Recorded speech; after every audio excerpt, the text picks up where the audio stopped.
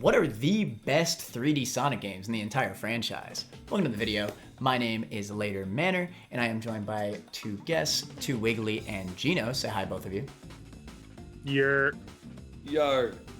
All right, and these are two nerds that know way too much about these Sonic games. They're going to be carrying this video for me, honestly, because there's a few games on here that I don't know that much well. But we, at the end of the day, as a collective, know a ton about these games.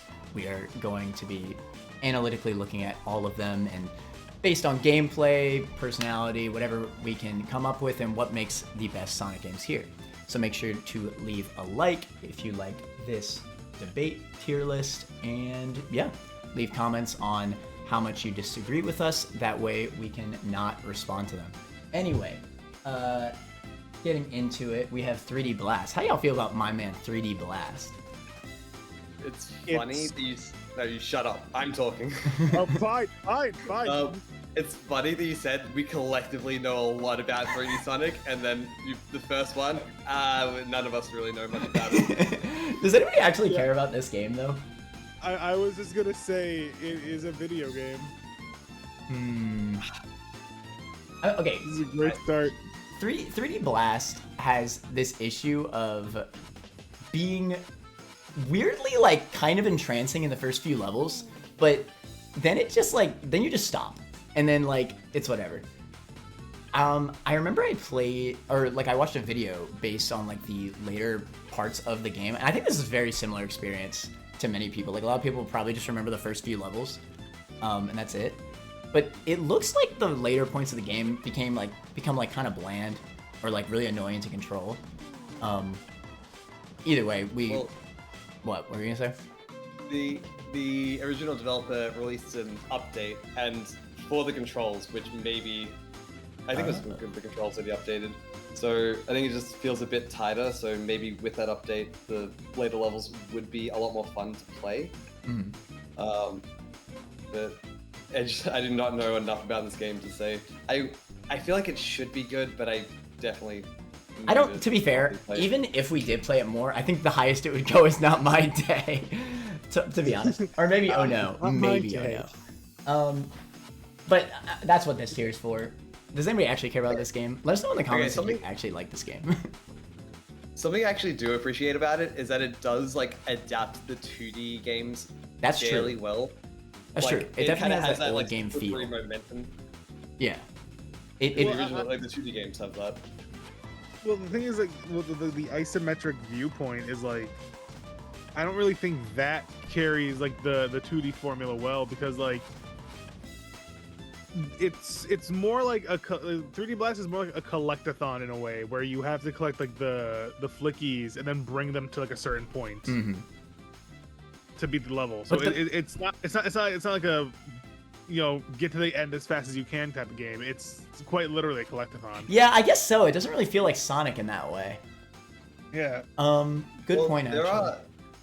There are non-linear games where you're intended to go quickly, like Bouncy Cat. But I don't think the game actually ever the original games, the 2D games, don't incentivize you to go quickly outside of it just being fun, right? Right.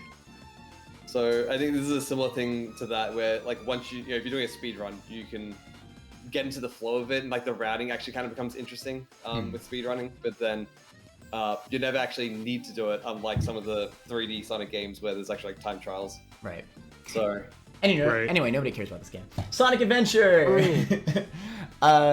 Sonic Adventure is a game of all time. How about you start, Gino? It is one of the games of all time. I think Sonic Adventure is great for first major 3D Sonic game.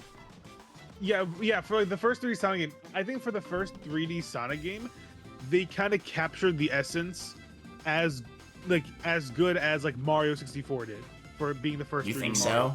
so? I don't know if that's true. I think so, because well, you have to think about it. With Sonic 3, they were trying to expand the lore of the games, and Sonic Adventure builds off of that lore. But at the same time, you can tell they were trying to do something more eventful with the games, but they just couldn't because it was on the Genesis. now that they have the Dreamcast, they were able to do something big, spectacle, chaos, being like a water monster, which I know the for Master Emerald for the was like hardware, a big thing in the story. right, but So- also like in terms of the gameplay, I think it was a great way to like the way that the gameplay specifically for the Sonic section, like the Sonic story, the way they translated the 2D gameplay into the 3D gameplay was, that was as good as they did with Mario 64. But then there's all the other characters. Tails doing like the races against Sonic. It's not really like Tails does races against Sonic instead of just doing like his own levels, which I think is kind of a little annoying because I would like to have Tails like have his own levels, but Right. But Tails plays, with the flight gimmick, you can cheese those levels in a way Sonic can't.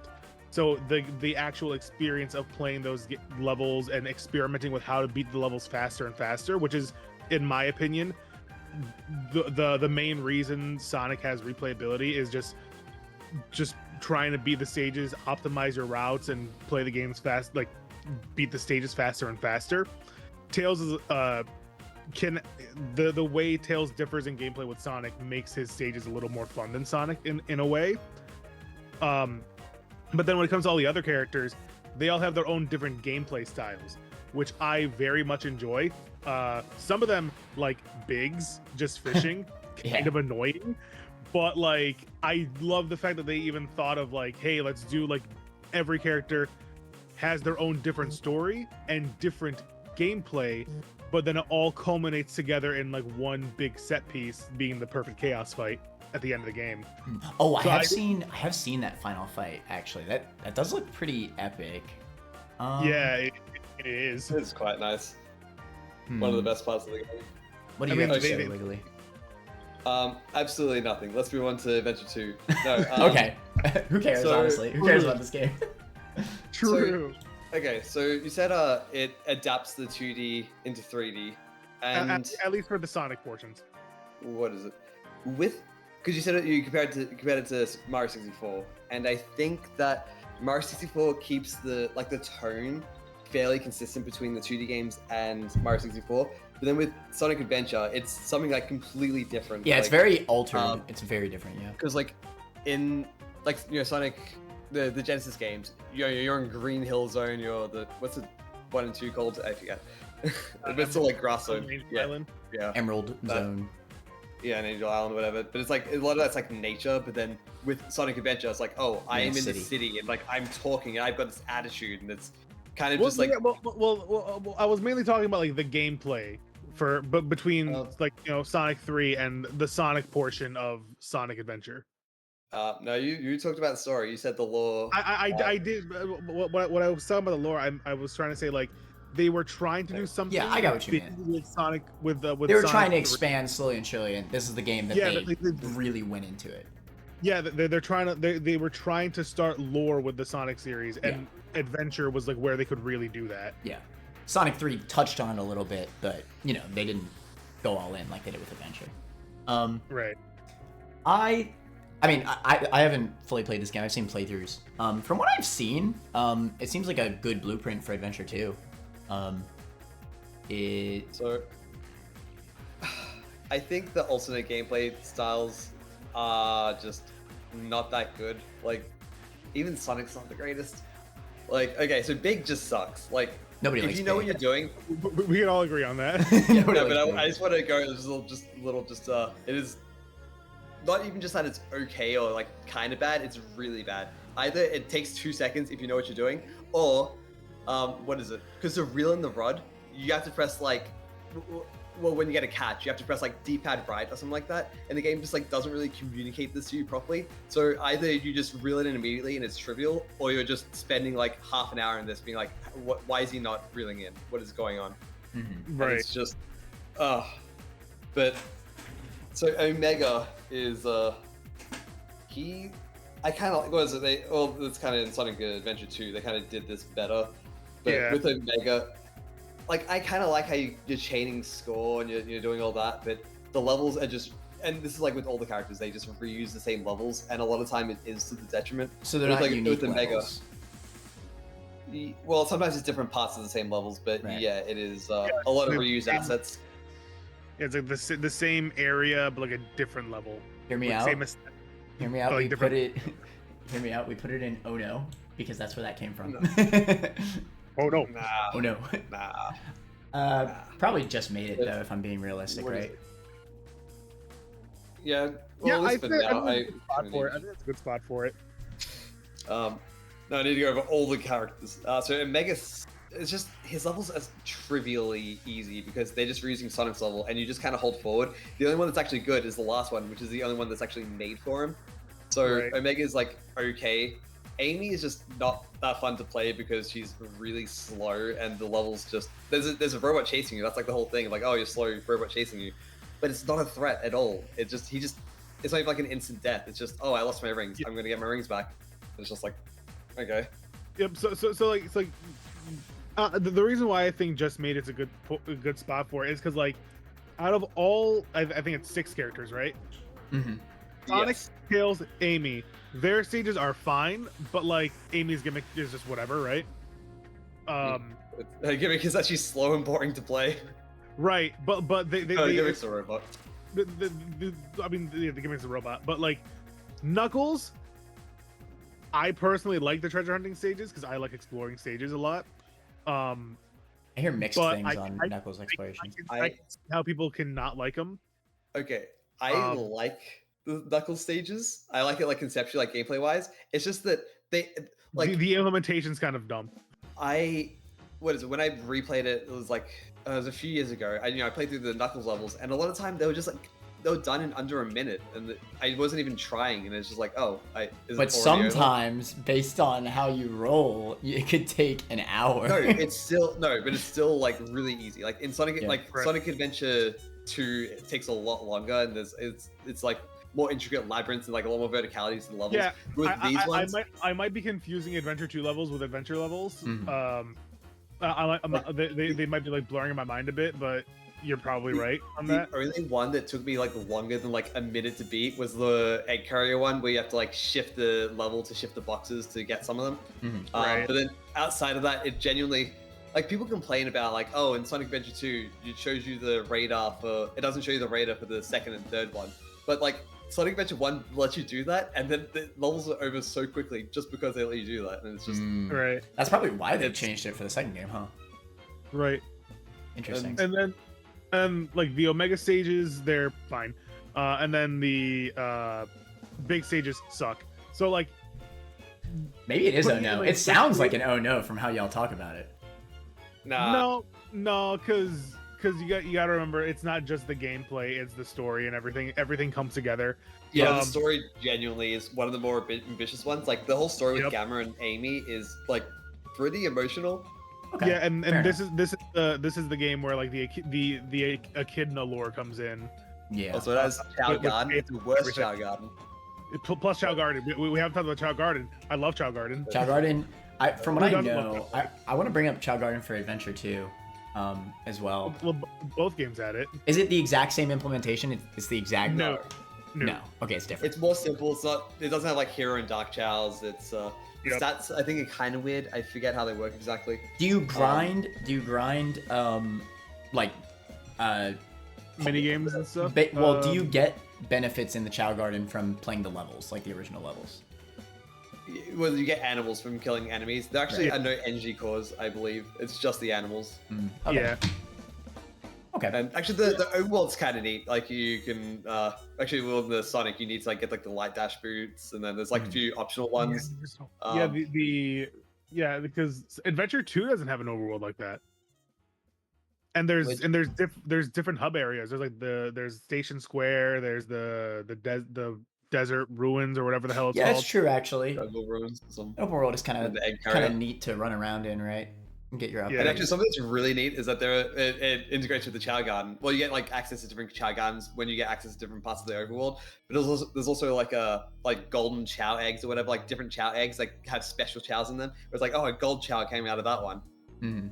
and you need to like find them. And there's like little puzzle of like there's like one in a shop where it's like, oh, if you try to take it, then the door closes, so you need to put like a weight on it because it's like an Indiana Jones type thing. Right.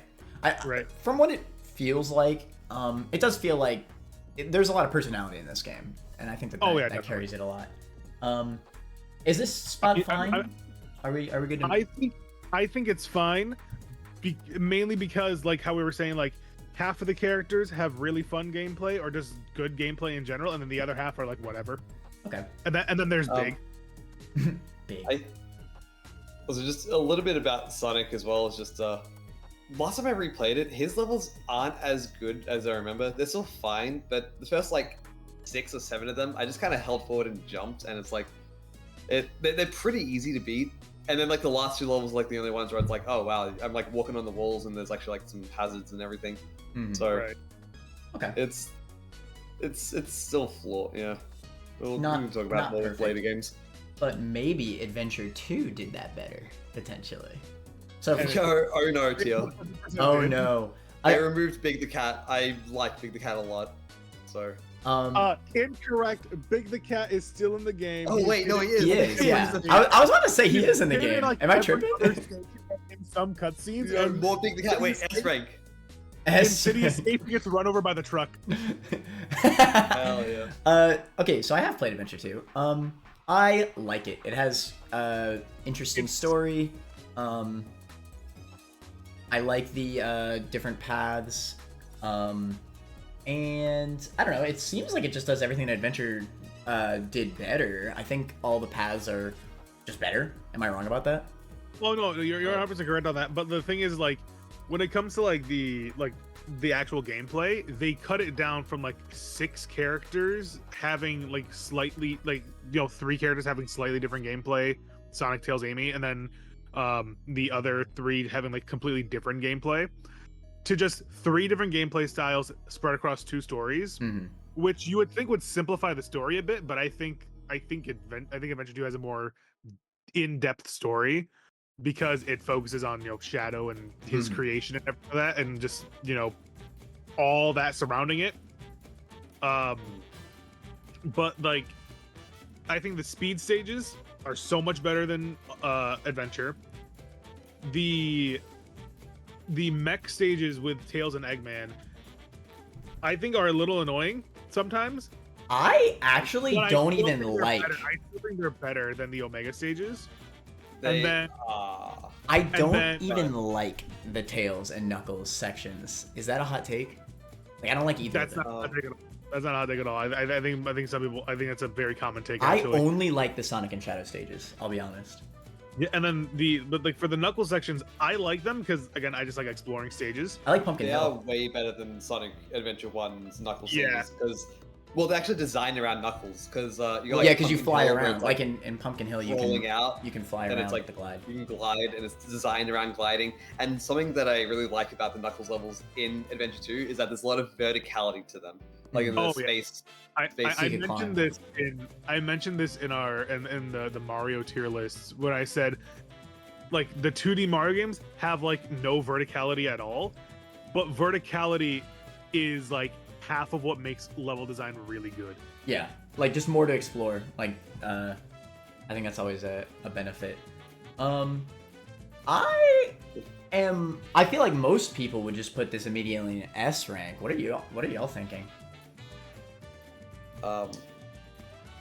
Yeah.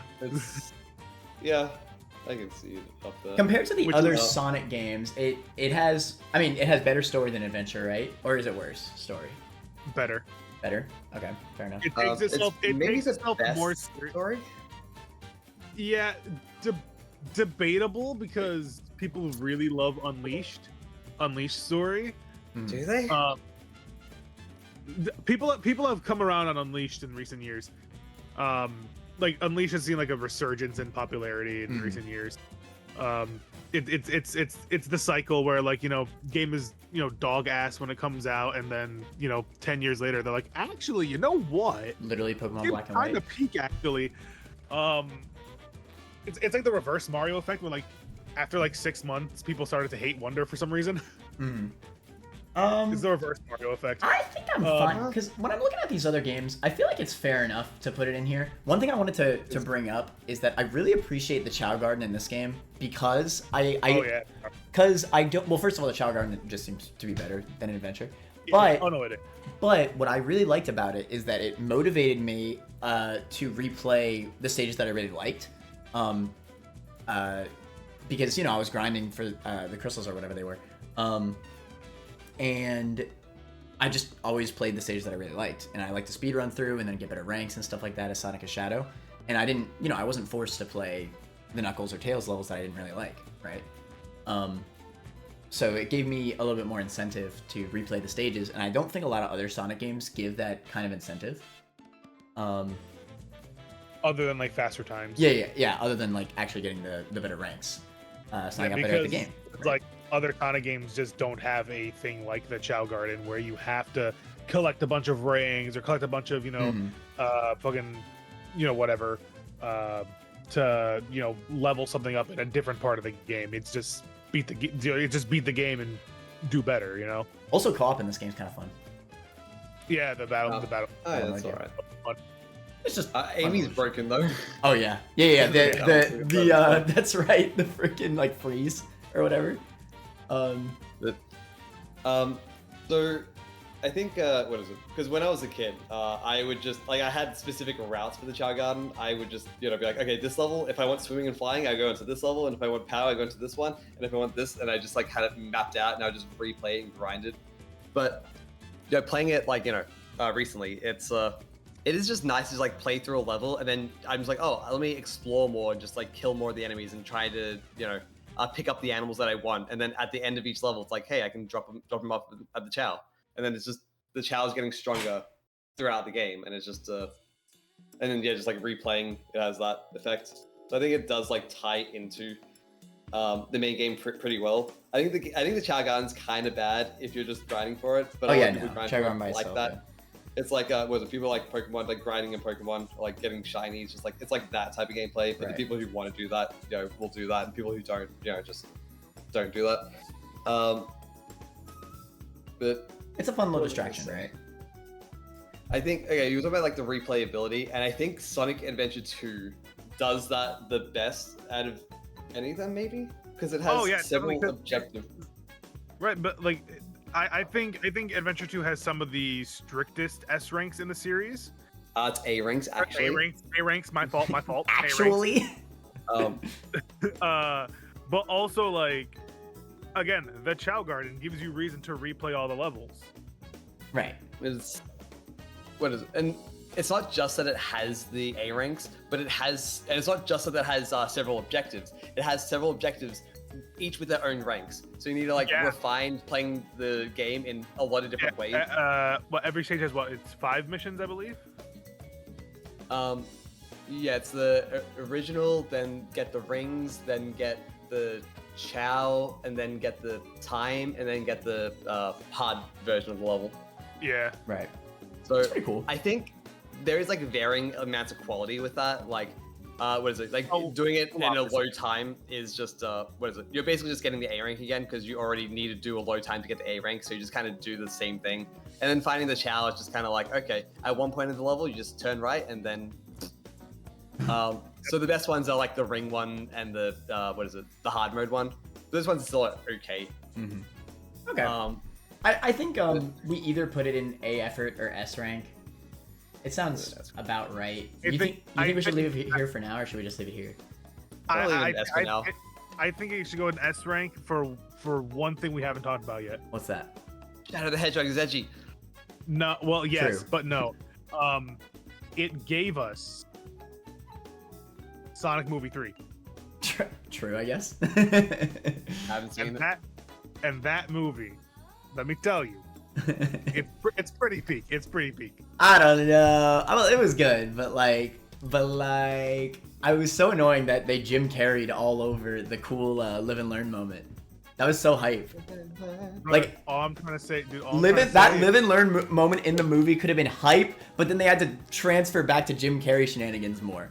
Like, I was. Listen, are you trying to say that you don't like Jim Carrey? No, I like it, but like, let me see my Super Sonic and Shadow run up. Anyway, I'm getting into spoiler territory. Anyway, so it's hold on. Before you move to Sonic Heroes, I just want to say that so the ranking system was not in Sonic Adventure. It had points, but it didn't have ranks. So right. That's a huge amount of like replayability that Is this gone from that? And was like the Sonic Adventure DX that had like the challenge board thing, which was okay. But it's nice that they had that. I didn't get to finish that. Was it with the Tails and Eggman levels? They are better than the Gamma levels because they actually have levels designed around them. But their jump is so it's so. Actually, no. The jump sucks. Like, there's just like the level design sucks. And then you get glide, then it becomes okay. And then there's like that one level where there's like really low gravity, where it's like actually fun. It's like why didn't they make the jump way higher like this? Because it adds so much more to the level. The entire thing could have been like this, and then they just chose to make it okay. Also, the fucking when you charge up your laser, there's that fucking whining sound the entire time. Oh yeah, no, I hate that. It gets so annoying. But anyway, I want to talk about my man Sonic Heroes. Trash, not my day. I like Sonic Heroes. All right, so Sonic Heroes, I grew up with this game. Do I think it's anything crazy? No. But I do think Sonic Heroes is a fun time. It has a lot of personality. I like seeing all the different teams interact with each other. I think if they remade Sonic Heroes, it would be like an A effort. Yeah. But Sonic Heroes as it is now, it's like Mario Sunshine for me, where it's a good game, but like it's just not as polished as it is, and that kind of brings it down for me. I still think, like, compared to all these other games, though, I really still think it could be an A effort compared to all these other games. I think A effort actually is it's worthwhile in that. Okay, so like let me at least go over it since this is a game I actually know about. So you get 4 stories. You got Team Sonic, Team Dark, Team Rose, and Team Chaotix. Sonic is like the normal. Basically, they're kind of separated into difficulty patterns. Like, it's not really different gameplays except for Chaotix. Sonic, Rose, and Dark are all basically just difficulty sliders. Rose is the easy mode. In fact, Team Rose literally starts with a game tutorial, which is a little weird. I'll be honest. You know, like if because I feel like most players will just players will start with Sonic. Order. Well, yeah, you start with Sonic, then go to Dark, there then is a tutorial option because it's in order of what it is on the title screen. But like at the same time, it's like that would be the third one most people play, and you're getting a tutorial. Yeah, Wiggly's about to say there is a tutorial option in the menu, like next to the character select. So I think that's just that I didn't actually click at it. Right. I mean, like it's fine, but like I don't know. I think it's a little bit weird that like Sonic's the normal difficulty. Basically, they didn't emphasize that. They didn't communicate to the player. And I think it's a little annoying because when I was a kid even, I started with Sonic, then I went to Dark, and then I played Rose, and like, because Dark is the hard mode. Like, actually Dark has some pretty hard levels. I remember really struggling on some of those levels. Like, I'd get like game overs over and over again as a kid. Specifically on the Dark levels. Like, they're definitely quite a bit harder than the Sonic levels. But then going straight from that into Rose, which is like way easier than even the Sonic levels, I don't know, that hurts, right? So I do think that's like a legitimate critique, that it doesn't really communicate that they're kind of difficulty sliders, and you have to beat all of 4 of the paths in order to get the final ending, right? The final boss. So it's just kind of weird to go normal, hard, easy, right? I don't know. Normal, hard, easy, and then what are you doing? And obviously you could choose which order to do them in, but like, again, most people are probably just going to start with Sonic and then go to the right. I think just communicate. Actually, no, I think it does communicate. I think if you talk to Omochow, it does say like. But who wants to talk to? Who talks to Omochow? I don't think Omochow specifically tells you, like, oh hey, Rose is like for start. Plus, nobody wants to play easy mode anyway. Like, even if they were told, like, hey, this is easy mode, would they really start with easy mode? I feel like most players just start with normal mode. You know? On the like character select screen, you can press Y, and then it's he says that like, oh yeah, Team Rose is for beginners, and then Team Dark is difficult. Like, they actually do say that, so it's not that hard to actually see. I guess, but like when you're a kid, like you're not gonna do that. Let's be honest. You're not talking to Omochow for a kid. Yeah, right. Or an adult. Right.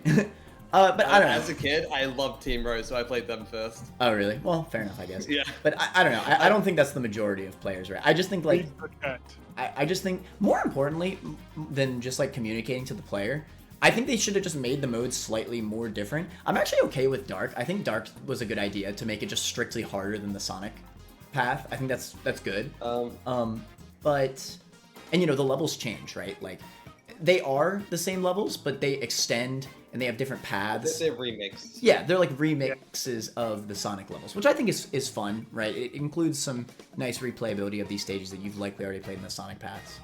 And there's almost always like additional like parts of each level in the Dark Path, which are basically new levels. Dark Path is longer, while I believe Rose is shorter. Like the levels are actually cut in half sometimes. Right. I don't know. I think Rose should have done something unique, like I don't know, maybe not just an easy mode, but just fishing. Like fishing. That's it. No, I think maybe they should have just done something different than like just shorter Sonic levels. I think that was kind of lame. But yeah, at the very least, they had the chaotic story, and I actually really like the chaotic. Well, it's not just shorter. Like, I played Seaside Hill and I compared them, and there are parts of the Rose one that do not appear in Sonic's Adventure. Yeah. So it's not the same. So it is, you know, they probably should have done something different, but you know. Yeah, so I think the Rose path is definitely the worst, at least in terms of implementation. But cat though. True. Okay, you know what? Heroes did that. They made Big the Cat actually fun to play. Hold on. Hold on. They made Big Cat fun to play by making him Knuckles. Exactly. Well, no, he definitely acts differently. He does play differently. Yeah, he does play differently. I actually like how all the powerhouse characters in the game play differently. I think that's pretty cool. But anyway, Team Chaotix actually is unique, and I like that mode. They have different missions. Again, they're the same levels technically as the Sonic Path, but they're remixed. Again, the levels are slightly different. You're doing different tasks, a la Sonic Adventure 2, right? Like you're finding different things in these levels. You're doing different tasks. I think that's fun. I think it's a fun way to go through the levels and do these different missions that Eggman assigns to you or whatever. It's just like kind of a breath of fresh air, especially after playing the other modes. Again, I really wish that Rose did something unique. Maybe not specifically missions, but I don't know, maybe speed run. Amy's trying to get to Sonic. He's at the end of the level. Speed run to the end. I don't know. But right, the thing about the chaotic missions is that I just think it's like you can't beat the level without finishing the mission. That's true. You have to finish the mission. They're forced missions, and sometimes they're long, and sometimes you're just missing like one thing, and it's like hidden somewhere like you would never check, and you're there for like minutes. Yeah, fair enough, honestly. One other thing I do also agree with that though. But one other thing that I really just liked about Heroes is I don't know, something about how its gameplay worked. The simple concept, like conceptually, of switching between your party members, right? You always have your speed, your flight, and your powerhouse characters.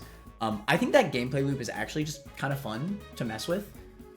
It's a little simple throughout the game. Maybe they could have done more with it.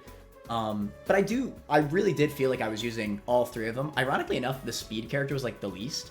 But I mean, obviously, if you're going for ranks, you're going to mostly be switching to the speed character, right? That's something that I quite like, is that with the when like your first playthrough, you're going to be using a lot of the flight character because the platforming is just a lot easier. Exactly. But then because the ranks exist, it's like, well, I don't want to use the flight character because that will just make it's it slow. The flight character is the slowest. It's actually pretty genius when you think about it. Risk reward. Yeah, risk versus reward. It's kind of genius, right? The speedy characters are the hardest characters to play because, you know, they're fast, they're harder to control, and you got to do more fast platforming, right? And Knuckles, I mean, the powerhouse characters always have a glide too, so they're also easier to platform with. But actually, the gliding for platforming is not as good as I feel like it should be. That's true. It's mostly used for like it's mostly used for like the wind sections or whatever. Like you're trying to like go on a fan or something. Yeah, I wish it was a little bit better. Yeah. Like it is. But either way, they have the flight character, so I don't really think it's that big of a deal. Most of the time, and that was like one of the things I said before. I was like, the game is like not polished. The game is very slippery. The controls are kind of whatever rail grinding is annoying in that game. That's Like it's pretty like true. the game is like there's something there. It just needed a little more time to cook. I really, but at the end of the day, It's not an issue that like permeates the entire experience. Mm. But like, there's points where you're like, I shouldn't have died there. The game shouldn't have done this, that, the other. Yeah, but I also felt that same way with Adventure 2, to be fair. I feel that way with all the games. That's true. Yes, That I is think that's just a very Sonic true, thing, to actually, be but I honest. feel it the most with Heroes. It's like how you feel it the most with okay. Mario Sunshine. You feel it the most with Heroes. There are what is it?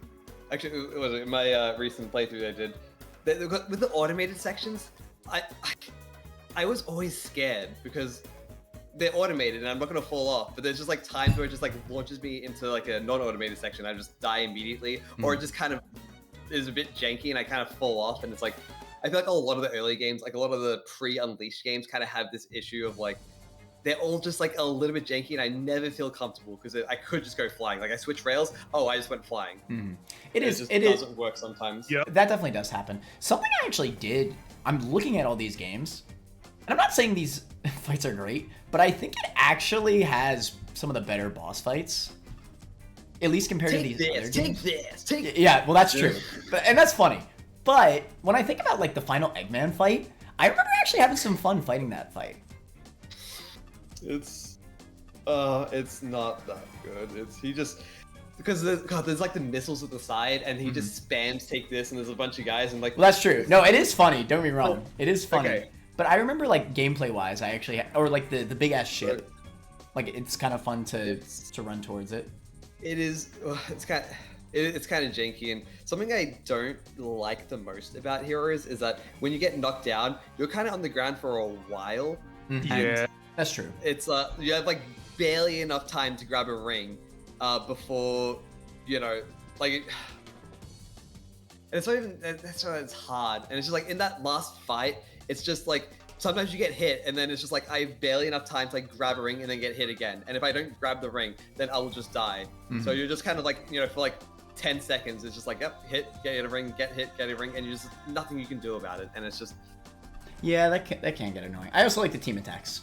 I mean, team attacks They're it cute. is well, especially for ranking, it's really nice because something that's really cool about it is that it pauses the timer, so you don't lose any score if you go for it, and then it's so you need to think about like when am I using When's the best team time attack? to use it? Yeah, it's kind of like a And strategy. it's just like thing. what's the most optimal thing. Yeah, which I think is And cool. I think the biggest strength of Sonic Heroes is that it's one of the few games that like does not have like gimmicky gameplay. Yeah. Oh, actually no. Well, Well- I think it's more so that it embraces its gimmick, right? Like, Well, I mean, like it doesn't have like a Big the Cat or Exactly. like a Gamma, like where it's like there's no huge deviation. it doesn't It's also force not- you into a gameplay style that you don't like. Like even Adventure 2, like I didn't like the Knuckles or Tails sections, but in order to beat the game, I had to do them, right? I think Heroes, if you like the Sonic path, you're gonna like the rest of the game, except maybe Chaotix and maybe Rose is a little too boring. But like for the most part, it's consistent, right? Yeah, like, about the gameplay, they managed to take like how like Sonic 3 and Knuckles it was one stage, but if you were playing as either Sonic, Tails, or Knuckles, they had their own way to go through the stage, right? Like Knuckles had like very specific paths. If you climbed up a specific That's true. wall, Tails could like fly in certain areas. They kind of did that, but in 3D, where like the stage, like most of the time, you can just get by playing one character. Yeah. But sometimes you have to have the switch choice. around to another character. But they made stages that like work with all three gameplay styles. Yeah, and I think that's cool. Honestly, I really do. Just like a Something little. I don't like with that is the monitors where it's kind of like it's kind of key and lock. Like use power here, use flight here. There are moments where it's like you kind of have like a choice between two different things, and like even in combat, like all of them have their own uses. Like That's true, Tails actually. has range, and he gets aerial enemies a lot better, and he stuns, which you can go in for the other ones. And there can be some pretty intricate switching that you can do. But there are points where it's just like, hey, use flight here, and the game is telling you to use flight. It's not even like a perception test of like you have to figure out what to use. It's just like no, I think that's why I liked the fights more than the other Sonic games, specifically because I liked that I like the idea of switching characters mid-fight depending on the situation. I just think that's a cool concept. But yeah, like, I think overall, it's either here or here. I do think it's better quality than Adventure from what I've seen, but is that a crazy take? I would say it's better than Sonic Adventure. I'm looking at the other okay. games and I still think it's quite a bit better. Like, I'd say it's an A effort, honestly. Remember, we're comparing these games. I'm not saying this is like a great game by any means, but compared to these, I feel like it's kind of deserving. So actually, something that you said before is that there's no reason for Team Rose isn't that good. So something that I do like about them is that also actually with Chaotix and Team Rose, with both of those teams, Chaotix is a little bit redundant if you're going for because when you beat a level, there's an alternate mission that you unlock for each level in like the level select. That's true. Which is just like, oh, you get 100 rings. So that they do kind of have Chaotix missions for all the other characters if you do the optional missions. Yeah, Chaotix kind of is just like missions mode, the campaign. That team becomes a bit redundant if you are going for completion. But making some of it mandatory is kind of neat. And something that actually is really neat about Team Rose, and this is true for Team Dark as well, is that the extra missions for those are time-based, like purely time-based, like no score. So, maybe the stage for Sonic and Team Rose is actually like pretty similar, but it's like, oh, the ranking for those extra missions is different. So there's like a bit of variation there, which I do appreciate. That's fair enough, actually. I didn't even realize that. That's pretty cool. Yeah, I didn't even know there was a second mission for every stage. I think this is research. That's that research coming in clutch. Is this fine for now? We could always adjust it later. It's fine. What is it? I want to what is it? With the levels, there are two levels in particular that I think are like a fair bit worse than all the other levels, and then all the other ones are like pretty solid. Which one of them is the casino one? Holy crap! The physics on the casino, like the pinball, is just terrible. It makes me feel like I'm going insane. Yeah. It gives you like just enough control where it's like, oh, I can do things, and then it just strips it away from you. The actual casino controls are very bad, I will admit. That being said, talk about a memorable level. True. It is, okay, and not just because it's bad. Also, I think the Chaotix one is actually pretty good because you have to get rings with Chaotix, and it's like, oh, getting rings in the casino level. But remember, even though it's janky, remember like the bingo chips in the second stage? Yes. Like even though it's chunky and clanky, I don't know. There was something that's like satisfying about it. I don't know why. It was cute. And I think I'd rather have an annoying, memorable stage than like a whatever stage that I just know nothing about, And then the other level that I think is also worse is the Sky Rail level, or whatever it's called. Yeah, because I don't think anybody really cares. It's Rail Canyon. I think I think Rail Canyon, something like that. But the thing I don't like about that level, it's like the middle of the game. It's like after the casino one. But what is it? With that level, it's a pretty big spike in difficulty. Like the Frog Forest after that is actually a fair bit easier, and even like the spooky level is like, I would say, is easier. And the reason is that the rails in Sonic games are like not that good. Actually, Sonic Adventure 2 introduced that because it's actually like a brand deal. Yeah, do you know about that? Like the grind boot. Yeah, with the kid. Yeah. And I think the rail is probably the weakest part of like all the Sonic games. They just live literally on rails. And actually, I think the earlier Sonic games did them a bit better because there's like different like interweaving rails that you can kind of like jump between. And there's actually like what is it? You kind of lean in. I think this is Sonic Adventure 2. You can kind of lean into the like what direction you're turning to go quicker. So there's like a bit more to it with that. Adventure 2 had a thing where like you sometimes like you couldn't even like if a rail had like a loop, like I'm thinking of a section in like a Space Colony arc where if you like there's a loop and you can't even like complete the loop unless you're like crouching to get speed. So like the Adventure 2 had like a lot of control when it comes to the rails that they removed in later games. Yeah, I think it's I think a lot of the I think it was the boost formula where like it really changed and the rails were pretty different. It's just go. In the later games, it's just you just go. That's it. Yeah. But Which is the fair thing enough, honestly. So with the sky rail level, it's just like landing on the rails is so particular and precise that it's just like it's like by far like the hardest, like because like all the other platforms in the game, it's just what is it? They're pretty wide. It's not that hard to hit them. But with the rails, it's so specific, and sometimes you need to react like really quickly, and it's just. Honestly, so I remember all those levels. I just like stayed as flying because like you can kind of adjust yourself and fly back onto the rail. Okay, but it's so- not. That's not fun though. Is the thing. Okay, but there are times where I did that, but the problem with that is that because you can accelerate on the rails using the power and the speed, but not the flying.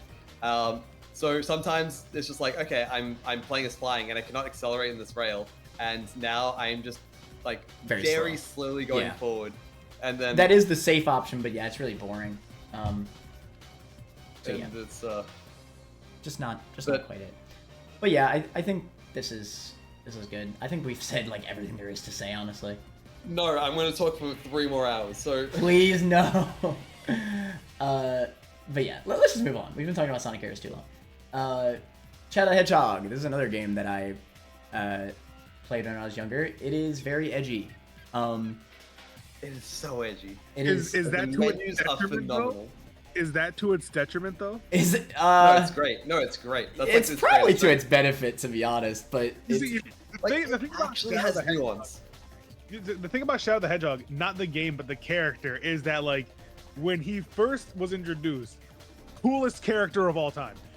Later on, laughing stock of all time. And now he's the coolest character of all time again. It had become full circle. Shadow the Hedgehog's weird. The actual Shadow gameplay, like without the guns, feels a little weird.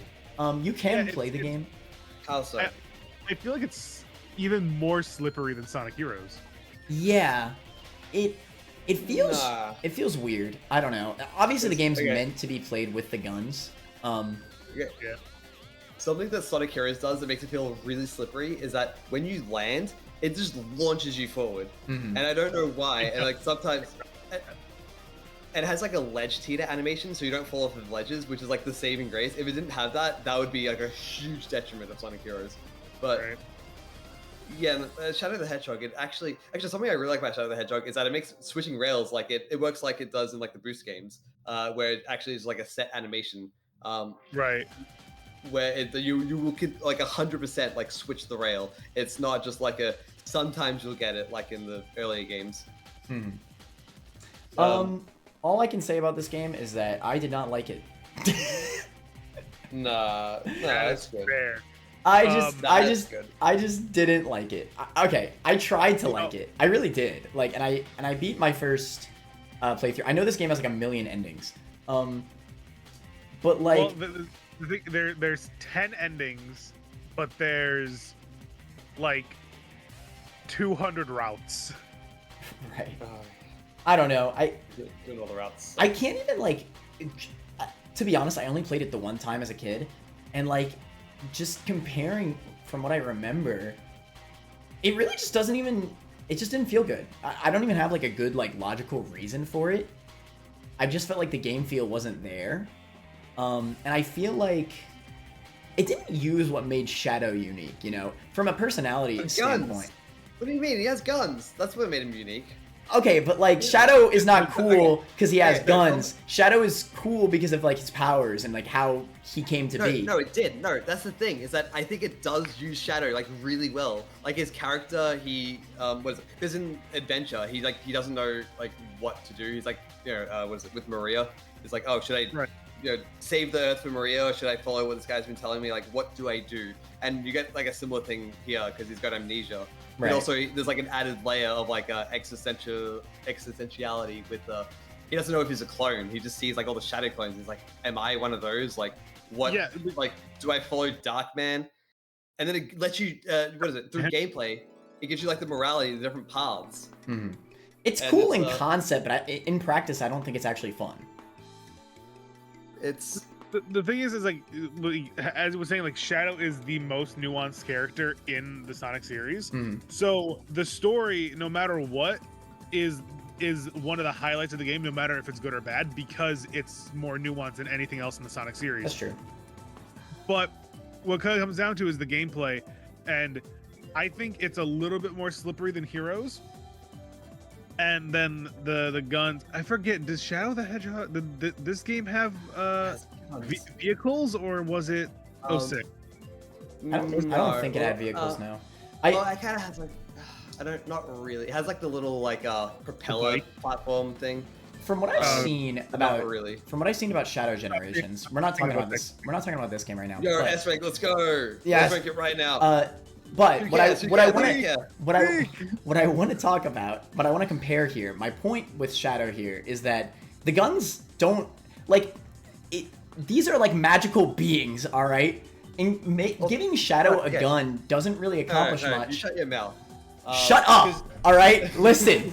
Like in Shadow Generations, they use his chaos control and in the gameplay, and I think that's cool. They do that in Shadow the Hedgehog as well. No, they don't. Yeah, it's a huge part. Yes, they did. Shadow What? had the huge part of it. chaos powers in the game. Maybe I just don't remember. Like, yeah, I was like gonna bring that up before. Chaos control, chaos blast, and there was one more. I forget what it was called. Was it? No, he has a. He has like the blue one where he like goes through the level and then well, I think that's Chaos Control and then Chaos Blast or whatever. It's like that's like the combat one, and you get it depending on the morality system of like if I kill hero guys, then I get the aggressive one. And if I kill the dark guys, then I get the that's what I'm thinking one. of, yeah, because there's three of them, but it's based on morality. That's what I'm forgetting. Maybe I just don't remember the game well enough to rank it. So it uses Shadow's character pretty well. It uses like his gameplay because like the Chaos powers is his thing, and it uses that, and it uses his edgy aesthetic and his morality. It does like quite a bit, and it's not too dissimilar from the games that came before it, outside of like, oh, there's guns. Like, also, I really like Westopolis. Oh yeah, that's a really cool first level. Because like everything's breaking down, and then it's you that's have true. like, the two sides fighting each other, and there's explosions going on everywhere, and you're like, whoa, what's going on? That was just a joke that you have to play Westopolis like a million times. This is the first stage. Well, okay, we have to play. What is it? It's not the worst thing in the world because it's what is it? I mean, I don't know. You can play each. There's 3 missions with each level, so you have to play it 10 times. But there are 3 different paths with each level, so it's just you can take a different path each time. And then if you're really sick of it, then you can just go for the neutral path and then go on the different paths later. And the neutral path does not take that long. So I think the biggest problem with Shadow the Hedgehog, the game TM, is going for the light and going for the hero and evil routes can be kind of tedious because it's like, oh, kill every enemy. It's objective based. You have to kill all the black arms, or you have to kill all the soldiers, the gun soldiers. Because something that I really do like is that what is it? If you for the ranking system, it's if you're going for the dark, because there's 3 A's in each level, or most levels, and then if you're going for the dark one and then you kill Doom's army, then you actually lose points for that rank. So you need to actually be considerate with who you're killing. You can't just mash homing attack because then you'll kill even your allies. So you do need to be a bit more considerate. But what is it? I think with killing the enemies, it would be a lot better. It's like, I'll kill 90% of them and then you get it. Right. Because it's killing all of them. It's like, oh, I missed one. Oh, where is he? Yeah, it feels bad. Yeah, it's the same thing. It's the same issue I have with like the chaotics route in Heroes, where it's like, yeah, you have to do everything, but then you have to just keep looping the level until you find the last guy. Right. But here it's even worse though, because you don't loop the level, right? You just there's actually checkpoints. You can teleport to different parts of the level. I guess. Okay. And what is it? I think also another thing is the ranking. I think is a bit weaker than the previous games because you can basically just do it based on time. Like with the non-killing enemies levels, you just go quickly and it's just time based essentially. And then with the killing the enemy ones, it's just like, okay, kill the enemies and then do it in time. Like the ranking system's not quite as good. So where would y'all rank it? A for F. West. Yeah, just made it. It's fine. I agree. See, I was gonna do oh no, so we should probably just do just made it. Oh no. Oh no. Oh no. Just made it's a good spot for it. Because Above or below Sonic Adventure? Probably below, right? Sonic Adventure was unique.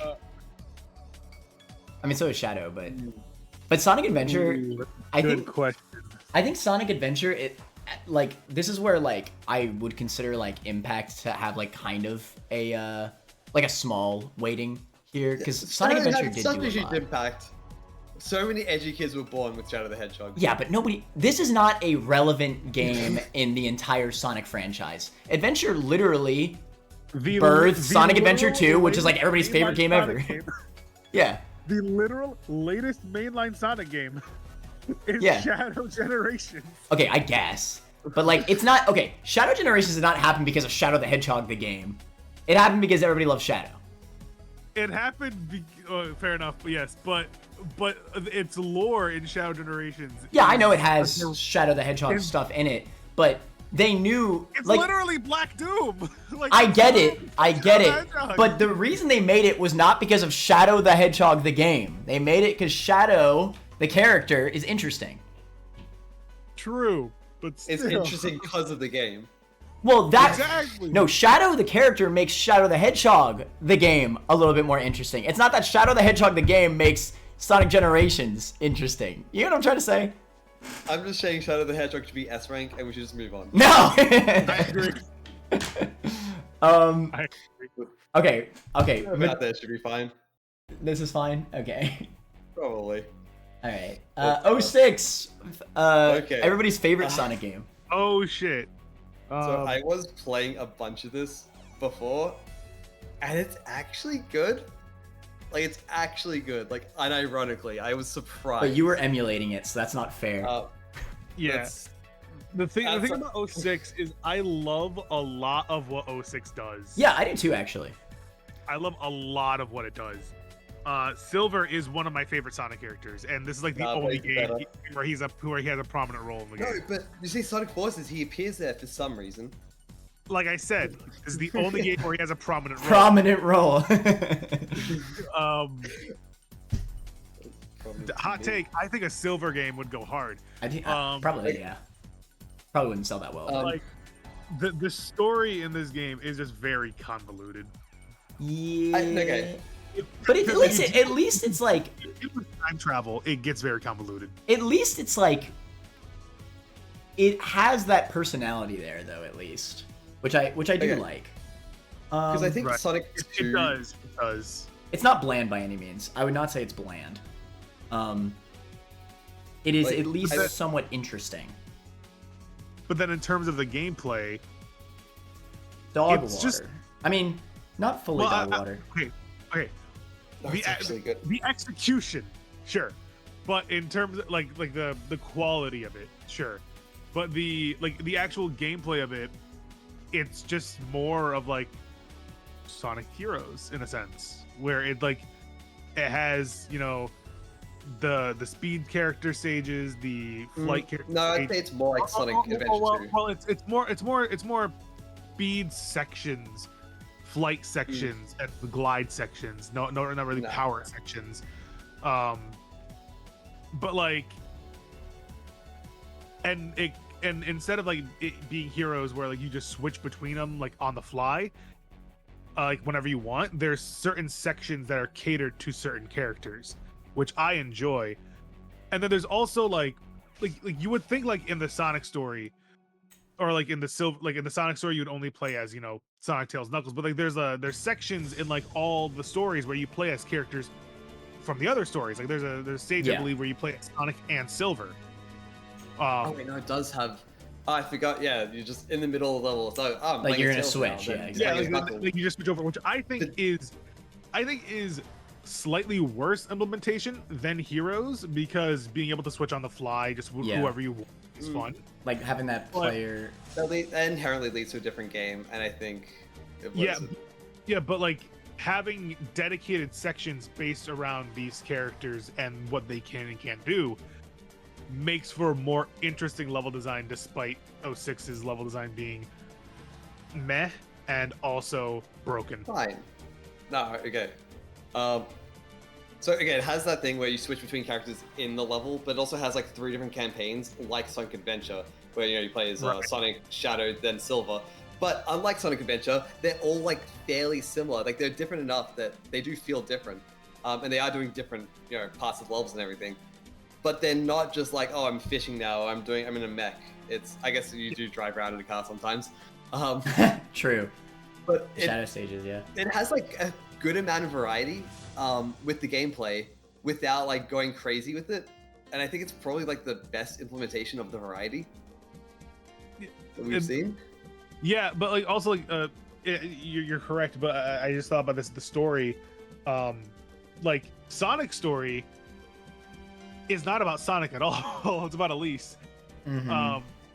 And then like Shadow's story is about, it's more just about like his, this like, game's him and Mephiles. And then Silver's story deals mostly with like the lore of Sonic 06. Mm-hmm.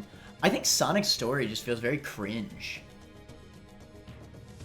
I mean, I think all the games before this point all kind of feel that way. No, in a different way. In a different way. I don't mean to bring it up, but like that's the charm of it, right? I don't mean to bring it up. I don't mean to bring it up, but like there's a reason why everybody memed on the Sonic X Elise thing. Like it's weird. It is weird. It's cringy in a different way than the other games. Like the other games, like they have like, oh yeah, whatever. Like that's just Sonic, right? We just laugh it off. Right. But this felt especially weird. They wanted to take it more seriously, which I don't like. Okay, I don't like that they took it more seriously for something like this. Like if they were playing it for jokes, I think it would have went better. But they definitely tried to make it dramatic, and like they had the whole ass Sonic and Elise kissing scene and everything. Like I don't know, it's very like weird. They wanted to turn it like I've seen this comparison before, just with like the graphical quality of like some of the CG cutscenes. Where oh my god, that too.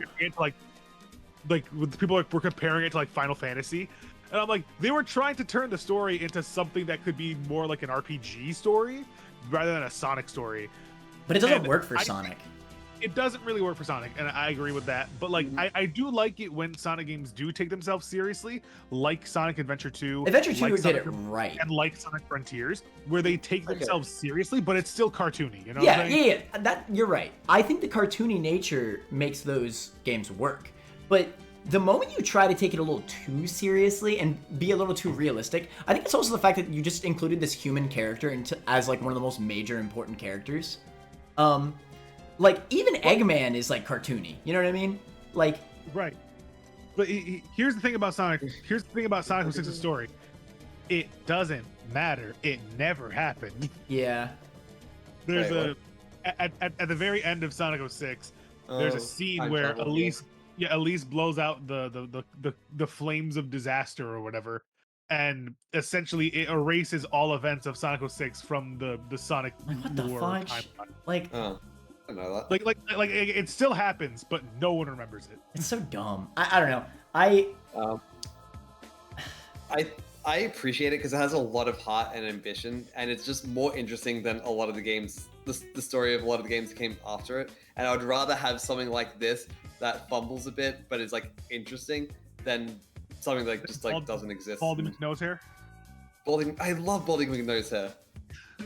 I do appreciate the personality and the intrigue. I care about intrigue quite a bit, right? Like if I'm able to stay interested or even just like have, because this is the kind of thing where it's like I could, even if the story's bad, I could laugh at it and have a good time. That is something I'd positively say because it's at least interesting, even if it's bad in kind of a good way. That being said, the Sonic story, like I don't know, this is like a level of cringe that like it's not fun, it's just like uncomfortable. It's like I don't know, this is bad, and it's not in a funny way. And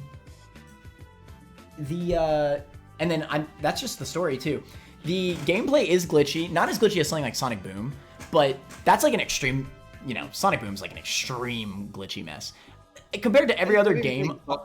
I don't even think Sonic Boom is that glitchy. Like outside of Knuckles clips, it's actually okay. It's not that it's specifically buggy. It's frame droppy. It Yeah, has it's also just not good, and also there's a lot of sections where you just clip through the floor. yeah, and die. like literal animation bugs like are like all everywhere. Which is insane to say, because I think the animations in Sonic Boom are some of the best in the series. Yeah, like in the cartoon. Facial Yeah. expression and everything is some of the best in the series, but we'll get to that when we get. Yeah, we'll get to that when we get to it. But it is still a very glitchy game, and there's a lot of like wild stuff that can happen. It is not nearly as glitchy as people say. Okay, yes, but it's still glitchier than every other game in this list besides Boom. It just is. And outside of that, outside of the glitches, most importantly, and this is a bit of an unfortunate case for Wiggly because he emulated the game, but I do actually think it's an entire full. Out of everything that we've ranked so far, I put it in oh no.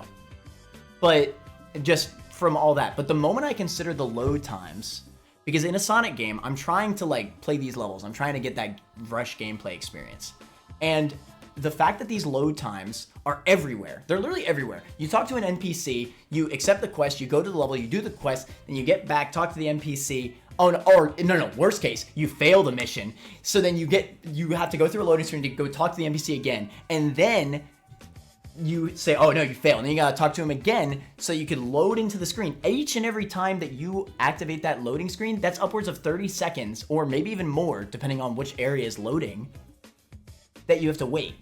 30 seconds or more. Like, or I guess it could be slightly less. I don't know. It depends on what area you're listening. Question. If we're considering load times, are we considering frame rates? Yeah, I would say so. On the base experience. Right? Okay. On the base experience. This would be very relevant for Unleashed. True. True. I know what we're getting at. Very, very true. But yes, I absolutely think that's important, especially in this kind of game. And it's a platform at the end of the day. Frame rate's important, right? I agree. I think in the conversation of my game should run at 4K 7,000 frames a second, it only really matters to me, at least, in just a few games, and that's platformers, racers, shooters, and fighting games. Mm-hmm. And yeah, I mean, it's important for this kind of game. But those load times. This might be the first Sonic game to run at 60. I think the older games ran at like the first 3D Sonic game probably. It did it. I know Unleashed in Colors are not good with that. Either way, it's more so about staying consistent. I don't need to stay at 60. I mean, I would rather a consistent 30 than a staggering 60 at the end of the day. But anyway, I don't think frame rate's the real issue of this game. It's more so the actual bugs, and especially the loading, because how this game works, it's like kind of a mess in the code. I know a lot of people have talked about it, but every single time something loads, it loads the entire. I think it loads the entire. Like, it doesn't load sections, it loads, like, the entire world every single time. I think you're thinking of Sonic Boom. No, there's something in I think 06. It is 06. Yeah, I think 06 does load the entire game, and that's why it takes so long. Yeah, and I mean, that's just bad. It is bad. Yes, it doesn't have to do with specifically its levels, but that is a detriment of the game as a whole. And it is unbearable, all right? When I played bits and pieces of this game, I could not even play the levels because I would literally just be sitting there. It was legitimately terrible. And some of the, some of the quests that you need to do are required to progress in the game. So you do have to go through those crazy bad loading screens no matter what. It sucks. I think those detriments do make it not my day. Legitimately. Nah. I would put it in an A effort. Yeah, but you have a very... Honestly, I think we should just put it in who cares, because they didn't even care to keep the lore, to keep the lore in time with the games, you know what I'm saying? For real. Honestly, who cares? Wait, hold on. If the game never existed, then who cares? Real, that's what I'm saying. Gino, where would you put it? I'd put it in Oh No, personally. Yeah, that's fair enough. Because that was from what I played of Sonic Heroes, the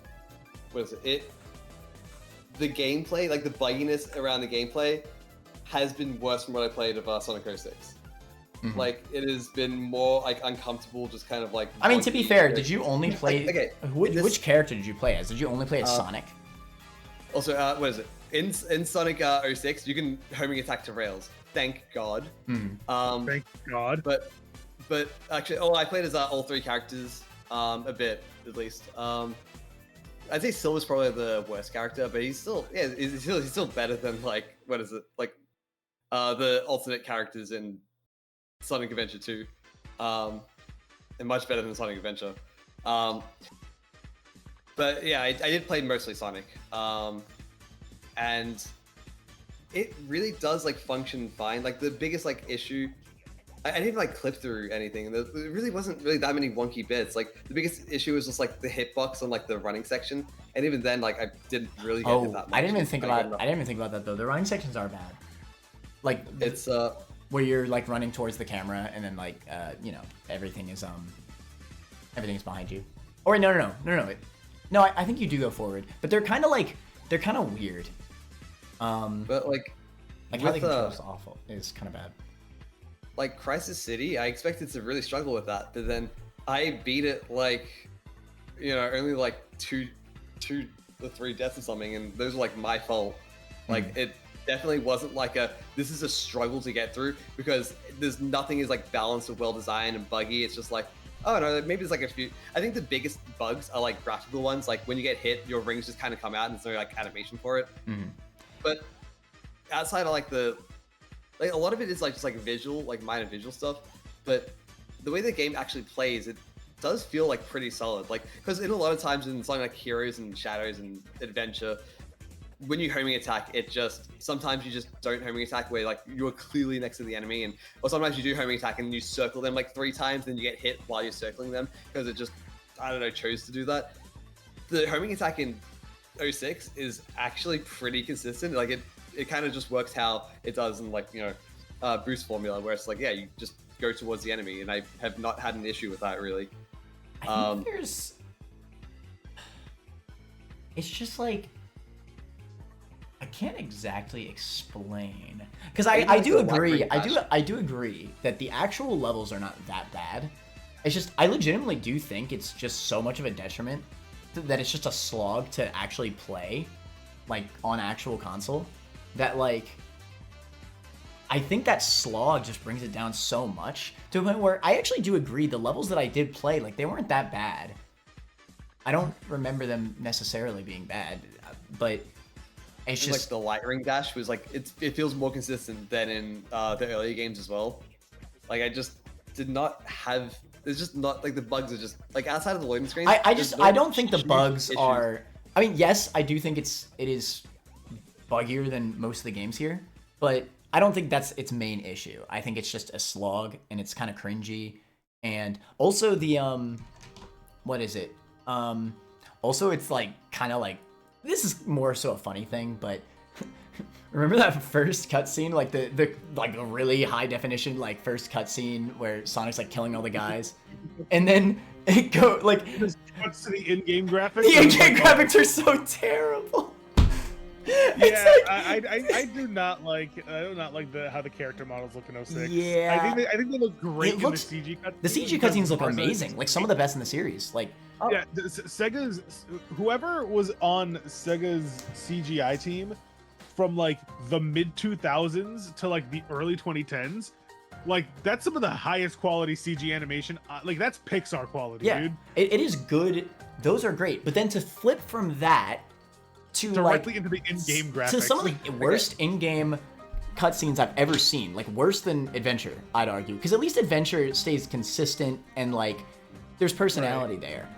But okay, I think the animations for all the games kind of have this issue. Actually, Boom's great. Boom actually has good animation for some reason. Okay, so they, like, most of the games have this issue where the faces just like are not animated and they look like they're in mascot suits. yeah, that's true. Yeah, well, that's the thing is that like a lot of the games are mocapped. Actually, I think from Colors onwards, I think they stopped doing mocap, or like at least it has a very different animation style. Like in 06 and before, you can tell. In a lot of the games, they only animate like the eyelids instead of just the eyebrows, which was like a big complaint that a lot of people had with Frontiers. And then they started animating Shadow's eyebrows in Shadow Generations, and my God, it actually looked good. It's almost like when you put an effort, it looks good. They animated the faces like that as well, and yeah, it looks good. Yeah, it's almost like when you put an effort, it looks good. Right. But was it so 06 and before? I'm pretty sure they're all mocapped, and you can like very clearly tell they're mocapped. Yeah. So it's okay with the visuals of 06. I think the city looks kind of rough. It's not the greatest. But That's the main hub. Right. The levels look pretty decent. No, they do. Not the greatest. They do, but like, again, like, if I don't even get to those levels, then like, I don't know. It is important for a game to keep a consistent quality in order to keep the player engaged to see that.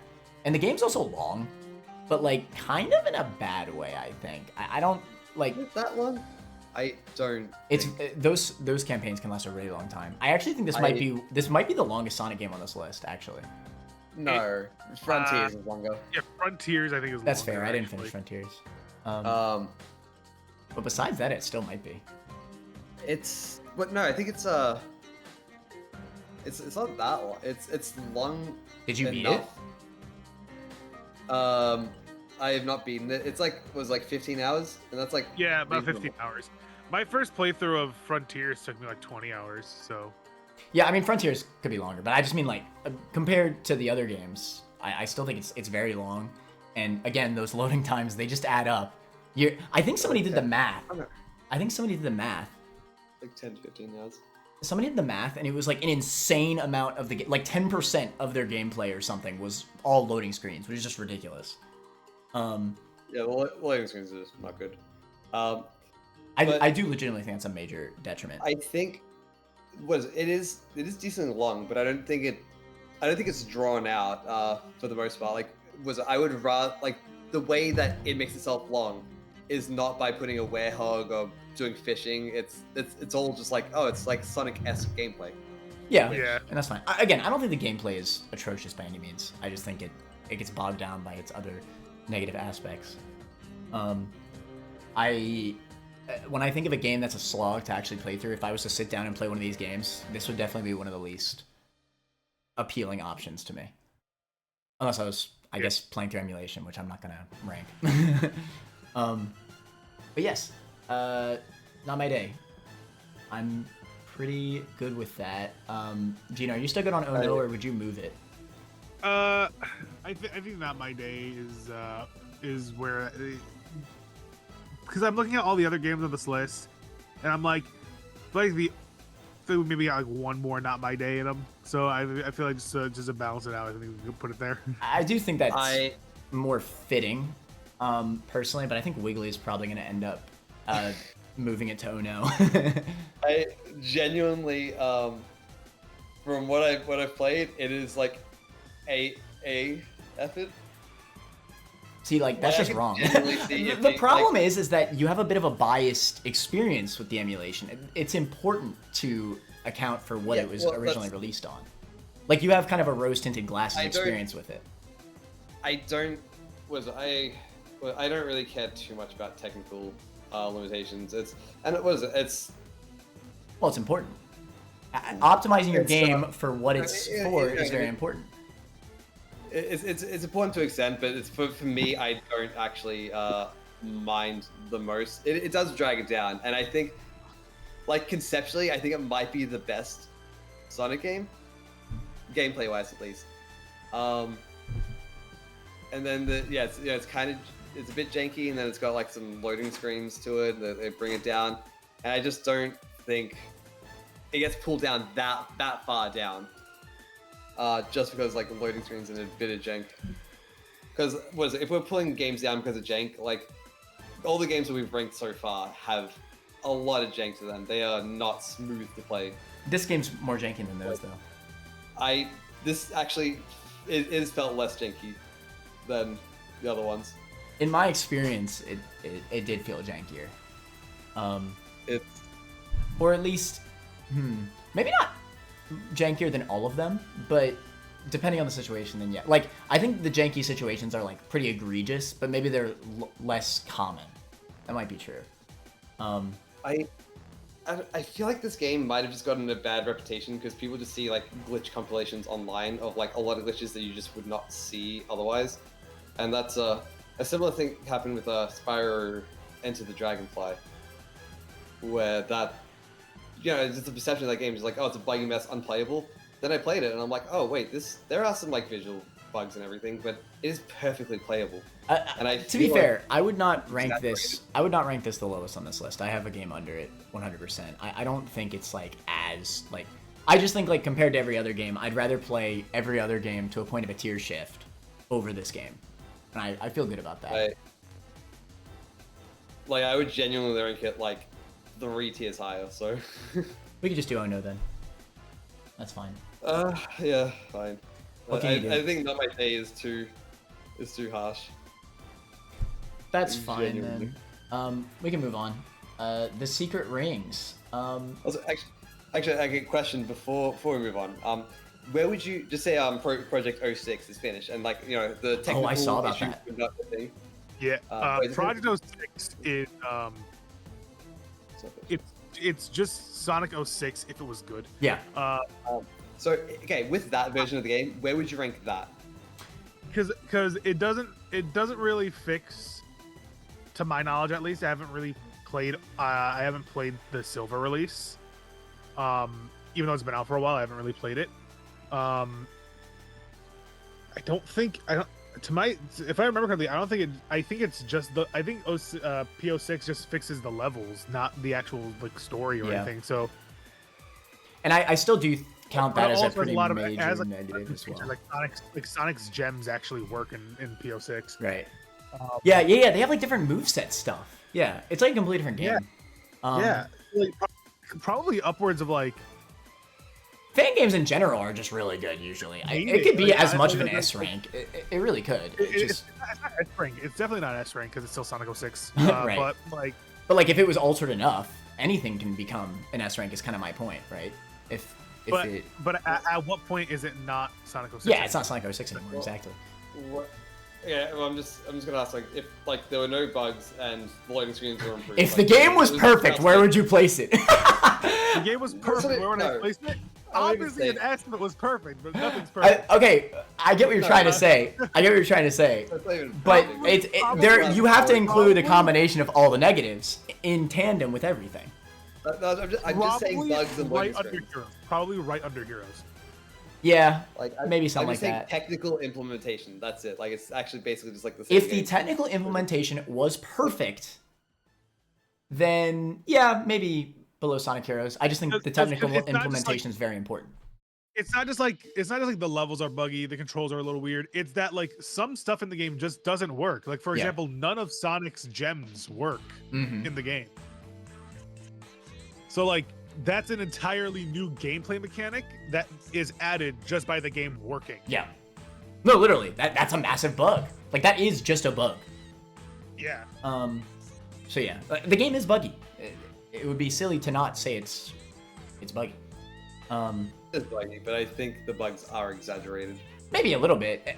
In comparison to Boom, it's definitely, you know, but whatever. Anyway, we can go to Secret Rings.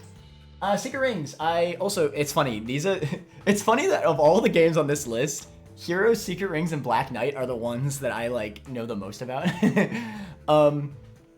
This is just like the period where I was a big Sonic fan. Secret Rings is not good. It's not good.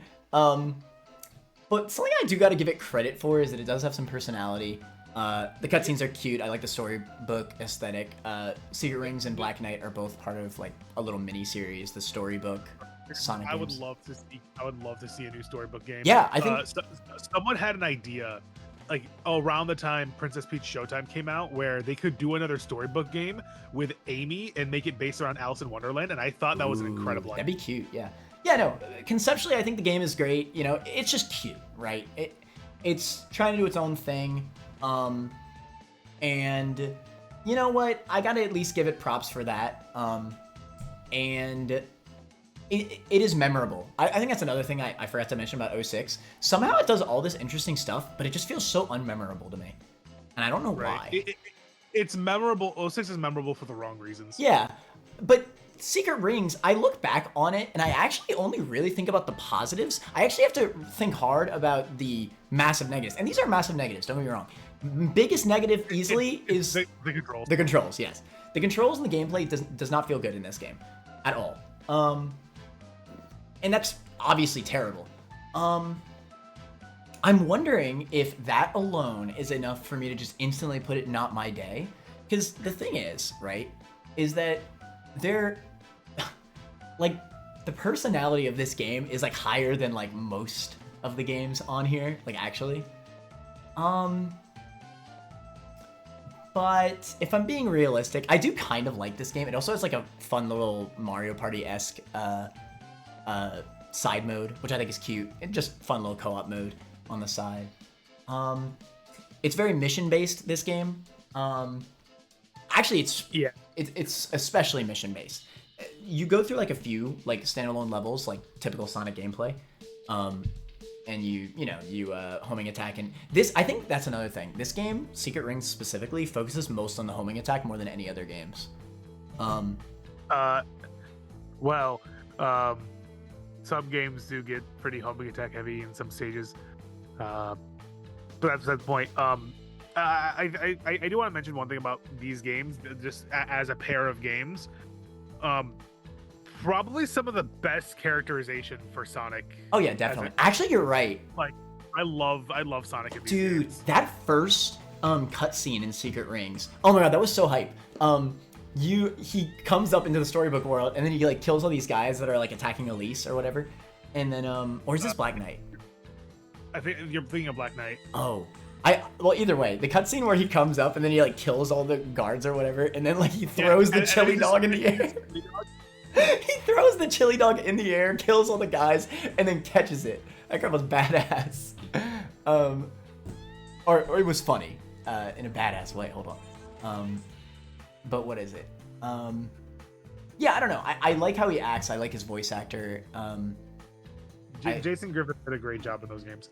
Yeah, it's unfortunate though that Secret Rings specifically probably has the worst gameplay on this list. I think that's probably accurate. I agree with that. The Wii remote controls, like I get what they were going for. Like the Wii was new at the time. They wanted to like do more motion controls because you don't even use the buttons. It's fully motion control. Which is why I think like a remake or a remaster of this game, but just with button controls, would be like really good. It's a shame because I did grow up with this game and I have a lot of pleasant memories with it. But if I'm being like honest, it might just be not my day. This game specifically. I have different thoughts about Black Knight actually. What is it?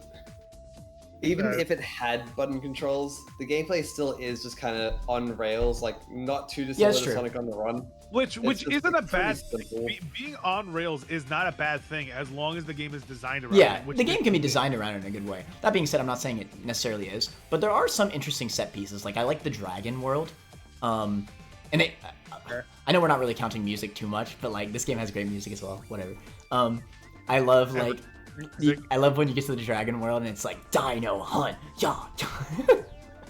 I'm sorry, I'm too nostalgia blind for this bad video game, but yeah, it might just be not my day for Secret Rings. I do like it, but I can agree with that only because I know that Black Knight is a lot better. It's way better. It actually is way better. That's something a lot of people don't think about. They have similarities. Yeah, I do know more about Black Knight. Like the sword adds a lot from what I know. So yeah, Secret Rings, it's definitely, it kind of is in the shadow of Black Knight, unfortunately. And yeah, I can't lie. As much as I like the game and its music and everything and the dialogue, the gameplay is really just that bad. Black Knight, on the other hand, put it in S rank because it has Sonic with a sword. It has Sonic with a sword, bro. Okay, but then Shadow should go up to S rank because that has Shadow with the sword. Shadow with a gun. Does he have a sword? No, he has Shadow he with a gets gun. He gets like an alien sword thing. No, he does get swords in that game as well. But yeah, we You could got some melee weapons. we could instantly go into Good point. Honestly, we could instantly go into Black Knight. Black Knight has all the same personality, maybe even more personality than Secret Rings, with more bearable gameplay. It's still not great. It definitely isn't. But the moment you add that nunchuck, or wait, do they have the nunchuck controls? I forget. I think so.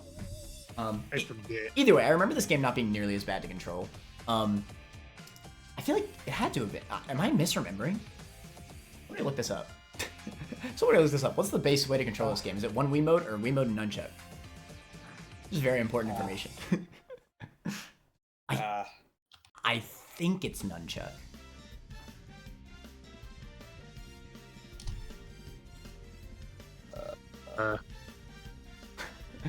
Don't worry. Yes, it requires an nunchuck. Yes, okay. I knew I wasn't misremembering that. So yeah, Secret Rings only doing the sideways Wii remote, and you moved forward by tilting. And I really not with the Wii. Like even if they did Sonic and the Secret Rings with motion controls with modern motion, then that would probably still be better. Yeah, it's a shame because I did like Secret Rings, but a lot of times when you die, you just knew it was because of the game's shortcomings of the controls. It's a bummer. It really is. Despite all the personality, it probably just does have to go bottom tier. Black Knight, however, with the nunchuck, the moment you add that nunchuck and it's like just better controls, you're moving with the joystick actually. The controls are instantly like 10 times better. Still not great compared to a lot of these other games, but it does the on-rail a lot better because you don't feel like you're dying because of bad motion controls. You felt like you died because you died, right? That's very important. I still think some of the levels in this game are kind of bland. Like I remember specifically, I hated the levels that you had to like collect enough rings and then like give them to villagers or whatever. Those are really lame. But the actual levels and set pieces, and even the boss fights, like they were entertaining enough. And again, the personality's all there. It doesn't have the major control issues as Secret Rings, and it has a lot of what I still love, and multiple playable characters, which all play somewhat unique. Play as Sonic, Shadow, Knuckles, or Blaze, even. In the party mode. No, in the actual game. Oh wait, do you play as them in the actual game? Yeah, you do. They have completely different movesets. It's after you beat the fake final boss. There's a fake final boss. There's like a fake out, right? Right, yeah. Then when you beat you unlock these extra like super hard levels. Like they're actual hard levels, by the way, like legitimately challenging. I forgot about that. Yeah. Then you could switch between all 4 of the knights, and that's just another level of fun, right? And they have different like special techniques for their like fill up gauge, like different powers. Just fun to mess around with, you know. Some levels are better for certain characters, and it's fun to like mess around with that. And you can do like different levels with the different characters now, right? I still, unfortunately, if I'm being realistic, it's not. Is it better than 06? I think so, but is it better than Shadow? I think so. Let's scale it here. Is it better than Adventure? Probably not. But I haven't played Adventure. I haven't played Adventure though. Really? I haven't played Adventure. You barely played Shadow as well.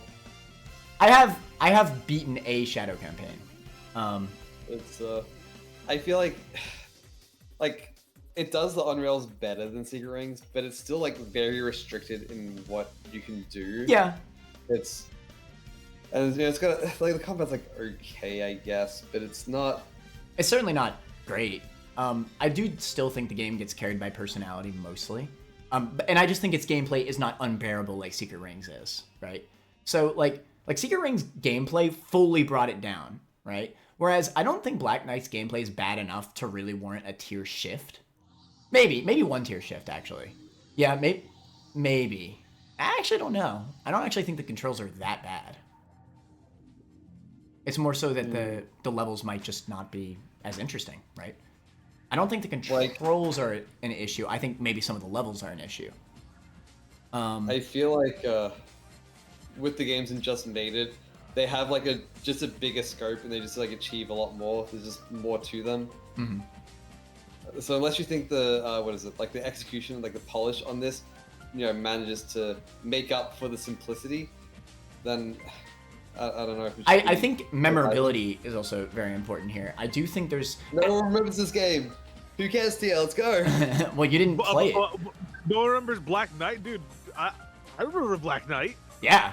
No, like if you play it, it has a lot of personality. I think Black Knight has some of the most memorable character moments. Not like action moments, but just that's character moments. another thing. Okay, so Sonic's sword talks in this game. It's like Excalibur. Yep. He's unironically one of the best characters in the game. Like, he's funny. Yeah. He's like actually funny how he talks to Sonic and everything. Like, he's witty. And he has a British accent, which is very important. There's a scene in this game where he's like, where like Sonic has to like, I think it's like he has to beat a dragon in like before a certain amount of time passes. And then he finds like this kid, voiced by Amy's voice actor, obviously, or either Amy or Tails' voice actor, which threw me off the first time I saw it. Mm-hmm. And he's like, I gotta help this kid. But then the sword's like, dog, you're not gonna finish the trial in time. And he's like, I don't care. I have to help this kid. And it's cool. And I'm like, that's Sonic right there. That's Sonic just doing what he needs to do to help people. Like, that's Sonic. But seeing that foil to Sonic as well, like, it's just like, it's a little bit of extra characterization. Like, it makes the cutscenes more entertaining. And it's something that, like, after Unleashed, just gets thrown to the wayside. It does. Until Frontiers. I can't comment on Frontiers because I didn't make it far enough to see that. But I know that. But I love Frontiers' story. I believe it. Even if it is like a little, I believe it. Cases, but I think Frontiers has great writing. But yeah, I'll never forget. I mean, this scene lives rent-free in my mind. Freaking when Excalibur, like when you beat like the final big dragon, like in Blaze's level, he like, because the entire game up to like kind of the finale, the sword, he kind of like judges Sonic, like he makes fun of him, he judges him all the time, like for being like a bad knight, right? But then when you finally beat that final dragon, he's like, you are truly the Knight of the Wind, and that crowd is like, it's like, yes, sir, that was raw, bro. The Knight of the Wind is here. Like, he got a title just like the other knights. I don't know, it was just cool. Yeah, I don't know. Here's the thing, right? The personality is like also way better than Secret Rings here. The gameplay's way better than Secret Rings. So and obviously the music's great, but again, music's great in all these games. I really do think, yeah, like I can't really rank it against Sonic Adventure because I haven't played it. But instantly I'd play it. Instantly, I'd play it over Shadow the Hedgehog. It's not even close. I still think Sonic Heroes has that versatility that I really like. I think it's probably best to just put it right here, at least for me. I think Bottom have just made it. I think Bottom have just made it. Gino, what do you think?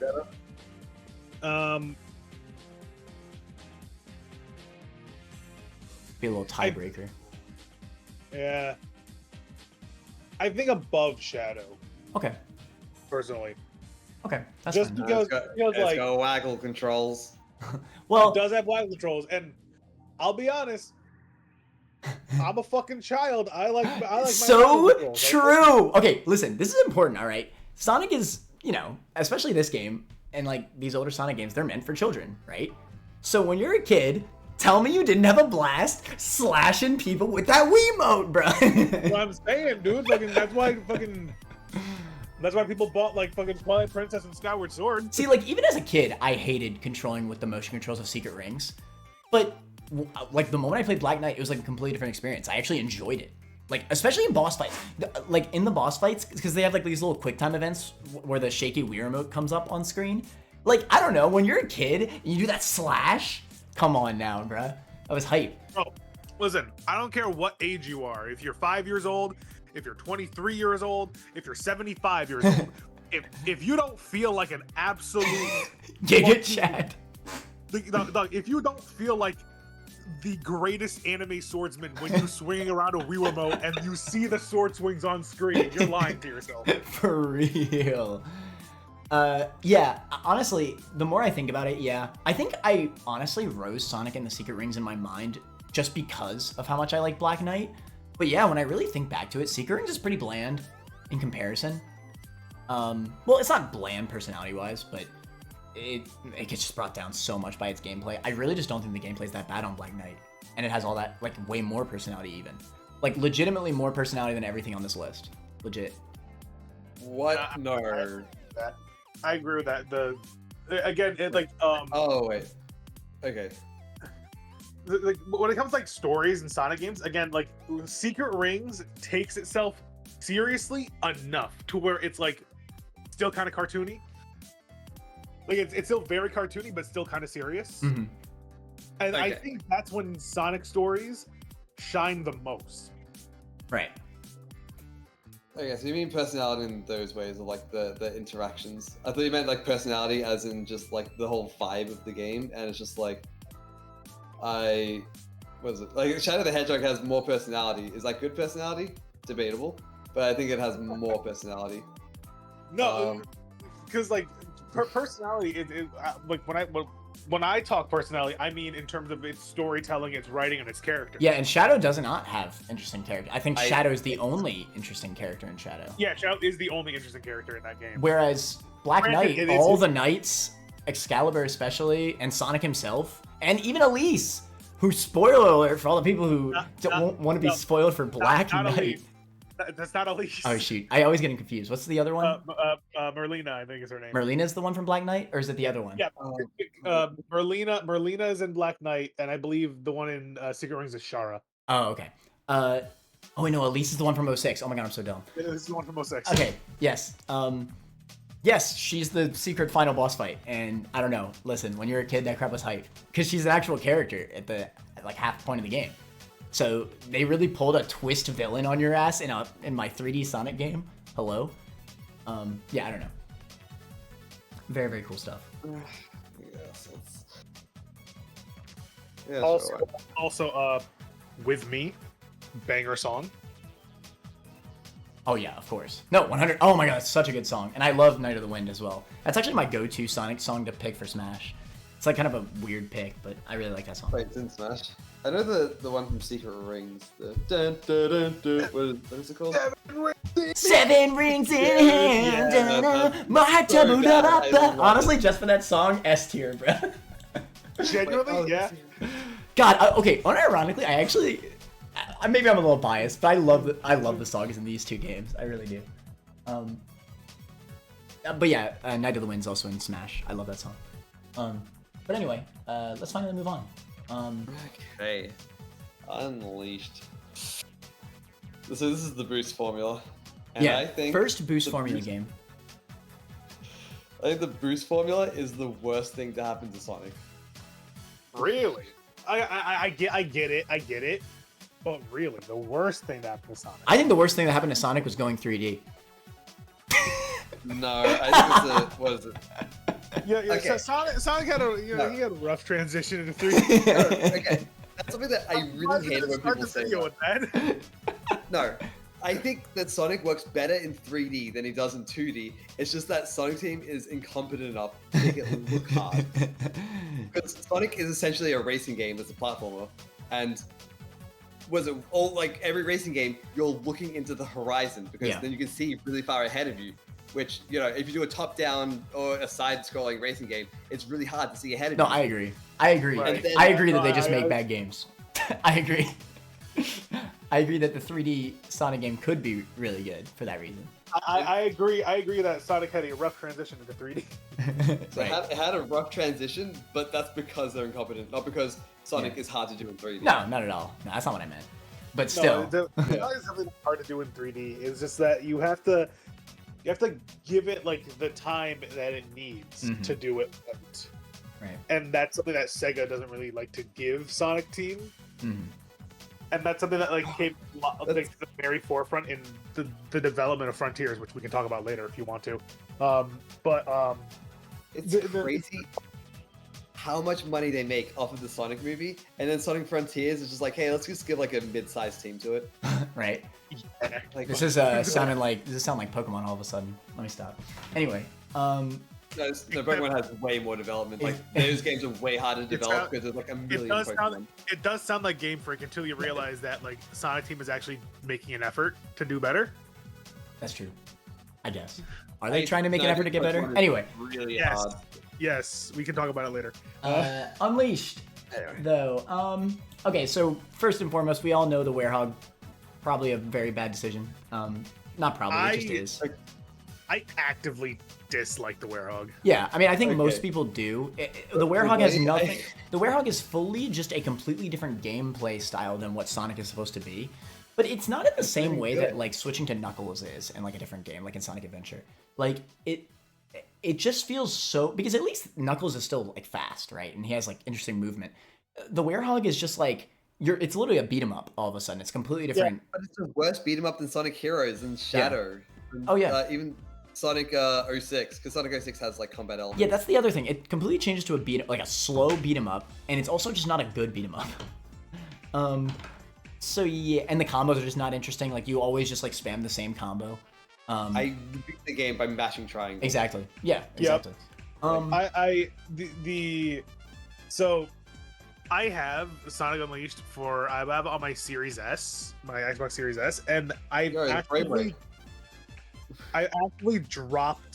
stopped playing it every time I got to like a Werehog section, because the Werehog stages, not only are they like slow, they're long, dude. They are long, dude. Oh my god. Okay. The way I think of the Werehog sections is fucking 10-minute loading screens. Literally. They're like, it's like 30 minutes a stage almost. It is bad. It is bad. That being said, I also think that this game does. It's the introduction of the boost formula, and I might actually be the best boost formula levels. I think. They are the largest, they are the longest, and in my opinion, just have fun. Like visual flair, they are honestly, Unleashed is probably the best Sonic game visually. Yeah, probably. It looks beautiful. That's not even a fucking comparison, dude.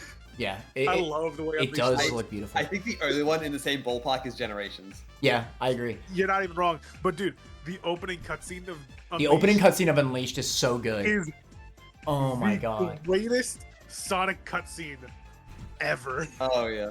Unless you count the like just the fanfare of the Sonic Mania intro, but whatever, that's like a different beast. Visually, it's definitely the best. Yeah, I don't know. It's funny because this is such a weird game to rank, because like half the game is literally just awful, but then the other half I legitimately think is the best that we've had of the boost formula. But okay, the boost formula inherently is just I don't hate it. Not that great. I don't hate it. Okay. It is inherently boost to win, which I don't have a problem with as long as it's done well. And I think in Unleashed the boost formula is done really well.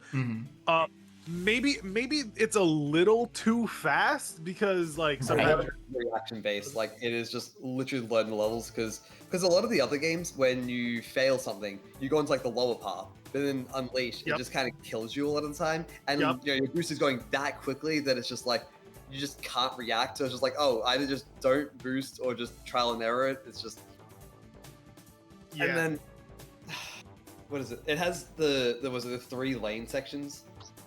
And I really don't like them, because it's just like it is reaction time, but I do like how they are. They're like it's like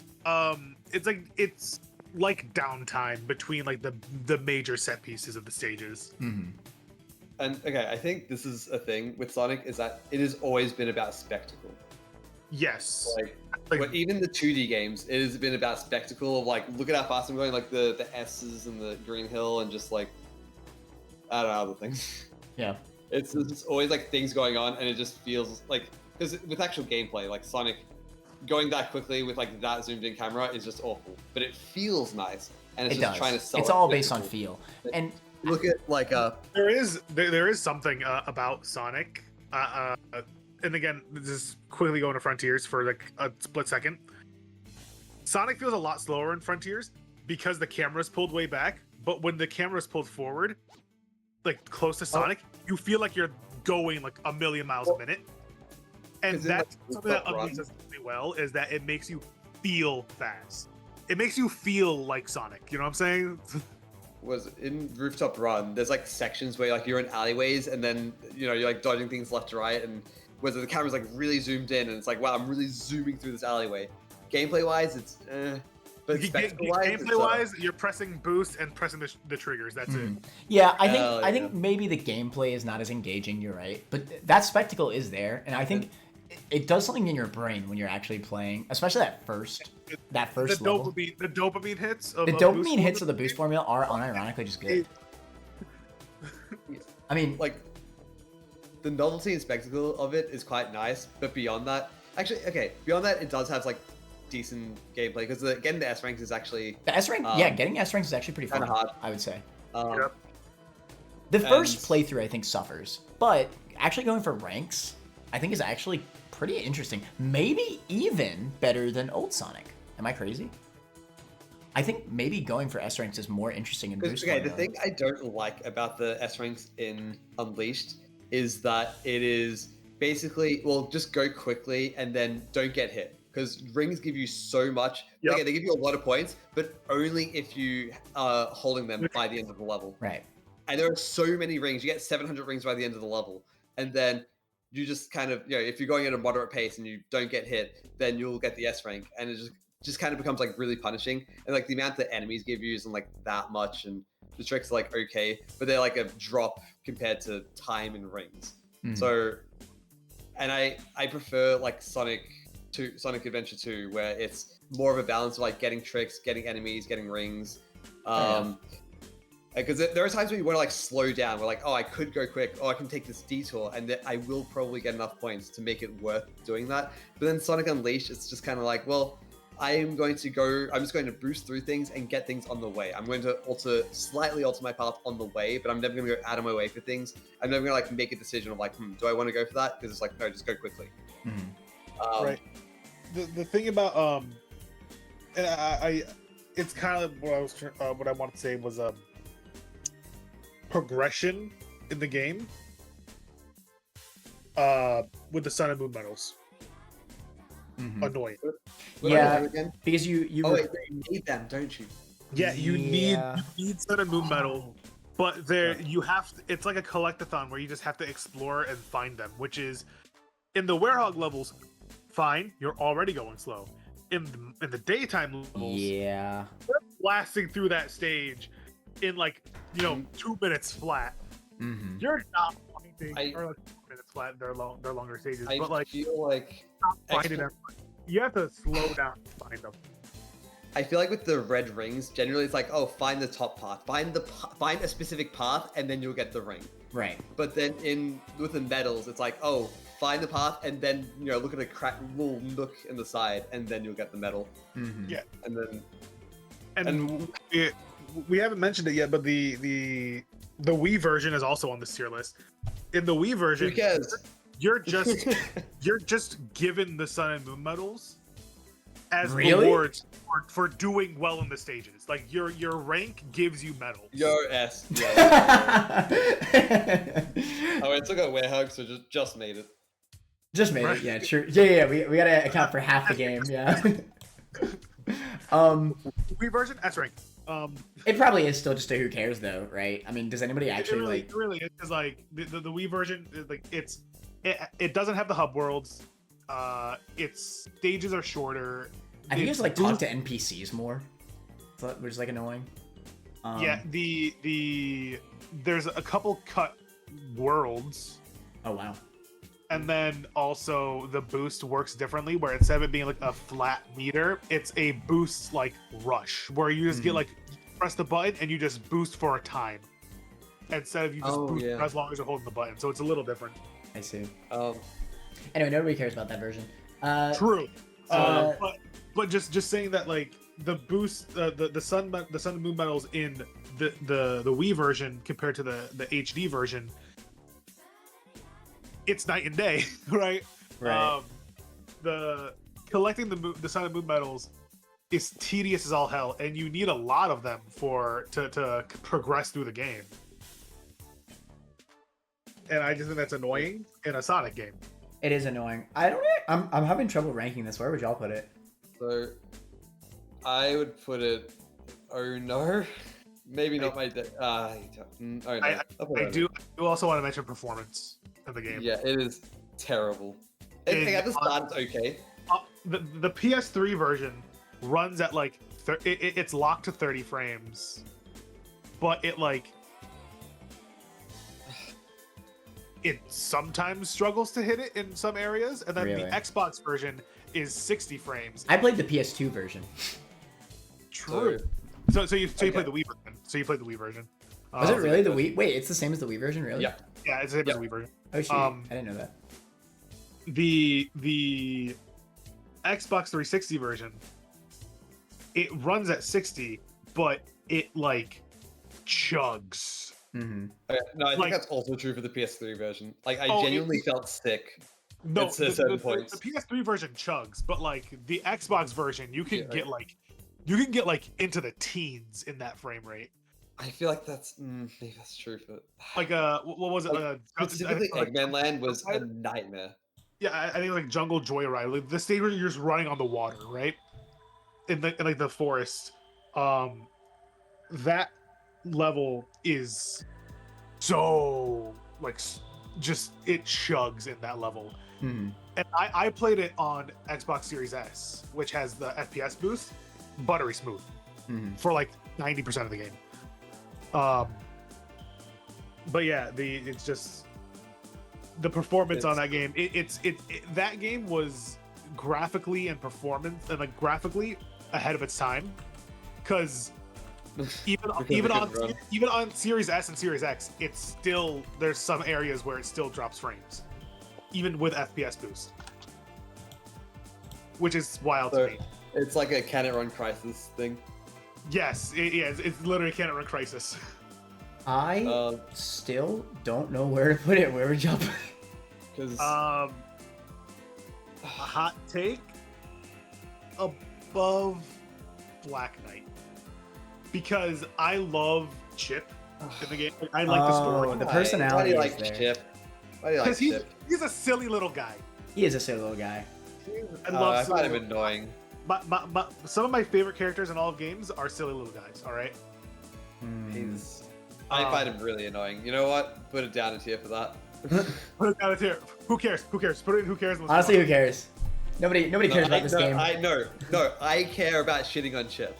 I care about hitting on it. He does not I deserve. care about putting some lead in between his forehead. Right? It's, Uh, I don't know. Okay, you know what? I kind of agree with that range, though. I feel like Just Made It does make sense. Because Just Made It is like the mid tier, and I think half of the game is good and half of the game is. I do still legitimately think it's some of the best boost formula we've had. It also, I think it is. I think it is the level design is like some of the best. I remember liking the bosses formula. too. The bosses were fun. The level design for the boost stages. no, okay. Some- Okay, the some level of the design most is another intricate- issue I have. It's the most intricate boost stages that we have in the series, but also too fast. Sometimes it's just you got to memorize the state. So the thing that I've appreciated about all the games up until this point is that they've been 3D. With Sonic Unleashed, it's just half 2D. Yeah, And it's just, and even the 3D sections is just it's on rails. It's basically Sonic and the Black Knight. You know, there is a bit more freedom, but a lot of times it does like the 3-lane thing where it's like, oh, I'm just playing Subway Surfers at this point. Like, it's genuinely as complex as Subway Surfers. And Subway Surfers is fine, but it doesn't really match the highs of Sonic. Subway Surfers in my Sonic game. I love like that, dude. I still feel like this range is correct though. When I look at the other games, this is where I'd put it. But this was also fair. Where'd you not put it? I would put it down in the bottom of Ono. The bottom, so worse than 06. Wiggly thinks 06 is an A effort game. That's not surprising. It's but like like genuinely the performance here, I'd say it's more of a detriment than the loading screens in 06 because like the actual gameplay is being affected. Like That is true. That is true. Like, you know, I don't mind making a sandwich while I wait for the gameplay, but then when I'm in this gameplay and I'm vomiting, I'm just not. To be fair, I'm not having fun. To be fair, the Werehog is definitely like. And also, the Werehog is just loading screens, but worse. Yeah, I hate the Werehog is so awful. much. The Werehog is awful, but I don't think for the boost formula levels, I actually don't think the performance was ever an issue for me. When I played, I remember it was. You played the PS2 version. Well, that was my first. That was my first experience, but then I played the PS3 version later. Oh, okay. Oh. Huh. But it's the performance was technically a lot better on PlayStation, if I remember correctly. But it's just like I like half the game. I dislike the other half. Yeah. To me, that's just. It just gives me good dopamine in half the game. Right. Yeah. That's really all it is. Like, it's just made it. Like again, and I would still play this game more than anything below it. Right. What is it? No. The thing is if I'm going back to Unleashed stages, I'm only going back to the daytime stages. True. And I'm playing it in the Unleashed project for Generations. So I think the design of like, well, just Boost, especially Unleashed, is that because you look at something like Sonic Heroes, where it kind of has exploration and combat and platforming all in one. It's like pretty seamless. Mm-hmm. But then you look at Unleashed, where the speed is so aggressive that, well, it just can't have any exploration because then it just compromises that speed. It can't have any combat because then it compromises the speed. So it's like, well, we want to have these things. How do we put these things? Through a Werehog. That's the only way you can do it because you can't incorporate it into how the Boost game is. I mean, don't get me wrong. We know that Werehog sucks. But I'm just saying that the Boost formula just can't have anything more to it because you're just going so quickly that it just kind of strips any sort of anything else. Like, because like with what is it? The other games, like building up speed is actually kind of a skill. Like that's kind of the thing with the spin dash, where it's doing the spin dash. It's generally a low skill thing where you have to stop in place to gain your speed. But then high skill players can just keep their speed going the entire time, and can get speed through like ring dashes and everything like that. Mm-hmm. So and then whenever you get hit, you stop. It's like, okay, well now I need to kind of collect myself, get my rings and kind of build up speed again. And try and like go fast. But then Sonic Unleashed, it's just like, well, any Boost game, it's just like, oh, I got hit, let me boost, get max speed immediately. And like other games that have boost, like there's a game called Defunct, which is pretty similar to a Sonic game. But a lot of games that have boost, they give you speed, but it's kind of like a slow acceleration of speed. It's not just immediately max speed. But then, Unleashed is that. And then also the boost, like if the boost was limited, maybe that would be okay. But you just always have enough boost. You never don't have enough boost because when you use the boost, you go flying, which means you get rings, which means you get more boost. So it's just really hard not to have that. So it's just everything is stripped away just because it's just too much speed. I just think dopamine, for some reason, the dopamine is still there though. I do agree with your point that it's not as varied, but when I'm just looking at specifically the fun factor, I feel like the earlier games still like, what is it, like the truck in like Sonic Adventure 2 and the whale chasing you in Sonic Adventure, like they still have spectacle. Like the camera is still like whipping around. And you're still doing these like crazy stunts. Of course. Like, I mean, those are higher. I more so mean, I do feel like there's quite a big gap between. I mean, it's not fair because I put Shadow the Hedgehog in Ono. But there does feel like a pretty big gap in terms of like games that I'd actually come back to. Like I'd never come back to Shadow, I'd never come back to 06, I'd never come back to Secret Rings. Unleashed is kind of in the middle, where I probably won't come back to it, but maybe I could see myself coming back for those daytime levels. And that's where I sit at it. It's like, And granted, if I go back to Unleashed, I really just want to play the daytime stages. Right. I mean, that will always be a massive negative, right? Because on that first playthrough, no matter what, you need to play the Werehog levels, which sucks. Right. But if it was just the daytime levels, it's better than Heroes for me. I think. I think the daytime Maybe not, levels actually. are like just made it, yeah, and then the nighttime levels are like below not my day. Well, that's true. Like, so that's I do not have like that. Actually, no. The more I think about it, maybe I would go back to Heroes before Unleashed, even if it was just the daytime levels. It's because even with like Heroes still has has like the alternate missions. And I do like the variants of Heroes. it has the multiplayer stuff. Yeah, Heroes is just an interesting game. Yeah, maybe I would definitely put it above if it was just the daytime levels, above Just Made It. But yeah, with everything included, I think this is around where I put it. Mainly just based on the fact that I could just play the levels that I like, which is a bit. I think replayability for a Sonic game is fair, because like you could just play the levels that you like, right, and try to like S rank.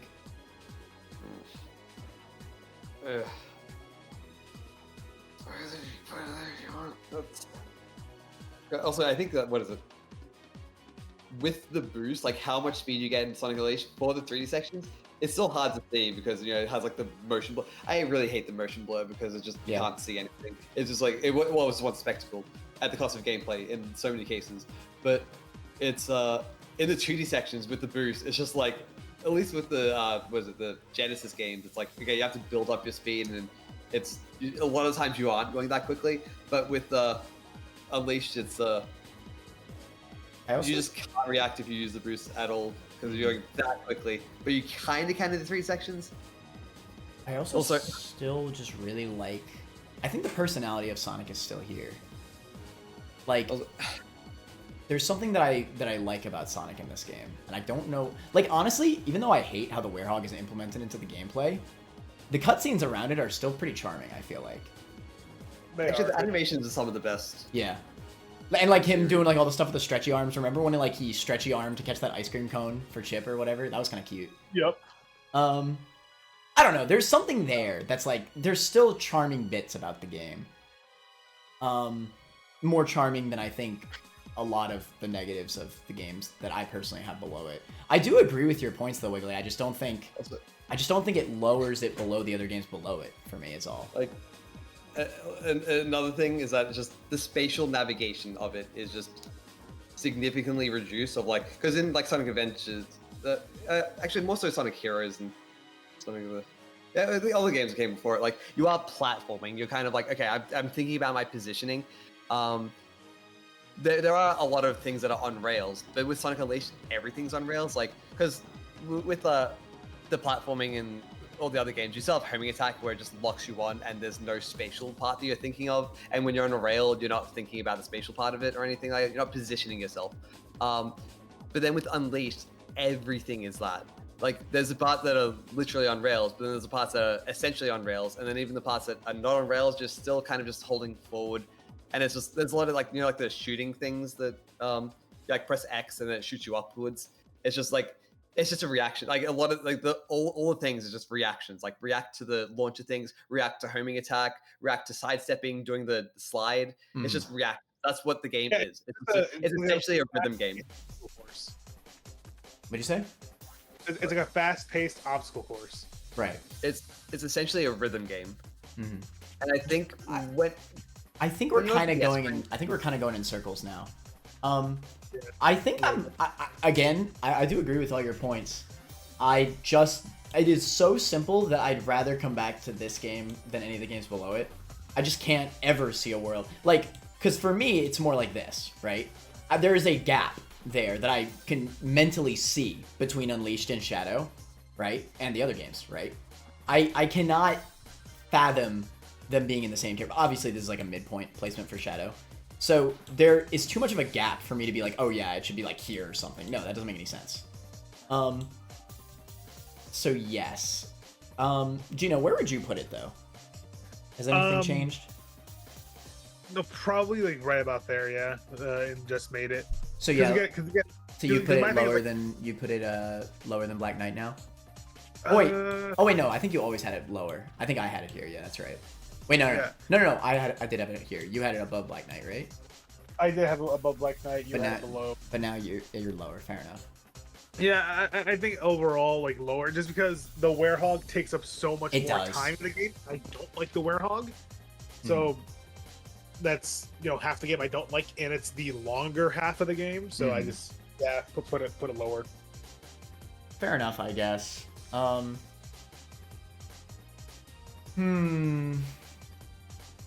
mean, I wonder if should we like try to like lower it more to account for Wiggly's placement? You said like right here, right, Wiggly?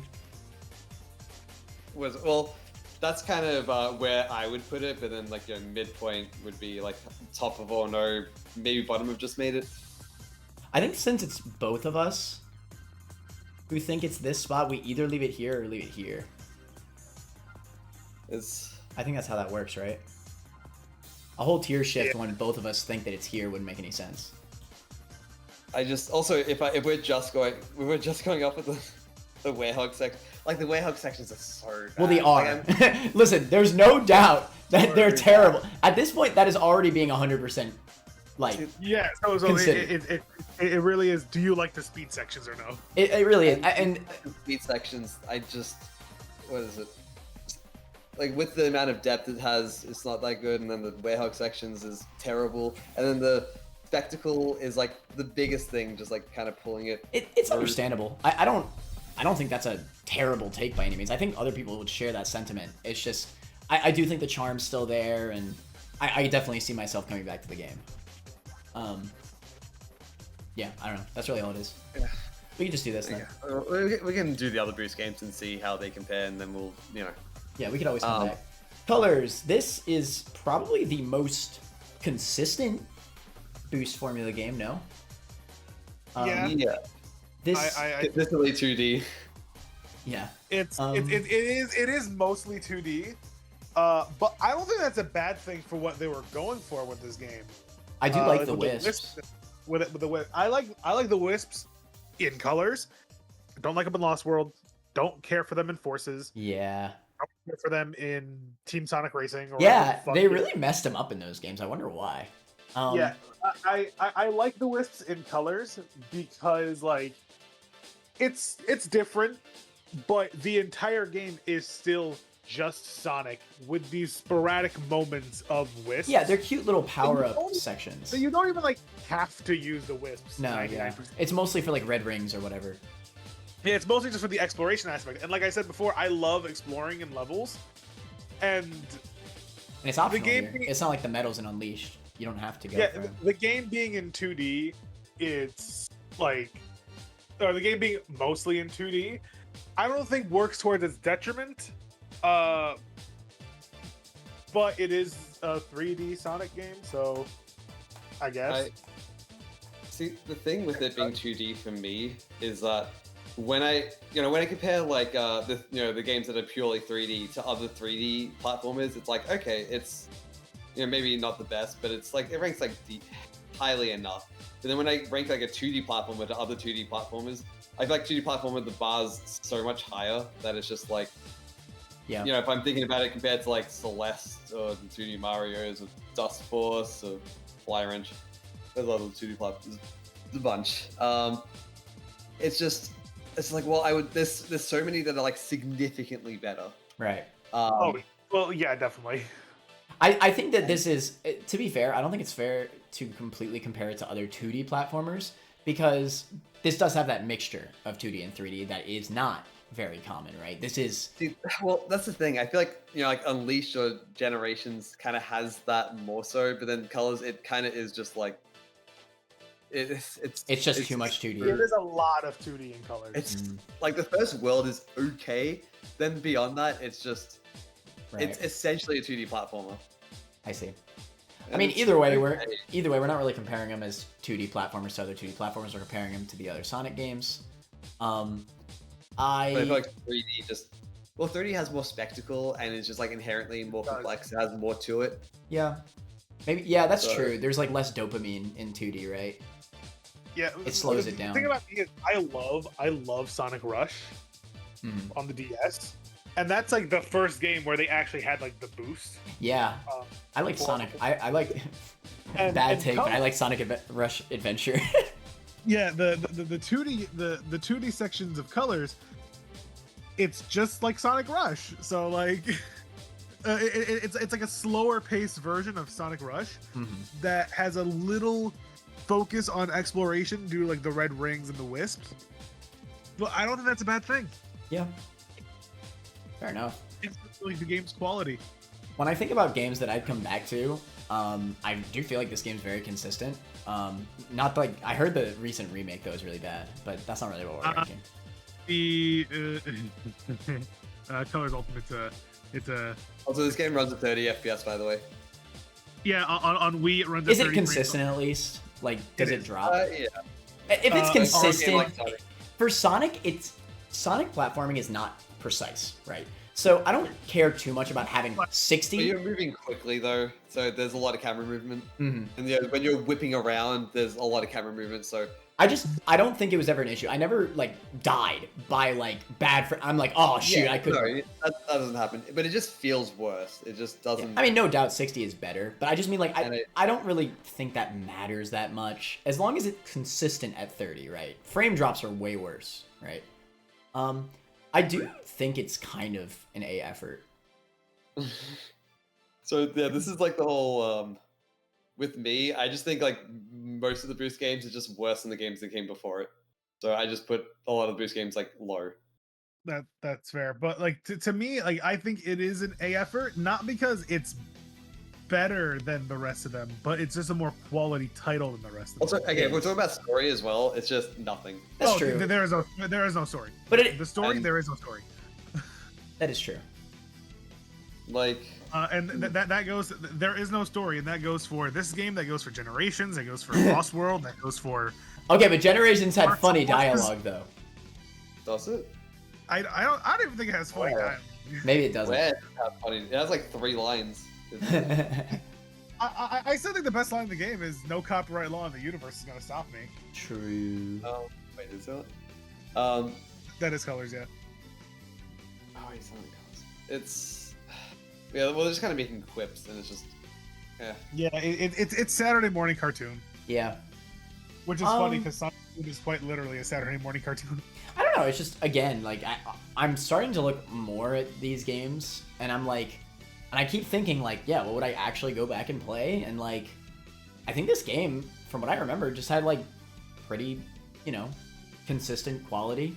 Yeah, it's very consistent. Yeah. I just feel like, yeah, I could see myself visiting back this game, seeing how it holds up and everything. Like, I remember having a good time with it. I can't say the same about like the games below Unleashed, for example. I feel like Sonic Adventure should be in the same tier as it.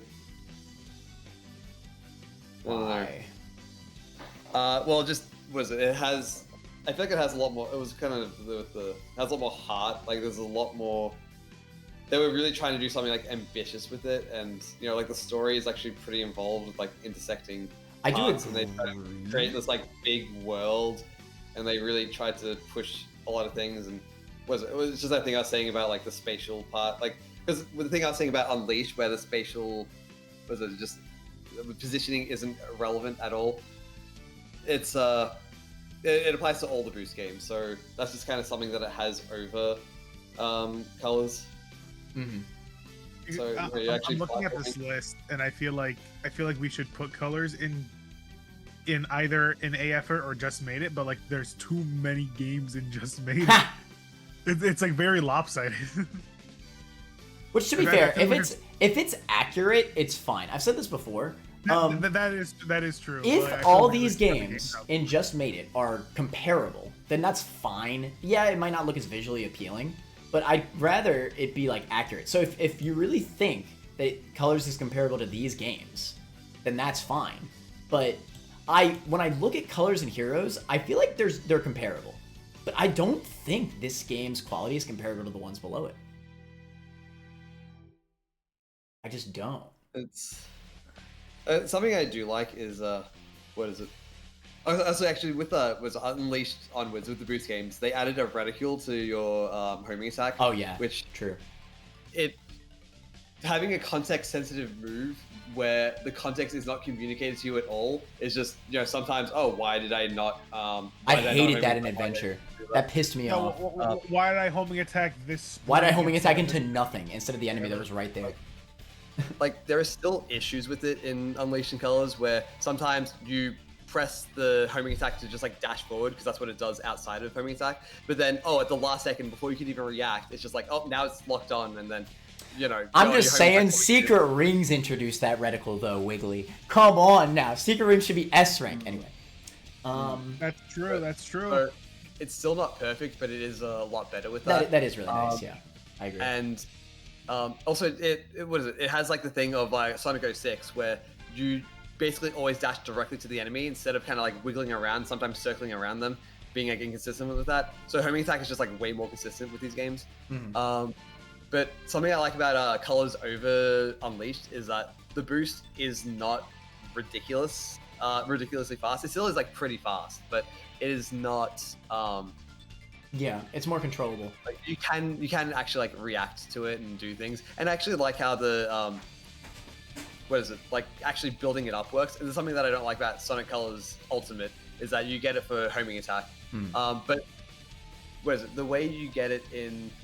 Well, in Colors Ultimate, you get it for perfect homing attacking. Yeah, but it's still home. It's just it fundamentally changes how the game plays because you just have boost in places you would not have boost in. Right, it does change it, but I do like I do like the idea of if you like homing attack with like perfect timing, you get like a little bit of boost, like as just like as like a skill thing. But I do agree that it does changes it because you would have boosts in places that you wouldn't in the original. I can't see Colors being on the same tier as Unleashed, for example. It just doesn't feel right. I can see the A for effort. I feel like maybe Sonic Adventure should be higher rather than Colors being lower. I can also see that, to be fair. Like I was gonna mention that. Yeah, I feel like Adventure is. That's a fair enough point, honestly. I'm okay with that. You want to do that? It's as much as I do like Colors, I think Adventure is higher than Colors. That's fair. We can just do that then. Yeah, I think that's right. Yeah, that might be. I do agree that Adventure is like very impactful, right? It's very ambitious. Yeah, that's fair enough. I just think, especially compared to these, it doesn't feel right to be on the same tier. Colors. But something I like is that with Sonic, something in my throat. Sonic Colors, the boost is more limited. Like there are times where you genuinely do not have boost, or you kind of want to save it, because you only get it from like the Wisp capsules and like from some enemies. Yeah. So it is like an actual resource, and I like it being a resource. Like, and it was in like Unleashed is like nah. No, it's not really a resource, is it? You get so many rings. It's interesting how it's called ring energy in Unleashed, and then the Colors is like, hey, let's just not give it from rings. Let's just like, invert how you get it completely. Yeah. And then in Generations go right back to using rings. Something else I do like about Colors is the ranking is what is it? It's the ranking isn't as generous as it is in like. It's not as generous as it is in like Generations, but it's not as hard as it was in previous games or like an Unleashed. It's I think it has a good middle ground, but it's not challenging. It's definitely more kid friendly, but still enough to give like a small challenge. So something I like about it is that getting S rank is there are times where there's a decent amount of times where you want to go out of your way to actually get the S rank, because in Unleashed you're kind of just always going forward the shortest path. But there are a lot of times in Colors where because you actually get rewarded quite a bit for getting rings and then bringing them to the end of the level, and the levels are short enough. Like that is actually like a kind of like a change from Unleashed and everything before Unleashed to Colors is that like all the early games had like 6 to like 8 minute levels, like just like pretty long levels. Yeah, not all the time, but like Colors has like 2, like per each world, it's like 2 3-minute levels, and then like 4 like minute-long levels. So Mhm. some of them like are even like I think the shortest level in the game is like 26 seconds. Right. So, was it bringing your rings to the end of the level is possible in a lot of these levels because they're shorter, and you are like rewarded quite a bit for that. And then the other part with the ranking system is just like, okay, use as many wisps as possible. Find the path with the most amount of wisps. You're rewarded with higher ranks and more points and higher ranks for using the wisps, like not efficiently, but like spamming the wisps, kind of. Yeah.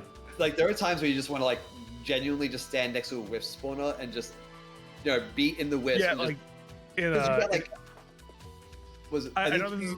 Oh, sorry, I'm cutting you off. No, you can go. I know that there's times that there's like this stage and like I think it's either Starlight Carnival, Sweet Mountain or Tropical Resort where the only way to get an S rank is you just have to spam the drill. Because what is it? When the amount of score that you lose every second is 1,000 about.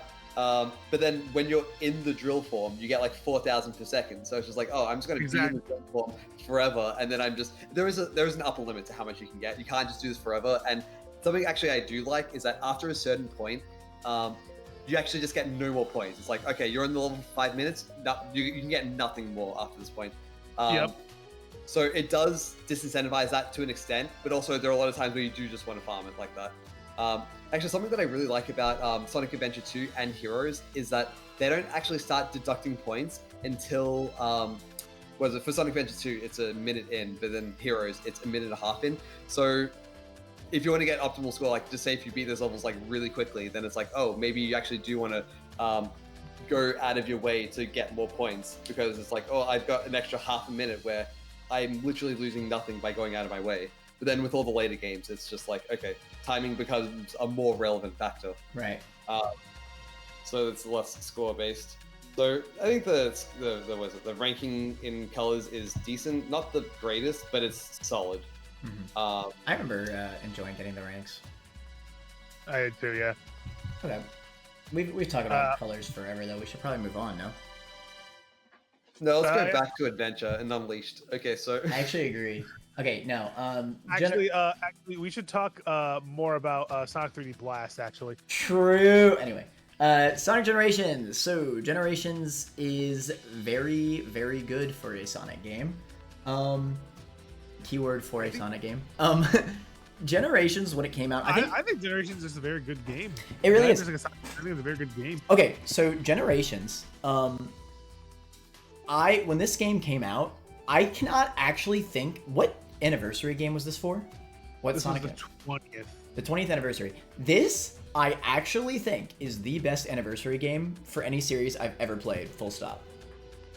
I think so. Even better than Mario 3D All Stars? Girl. Mario, the original Mario Maker was pretty good, but even then, like, it didn't feel like a celebration like Generations does. Generations really feels like it is a perfect celebration of all these Sonic games. Maker was like a good game, but it didn't really feel like a celebration of the Mario series like Generations does. Generations, like, they just did such a great job, man. The levels, they just feel like great nostalgia. And again, you are appealing to 2D and 3D Sonic. And I think that's really cool concept. It's just cool to look back at these levels that we've seen before, both 2D and 3D. I remember like thinking, oh, there's no way that they're gonna like. I remember when I originally played this game, I was worried they were only gonna accommodate to like 2D Sonic games or like maybe like the super old Sonic games. But like they literally had like freaking Sonic 06 and Sonic Heroes in this game. I was like, what the fuck? That's Secret Rings, right? No, it did not have Secret Rings. No, it did not have the storybook games. I think the storybook games are more or less kind of spin-offs. It was Green Hill. It was Green Hill, Chemical Plant, Sky Sanctuary, not Radical Highway, Speed Highway, City Escape, Seaside Hill, Crisis City. I almost said Chaos City. Crisis City. Oh, it has 9 levels? I thought it had more than that. No, it was only 9. Crisis City, Rooftop Run and Planet Wisp. Shouts to my man Rooftop Run. I love Rooftop Run. I love Rooftop Run.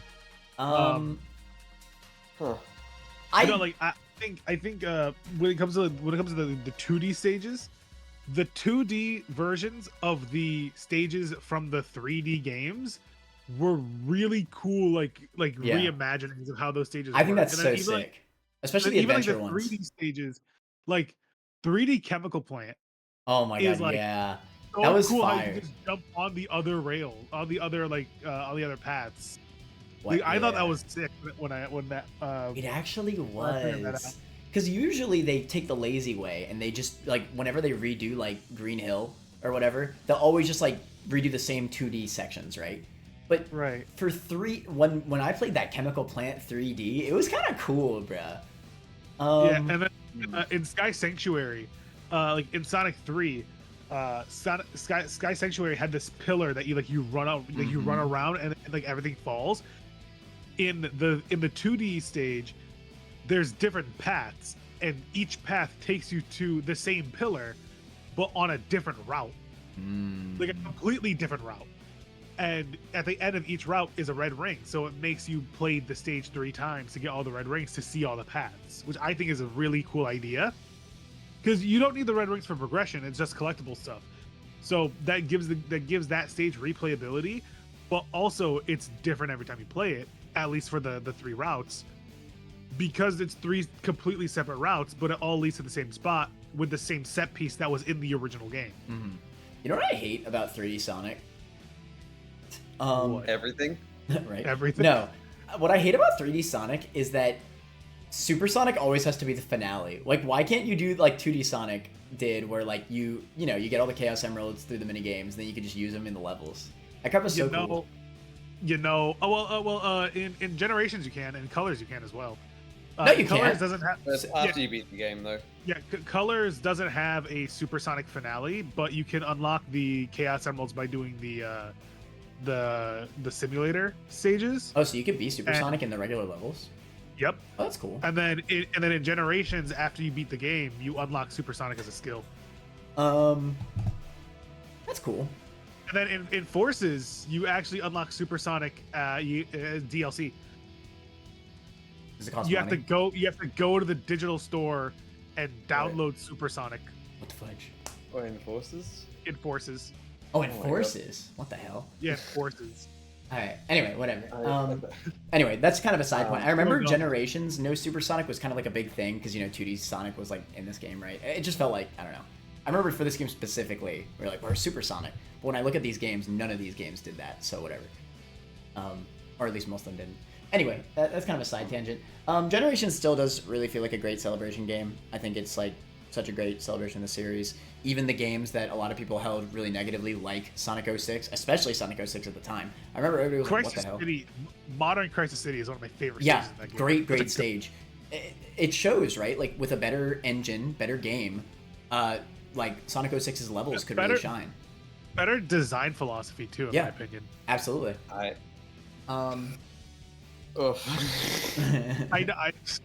know, but you have to admit, Generations Crisis City is better than 06 Crisis City. I'm not sure if that's true. I'm sure it is. I'm sure it is, bro. I'm sure it is. So, okay. Besides, you have to get to Crisis City in 06. Generations getting to Crisis City is so much better because everything's good. What is it? So, yeah, I've not said much so far about Sonic Generations. This is a game, when I played it, I was like, yeah, this is great. This is the greatest Sonic game. Over time, my opinion has dropped of it. Because, yeah, I kind of, like, with the boost formula thing, I'm like, yeah, maybe it's not that great. And then, what is it? Something else is just like because you said that it's a good anniversary game where it's like, it does like call back to all those games, which, yeah, it is neat to see all these games in Sonic Generations, but it also feels a bit self-indulgent, and it kind of started that trend of like, we're in Green Hill again? Oh yeah, Green Hill? Yeah. See, now, I don't consider that a negative to Generations. I consider that a game for the future games, though. Absolutely. But that's something that's, what is it? Generations embraces Generations, Generations embraces Oh. that, whereas the future games, it's annoying in the future games, and they do it too much. Generations is the first time they really did that. But something with Generations is that it just, what is it? It doesn't do anything new. It doesn't provide anything where it's just like, like any like new character, new like setting or anything like that. It's just, because after like Sonic Adventure 2, it's like, oh, let's use Shadow now. Like that's a new part of the thing. Like Sonic 06. Actually, wait, did Blaze come in? Was that Adventure? Wait, no, not Adventure. Blaze's first game was Sonic Rush. Yeah, that was Rush. Yeah, well, Rush is like, oh, we've got Blaze, and then Sonic 06 is like, oh, now we've got Silver, and it's like they're kind of adding more to the lore. There's something new to the Sonic universe. But in Sonic Generations, it doesn't really, like, most of its positive aspects are just the positive aspects of the other games. And what is it? So, well, something I've mentioned a few times is that Sonic is about spectacle. A lot of it is spectacle, and I think Sonic Generations takes that to the extreme, where like every single level is just meant to be spectacle. I think that's what they should do best, though, in the boost formula section, like, of the Sonic series. I think it's best to just focus in on the spectacle more than trying to be, ambitious with world exploration like Adventure is, right? Or the story or anything. I think if they're going to go that route, then I think Generations did it the best. I think you can have spectacle and have more depth in gameplay. Well, of course. And I think... But I also think this game has more depth in gameplay than many of the games. What? Then which ones exactly? Well, for starters, in terms of consistency, I only cared for the Sonic stages in Adventure 2. I thought that Tails and Knuckles stages were freaking boring, or annoying in Tails' case as for Adventure 2. Heroes is a bit different because Heroes is very varied in its gameplay, and I think that's really interesting. But there's all those weird interactions, right? I think the skill ceiling of Heroes is actually pretty high because you can do some pretty intricate switching. Right. And so Heroes is interesting, but it has those little weird moments where you kind of launch everywhere, and it's it has that slippery movement that's kind of annoying. So it doesn't have the consistent movement of Generations. Well, what I was asking about was the depth and the. What kind of depth do you mean? Well, because it being kind of janky isn't the skill ceiling, that's what I was kind of asking about, which games have that, and Sonic Heroes being janky isn't every game relevant. Other than that's the thing about the boost formula is that the boost formula is very consistent. It doesn't have those same crazy highs as a lot of the older games, so that's always going to be a factor. But I think the consistency of Generations is so good, and that appeal of the nostalgia and everything, and just the original gimmick that was. I mean, everybody popped off, right, when we saw, hey, you could play as 2D Sonic as well, right? Now it's overplayed, right? Especially in Forces and everything, it's overplayed, and Forces especially 2D Sonic was terrible in that game. God, but I just don't like Forces personally. Right. But Generations did it good. It was just a great celebration, and again, like Gino said, seeing those 3D levels in 2D was kind of cool. It really was. And again, that's part of the spectacle, right? The fact that because with the Genesis games, what is it? Going fast was not a given. Actually, some parts it was there are parts where it just speeds you up, but it is something that you do need to work for. More so in the first game, and then the later games they kind of make the pace just faster. And then even though the pre-Unleashed games still had it was had moments where you're going fast, where there are boost pads and you are going fast. There's a lot of points where you do need to work for it, but then boost onwards, you're not really working for the speed. It's just the speed isn't as satisfying. When I'm going really fast in Sonic Adventure 2, then it's just this is really satisfying because I'm controlling this. I'm navigating this perfectly well. But then with the boost, it's kind of what you said. So it's kind of consistent where you know, the low skill players are still going really fast, and then the high skill players aren't really going that much faster than them because there's only, you know, so much faster they can go. But then you look at the skill gap in Adventure 2 or just any of the other ones, it's just like there's a night and day difference, and there's just like it's just a lot more to learn. And then when you get that speed, it's a lot more rewarding. And it's and something else, okay, even compared to the other Boost games, Sonic Generations, the skill ceiling is just low. Like it has less to strive for because the S ranks are just nothing. I think the S ranks are piss easy in that game. That's a fair complaint. I just think the first playthrough of Generations, and I think a lot of the times in most of these games, especially Adventure 2, a lot of these games are not fun in the first playthrough. Well, that's debatable for Adventure 2. That's debatable. Obviously, that depends on the player. I would say Unleashed is the only one where I'm like, and it maybe, I guess, well, most of them I kind of feel. Also, the last boss of Generations sucks so much. It is terrible. But for the majority of Generations, I had a huge smile on my face the entire playthrough. Sonic Adventure 2, the first time I played it, I was like, ugh, here we go again. So many times. Even in Heroes, I like Heroes, I really do. But there was a lot of times, like the casino stage was just annoying. I didn't want to have to replay that 4 different times for the different campaigns, you know? I like thinking about all these negative aspects really bogs those games down. And when I think about the giant smile I had the first time I played Generations, it eclipses anything on this list. And I can't put it anywhere but the top of the list. I would put it below Colors. Hey. I think that is wrong. That is I think wrong. it's better than Colors. I think it's better than Colors, but not better than Adventure. Adventure 1 or 2? Adventure 1. Damn. All right, I guess I'm in the minority then. I still think Generations is a fantastic game, but I just don't think it's better than Sonic Adventure. If it's not better, if you don't think it's better than Sonic Adventure, then fair enough. You just do this. Because Unleashed is providing like that. The biggest thing is providing a spectacle in the day stages. But even then, getting the S rank still actually has some skill to it. It's not a platformer quite like the other games are, but it still has that rhythm game aspect to it. But then Sonic Generations is turning the spectacle up even further from that, and it's kind of stripping out. It doesn't even have those like S ranks to go for. Well, the thing about the spectacle in Generations is that the spectacle. It's for the fans. It mostly comes from just the fan service, not really the actual. I view this game differently than the other games. And so do I. It is amazing at what it did. What it did was be a great anniversary game, and it did that. At its foundation, Sonic Generations is a good game, but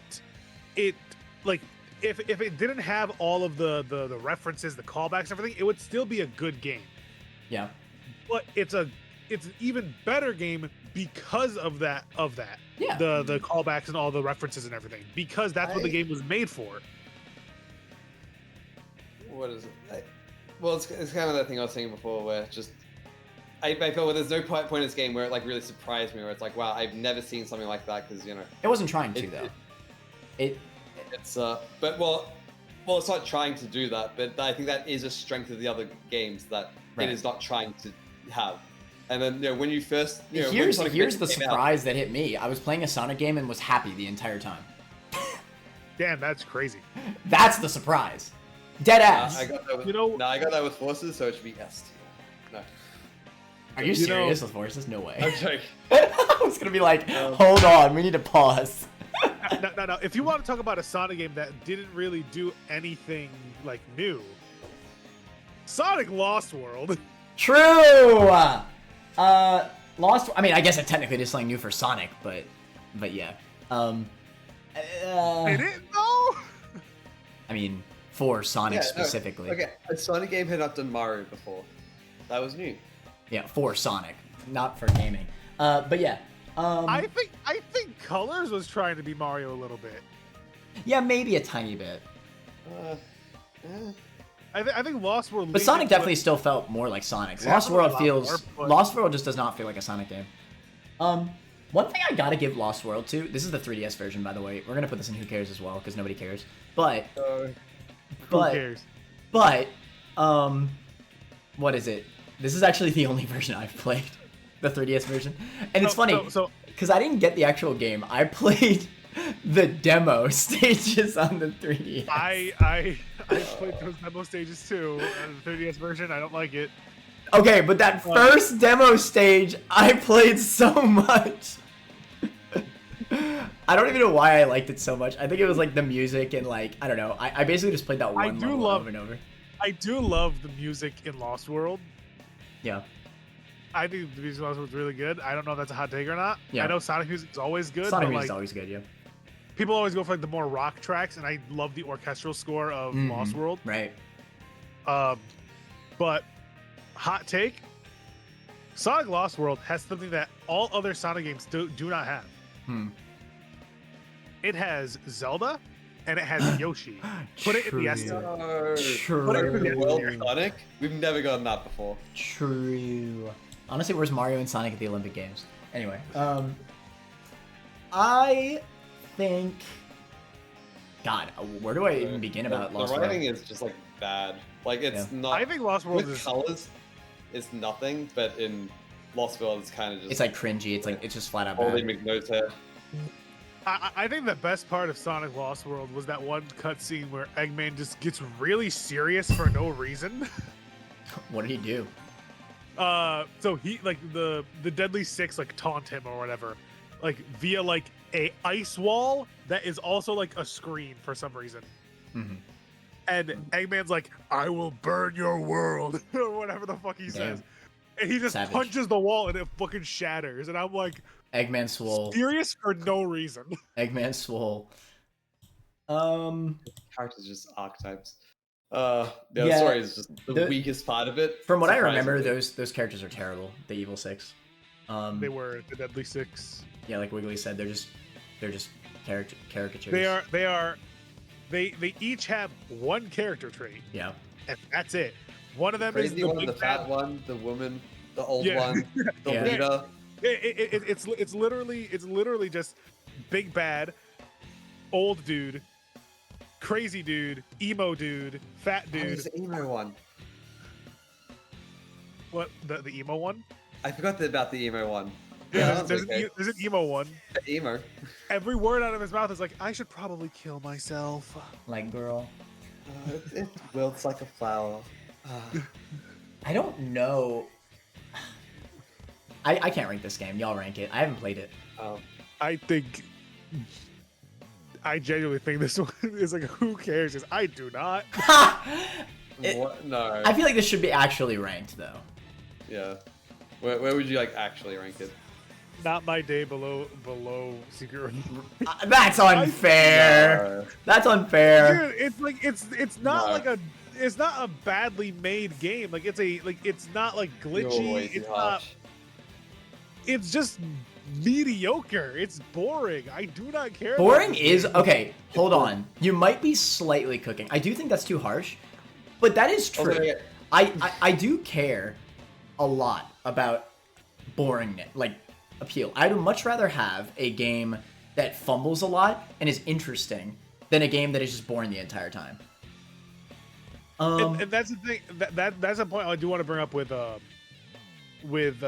Forces when we get to it. Is that I think Forces is mediocre. I think Forces is mediocre, not boring. I think Lost World is boring, not mediocre. I don't agree.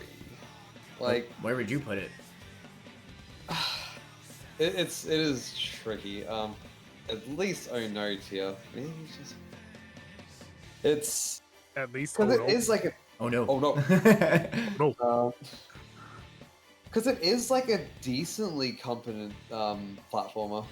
Like, yeah, but it's just boring. It doesn't have like like rough edges that are just actually, well, there are like some levels that are just kind of like okay, but it doesn't really have like rough edges to it, like a lot of like the more buggy games have. And there's what is it like? you know, you do kind of like run slowly, and like things are just kind of slow, and the physics can be a little weird, but it has like a okay variety. There is like a lot that's just kind of bland about it. You know, the level themes are kind of bland. There's But no you know what? Personality is another thing that's just so missing from this game. This is why I wanted to rank personality so much in this list in particular, because Sonic is meant to be a big like personality. That's why Shadow the Hedgehog is us. Like all of the other games, even Secret Rings, and this is kind of why I see Gino's standpoint here. Secret Rings has charm. This game does not have charm. You know, I'm not gonna play this game and like have a smile on my face. I'm just gonna play it like dead-eyed and just be like, whatever, I'm playing a game. You know? But it has the wisps though, and those they're bad. Yeah. Shoot, is there a single time where the dialogue is interesting in this game? No. I will burn your world, you rebellious scum. True. That's the only time in the entire Like, game. at least Colors had the quips. It has some neat ideas where like it kind of has like the half pipe things, like the Sonic Heroes bonus stage things, where you kind of like go on the gravity half pipe thing. I do like the parkour stuff in the game, but it's just never used in an interesting way. Well, actually, there was like some secret areas. I think to get to them, you needed to use a parkour, and like it has some like neat things. Like you can like charge the homing attack and like bounce off of like several enemies in a row with them, and it had like a decent amount of gimmicks. And there's nothing like really like that wrong about it. Like, but where would you rank it? it is hard to rank. It's maybe. Oh no. Yeah, like maybe. Oh no, does feel like the range. Top of Honor. Bottom have just made it, maybe. Because at least it doesn't have the Hedgehog, which is just like, you know what? I would rather play this. Also, I might rather play it over Sonic Unleashed, like, because I don't need to deal with the Hedgehog. The way I see coming back to games is that if I'm talking about replaying it, I have the ability, like, again, this is specifically for replaying, not first playthrough.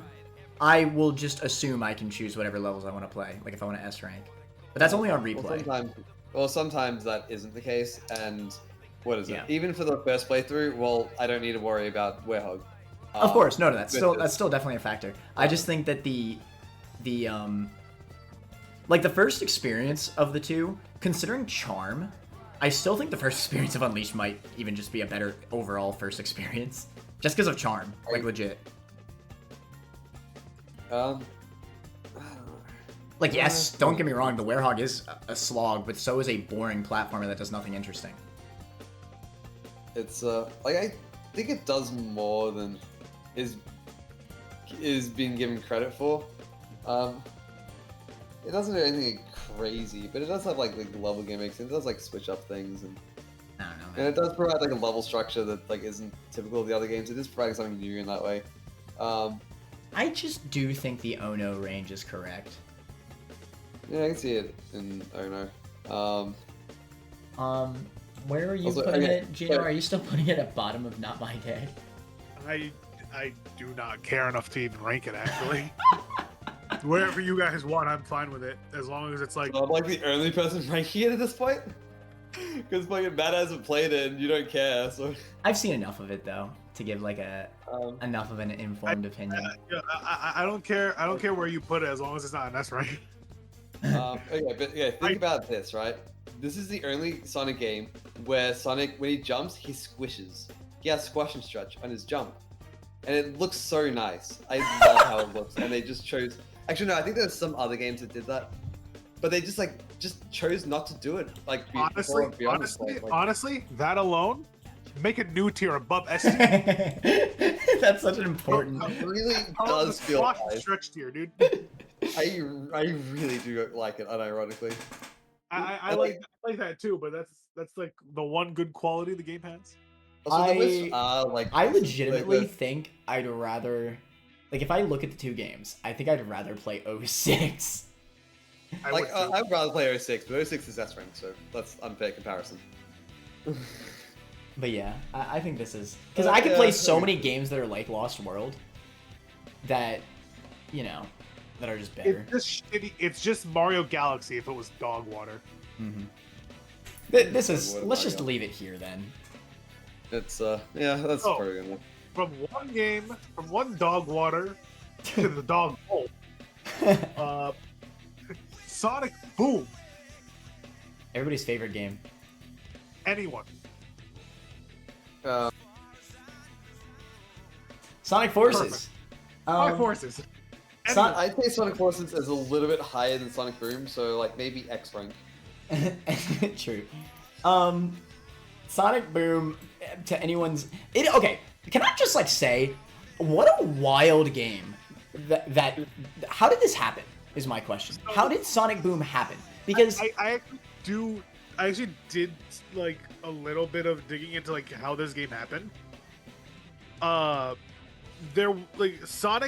Sonic Generations, Sega wanted a rebrand for the Sonic series to make it more appealing towards a Western audience. Mm-hmm. Wait, what? Yeah, that's why they gave him a scarf. And... Which is weird because it was already appealing towards like, right. It's so Sonic. odd. It's weird. Like, why did you want to do that? Weird. So like, and this is so far into the series too. Like this is a newer game. Like, let's give it to a Western developer, Big Red Button. Let's have them redesign the characters. Let's make it more action oriented, and give it like a TV show. And that's what they did.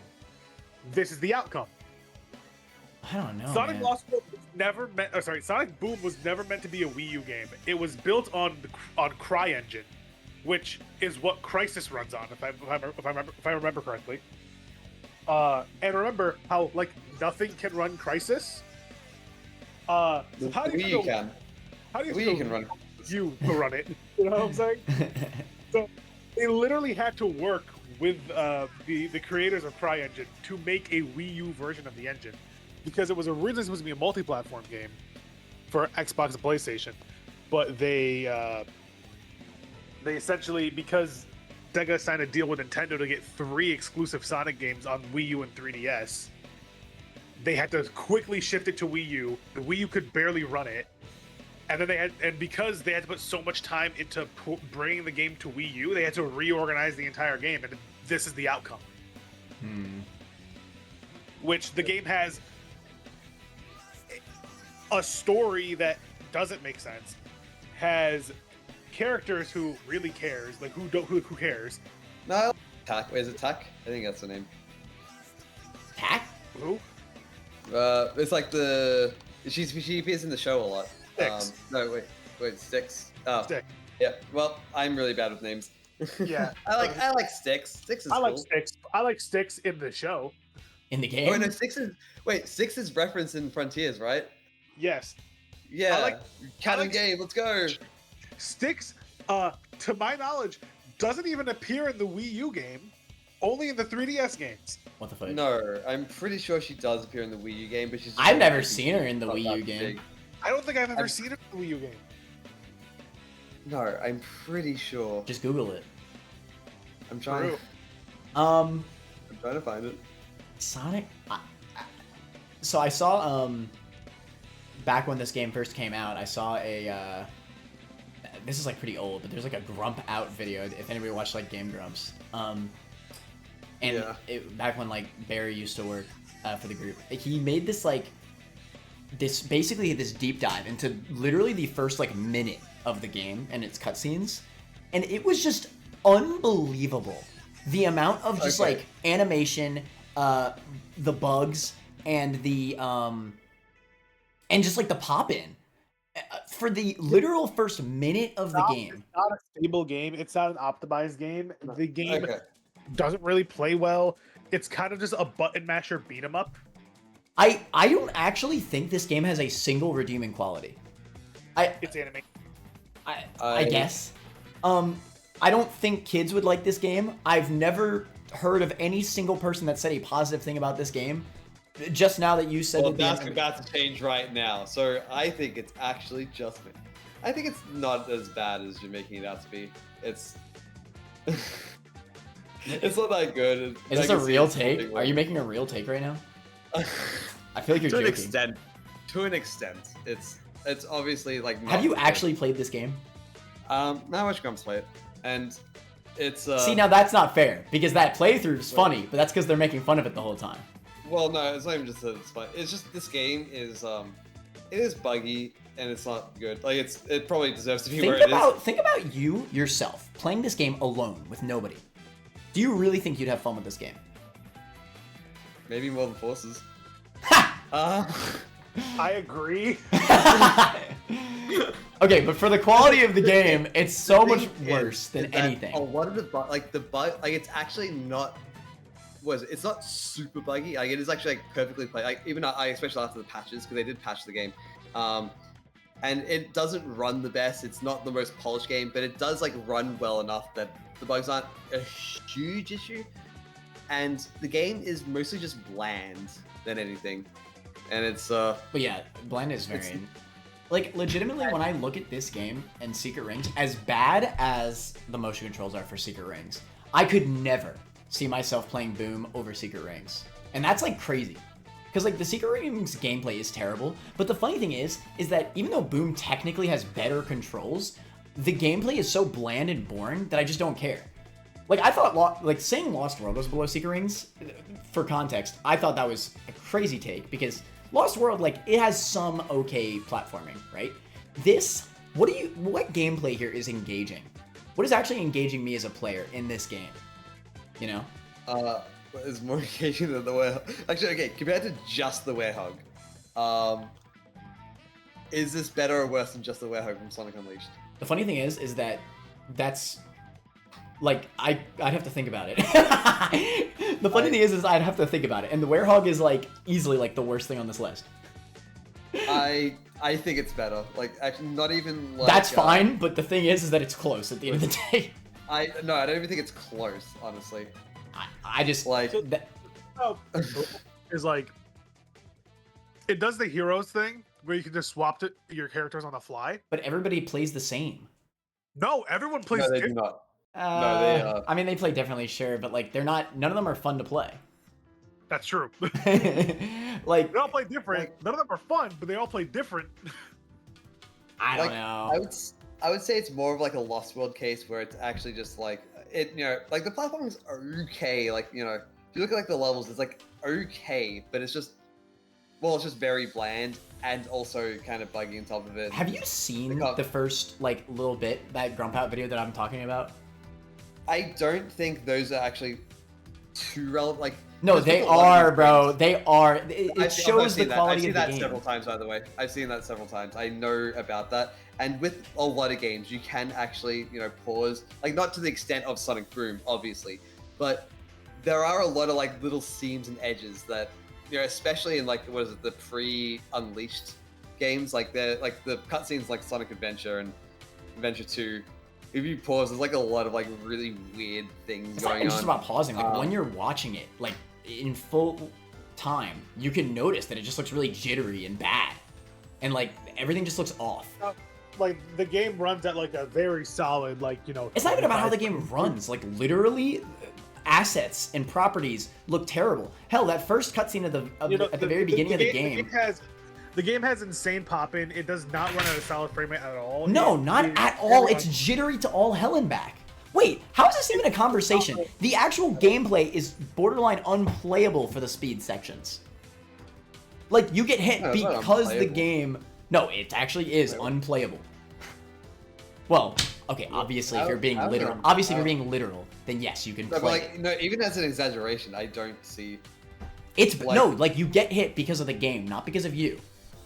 You literally get hit because the game cannot perform good enough to pop in the obstacles soon enough for you to react to them. I'm not sure if that's... It is true. It is 100% true, and there's also parts of the game where, like, sometimes, like, there's a bug in the game where sometimes, like, the stage just doesn't load. It doesn't load, but then you still get hit by nothing. Okay, no, I think, well, people kind of think of, like, the Grumps thing where they just, like, they just kind of skipped an area and they just skipped the loading zone by doing the Knuckles thing, which, if you play the game normally... I've literally seen, like, videos of people who, like, play the game normally, not using the Knuckles glitch. Yeah. And then the stage just doesn't load, they're just floating. Exactly. No, that's what I'm talking about. Like, the actual stages themselves, like, I don't know, man. It really is just, like... It is literally hindering the gameplay. Yes, it is that bad. Like, there's no. I watched what is it, Alpharad play it as well, like recently on a stream, and the game actually was. I saw the video that he made of that. That's a good video. And the game was actually like pretty uneventful in terms of bugs. Like he was playing it to like, yeah, let's just see all the bugs, let's see how it's broken to make a video about it. And the game was actually pretty uneventful until he specifically broke it with the Knuckles thing. Mm-hmm. Like it actually was, it did not make for that interesting of a video because of how buggy it was, because it just wasn't buggy enough. And then he was playing the original version of the game. I don't know what you're. Okay. I think you're trying too hard to assume that the game is only bad because of bugs. It's not only bad because of bugs. It's bad because of bad performance, some bugs, terrible cutscenes, by the way. That very first cutscene in the game of Sonic getting like... Actually, no, okay, what is it? It's... The cutscenes are terrible. No, they just are. The rocks fall on Sonic like they're freaking like... It's not realistic at all. But right? The actual animations themselves actually of the characters specifically, not the environment. The environment looks terrible. The environment in those cutscenes look awful. The rocks that fell on Sonic at the very beginning, they just look like silly. Like they look like they're made out of cardboard. And as are falling all over the place. When Sonic puts his hand on the door, he doesn't even put his hand in the freaking fingerprints of the door at the beginning of the game. It's like off-centered. And there's, I don't know. And that's just the very beginning of the game. And by the way, the very beginning of the game is very important. Most Sonic games have really good first levels and first experiences. This is not one of those cases. You know? I mean, hell, like Adventure 2 with City Escape, or basically most of these games have a great first experience, like very beginning of the game. I mean, and this just doesn't have that. And again, like I've seen plenty of those scenarios where the pop-in is so bad that you just get hit. It's honestly not a contest.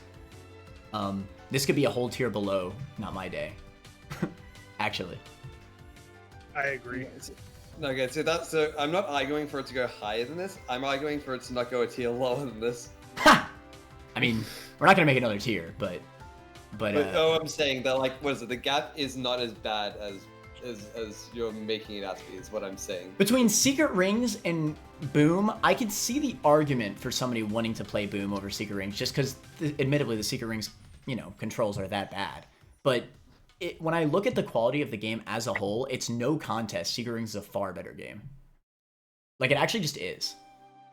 Like, charm and just, like, intrigue and everything. Hell, does this game even have good music? Does Boom actually have good music? I could not name a Boom, Sonic Boom. True. But, wait, no. That's not even in this game. I don't even care about music. I don't know. I couldn't... No, okay. We have not considered music an important aspect for any of these games because they all have good music. This game does not even have good music. I could not name a single song from Sonic Boom aside from the title screen. Dead ass? This does deserve a tier below, but just because of Wiggly, I'm not going to do it. But, like... It does not have a single redeeming quality. I can't even listen to its music. Personally, who cares? Well, no, people care about this game. It needs to be actually ranked. But like, damn. I think we should move on to just Forces already. Yeah, I'm sorry. It's no contest. It's unbelievable. I dislike Forces. It's worse than Boom. I don't think it's worse than Boom. Okay. At least in Boom, I need to look at the screen. At least I'm looking at the screen in Boom. This game... Yeah, wait. At least you have to look at the screen in Boom. I don't want to look at the screen in Boom. But if I'm not... Well, then you're just not engaging with anything. It's just not a game. It's just... So here's the thing. Oh. The thing about Boom... the thing about Forces...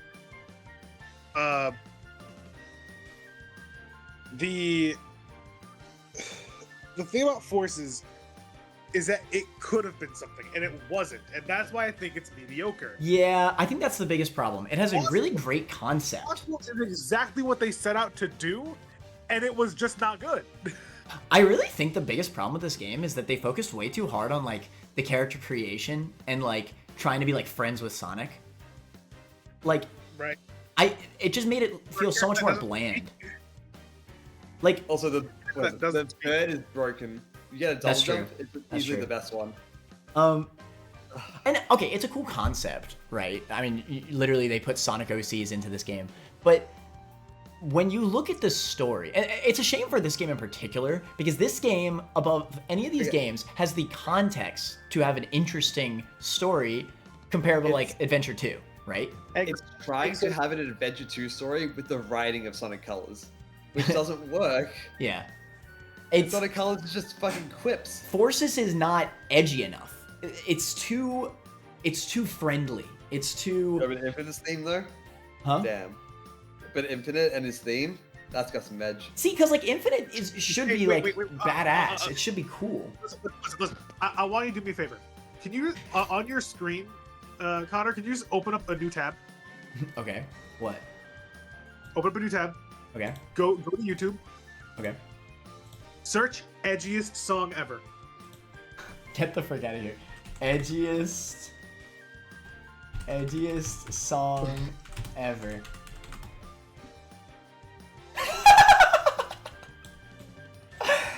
Does it still do the thing? Hold on. And it's not even a single, a single thing. You scroll down and it's nothing but Infinite's theme. It's the official upload too on the official Sonic channel. It's the official Sonic. Wow. Edgiest song ever. How did that happen?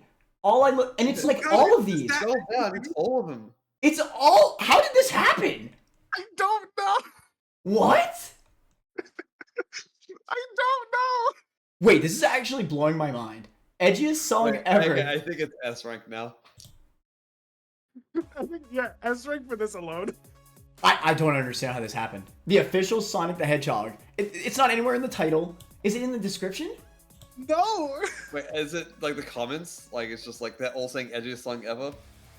I guess. No. I looked up edgiest song ever, and this is literally the first result.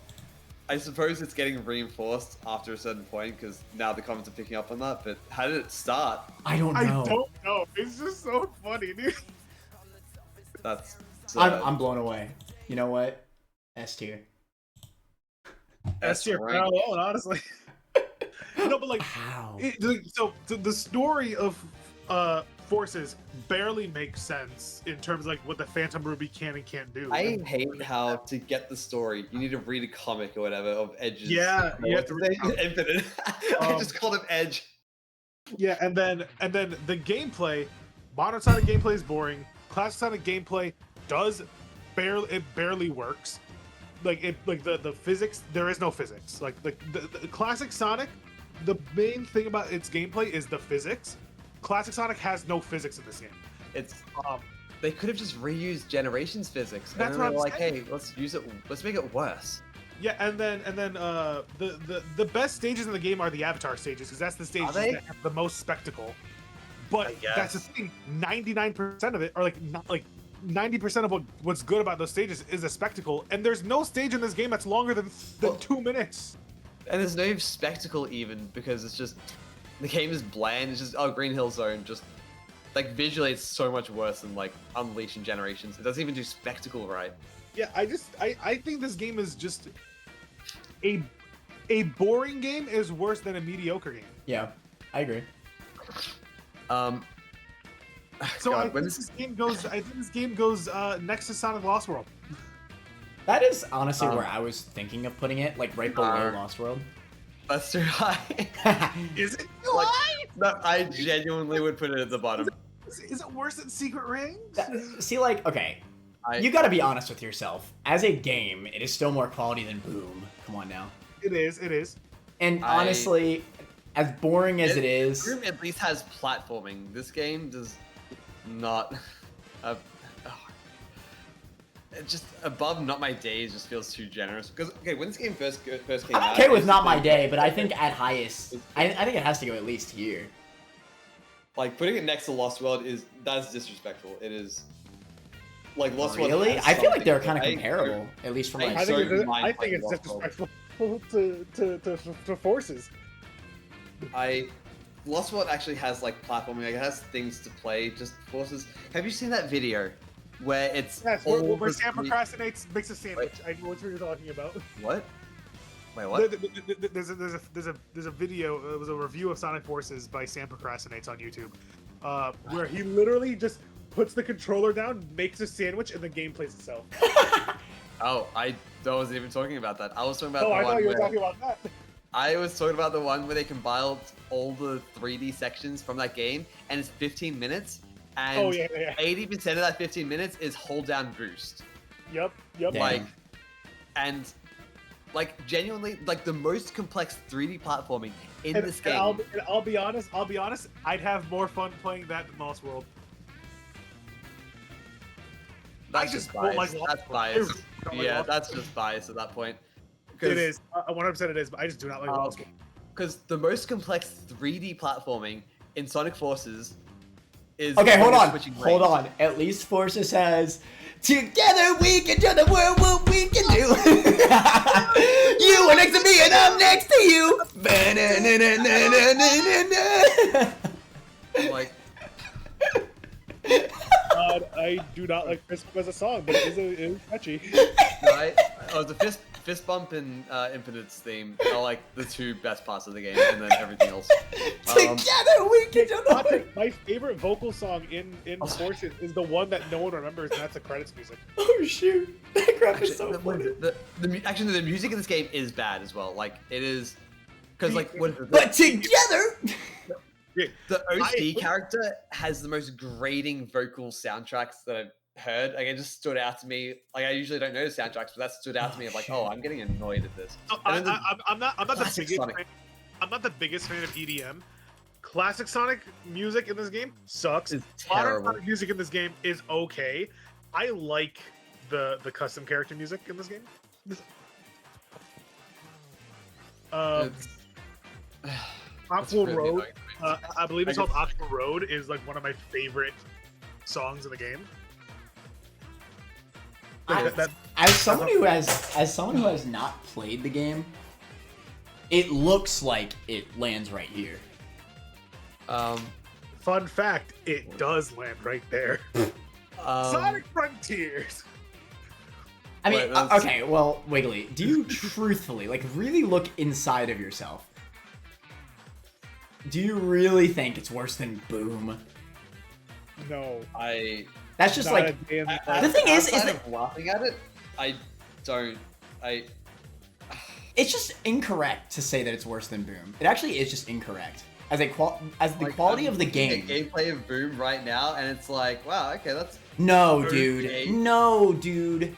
it's, You have to play it. You don't understand. I've played Sonic Boom. It's not good. It's not fun by any extension. There's no section that, at least with Sonic Forces, I could go together we can. like it's got like Sonic Boom has some light exploration, combat, platforming, and puzzle solving. You know, it's got some of that. There's a little Boom? listen- Wait, are you talking about Boom right now? Yeah. The level.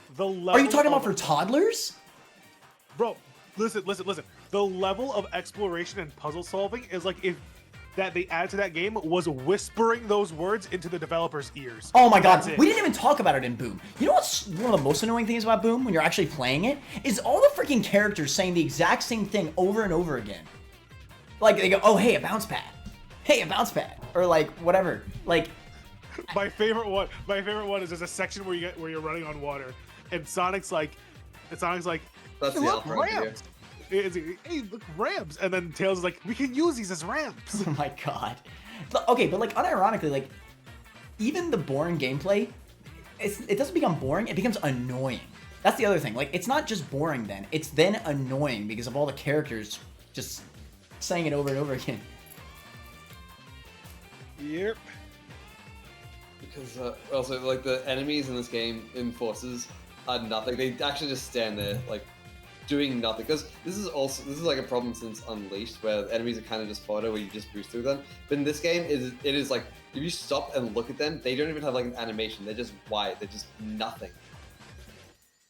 Like, and then I did try to give this game a chance. I literally I played through the game, and then I'm like, okay, let me get well, I already got the S rank, so I didn't need to worry about that. Because you just get it automatically. I didn't even care about going back for the S ranks in this game. Well, you just get them in the first try because it's that easy. And then I went back to get like the moon medals and like the number things, and it literally is whatever. It literally is just play through the level again, and then just find the 5 numbers, just walk the one to another, like platform apart, and then just play through the rest of the level. Like it's just literally go to one part of the level, do the most basic mini game ever, and then just continue, and then do that again with the moon medals. Like, it's really bad. Like, yeah, that's what we're saying. It is bad, but like you have to understand, like, okay, the reason why I think Secret Rings and Boom have to be in their own tier and not with Forces personally is because Forces seems like it actually can, like, you can play the game. Yeah, it's boring. It sounds terrible. Like it sounds like a terrible experience. Don't get me wrong, but Secret Rings and Boom, for different reasons, are borderline unplayable. Whereas Forces is boring, but so here's the thing. Boom is like an 8-hour game, right? Forces is like a 3-hour game. Forces wins by virtue of me not having to play it. That's weird. It's really that short? I thought it might be a big game. It's 30 stages, but and they're all like a minute long. Every boss stage counts as a stage, and also every stage is like a minute long. That's wild. It really is a shame. 80% of the game. I remember when this game was so okay, here's the only way that I could see it in Not My Day, and it'd be at the top of Not My Day, is if you count the potential as another negative of this game. Because when the trailers of this game were coming out, it seemed like it was going to be like the next big Sonic game. Like, oh my god, this is going to be epic. Oh, so an early script of this game leaked online from back when the game was called Sonic Wars instead of Sonic Forces. The potential was there. Yeah, I don't know. The potential is also like it's a shame. It still wasn't like great, but it was a lot better than what we got. Mm-hmm. But yeah, I don't know. Gina, are you still good with here? Or would you rather put it in Not My Day? It's your call. It's not really my call. It's a combination of all of us. Yeah, I'm fine with it being there. I'm saying that I would personally probably put it at the bottom, and it's it being there is fine. I think it's reasonable enough. I can see that. Yeah. I just think like outside of the game, Secret Rings and Boom, like they're unplayable, right? And Forces feels very comparable to 06 and Lost World, I think. Like, okay, I think what is it? I would rather feel frustration than boredom, because then at least I'm feeling something. Why? Okay, no, frustration is literally a negative. I would rather feel zero than negative. Have you seen Vsauce's Minefield video on boredom or isolation? I feel like I might have. I might have. What is it? So in that video, he concludes that people would rather feel pain than nothing, because there's like a test that he does where he gets somebody to push a button and then he just Would I rather lose money it shucks. or not lose any money? What is it? Well, let me finish. So he pushes a button and then he gets a shock and it's like, oh wow, that hurts. It's like, and then he's asked like, hey, would you ever push that button again? It's like, no, never. And then he's like, okay, yeah, go in the waiting room and then we'll pull you out to this other thing. And then he's in the waiting room for like, I don't know, 20 minutes. And then he's just like looking at the button and then he presses it. And it's like he said he would never press the button again. Like he was like, no, I would never want to feel that. And then after waiting for 20 minutes, I want to feel something. I don't want to be waiting here with nothing to stimulate myself. Like, and then it's yeah, and then he does it. He shows like several examples like that, and it's just I would rather be frustrated, and that's part of the reason why I like games like Unleashed. Well, a lot of Sonic games, I get frustrated. Like towards the end, they're usually pretty frustrating, just because they're just not that well balanced. As just like low frame rate, whatever. Like the end of Unleashed is kind of ridiculous. of Eggman Land. It's like, I would rather do that than just hold down the boost button and just sit there doing nothing. Mm-hmm. And so, yeah, I would rather feel the frustration of Boom than the boredom of Forces. There's just no texture, nothing for me to buy. To be fair, the problem, I see where you're coming from. The problem is that Boom is also just like boredom plus frustration. Like, which I guess technically by your explanation is better than flat out just boredom. But like, for the most part, it's just boring, and then it could also just be annoying. You know, like if I'm playing, It's kind of bland, but not as bland as Forces. I don't think. it probably isn't, but I don't know. But whatever. We should probably move on, right? Yes. All right.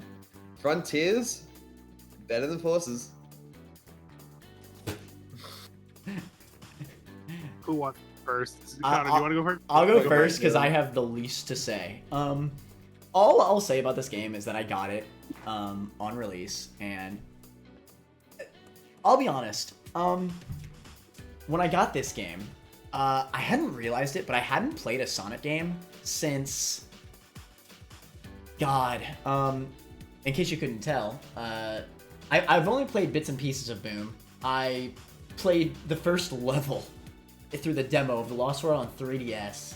I hadn't played Forces. What was the other game recently? I think that's it, right?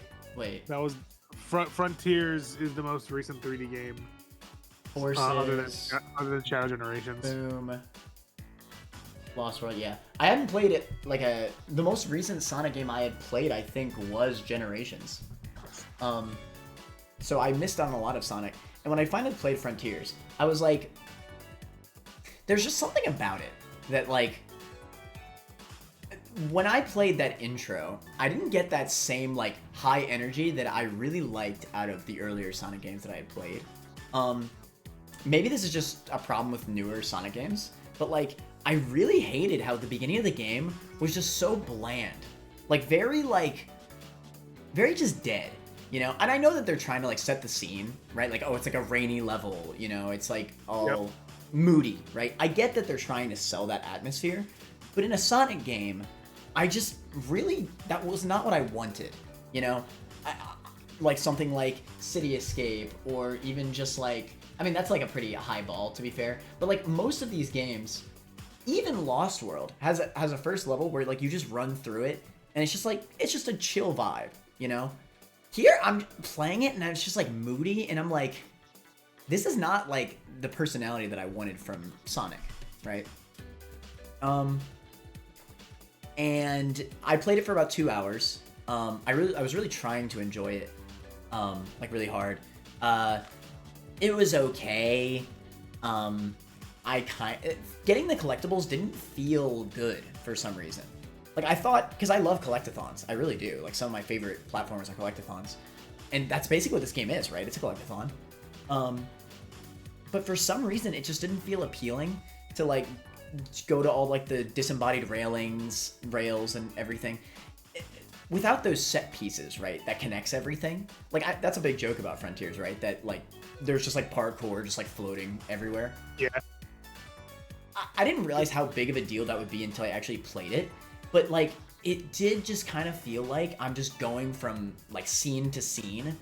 It didn't even really feel like a good open world game at all. Cause like something like, I don't know, like I do have a question. Did you beat the first island or no? No, I didn't. It's not done in 2 hours. Ah, damn. So you didn't even get to like the first boss of the game. I saw it. The first big boss. I saw the first big boss and like your supersonic and it looks cool, but Sirens. I think the first impression is so important of any game. I think the first impression is very important in any game, right? If you need to tell me, hey, you need to play this game for 4 hours until it gets good. No, the first impression is Green Hill Zone. What are you on about? It's great. That's true. The first impression is Green which Hill is Zone. which is dead by this point. Nobody cares. like that's a negative at this point. Generations was fine, right? Because yeah, I agree.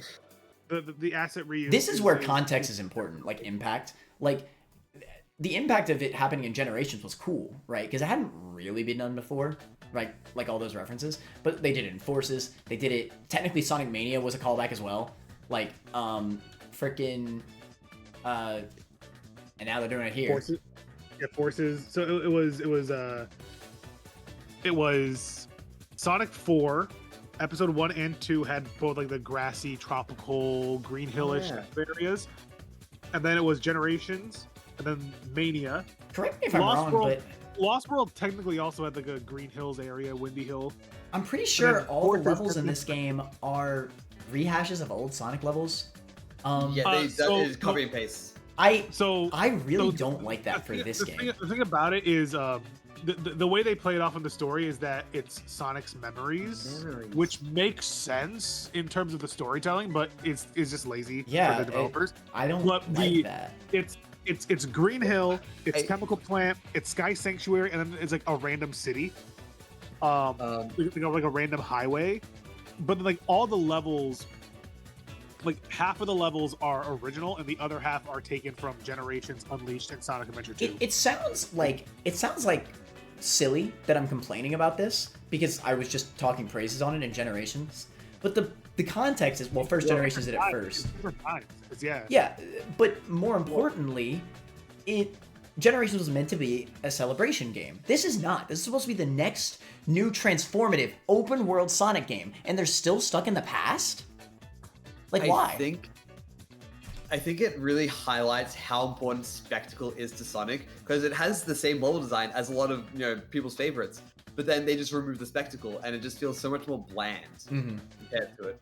So I don't know. It doesn't have that first impression that every single Sonic game in this list, well, that I've played at least, gave me that first impression that I really like to keep playing. Frontiers, I was trying my hard because I was streaming it. Actually, you could see my stream reaction on my VOD channel for Early One.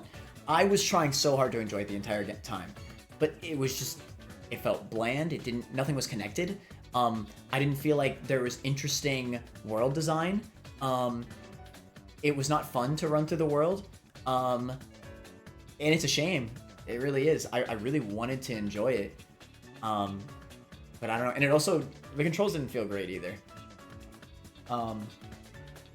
Yeah, I don't know. You lose all your momentum when you jump. They did patch that later. Yeah, I might have experienced they did that fix too, that later. But it just felt also you can just like grind infinite rings, which like I get that the game's designed around that, but like I don't know, like it's just kind of annoying. Like at that point, just give me rings are meaningless. Yeah, it is meaningless. It's just a waste of time. It's like at that point, just like always put me back to the rings are just a health bar in this game. Yeah, at that point, after every single enemy encounter, just bring me back to full health, and then just like go from there, you know. Full health is a single ring. True, but still, yeah, I don't know.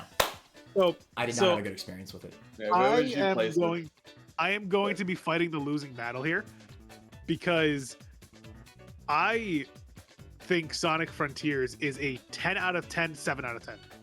What?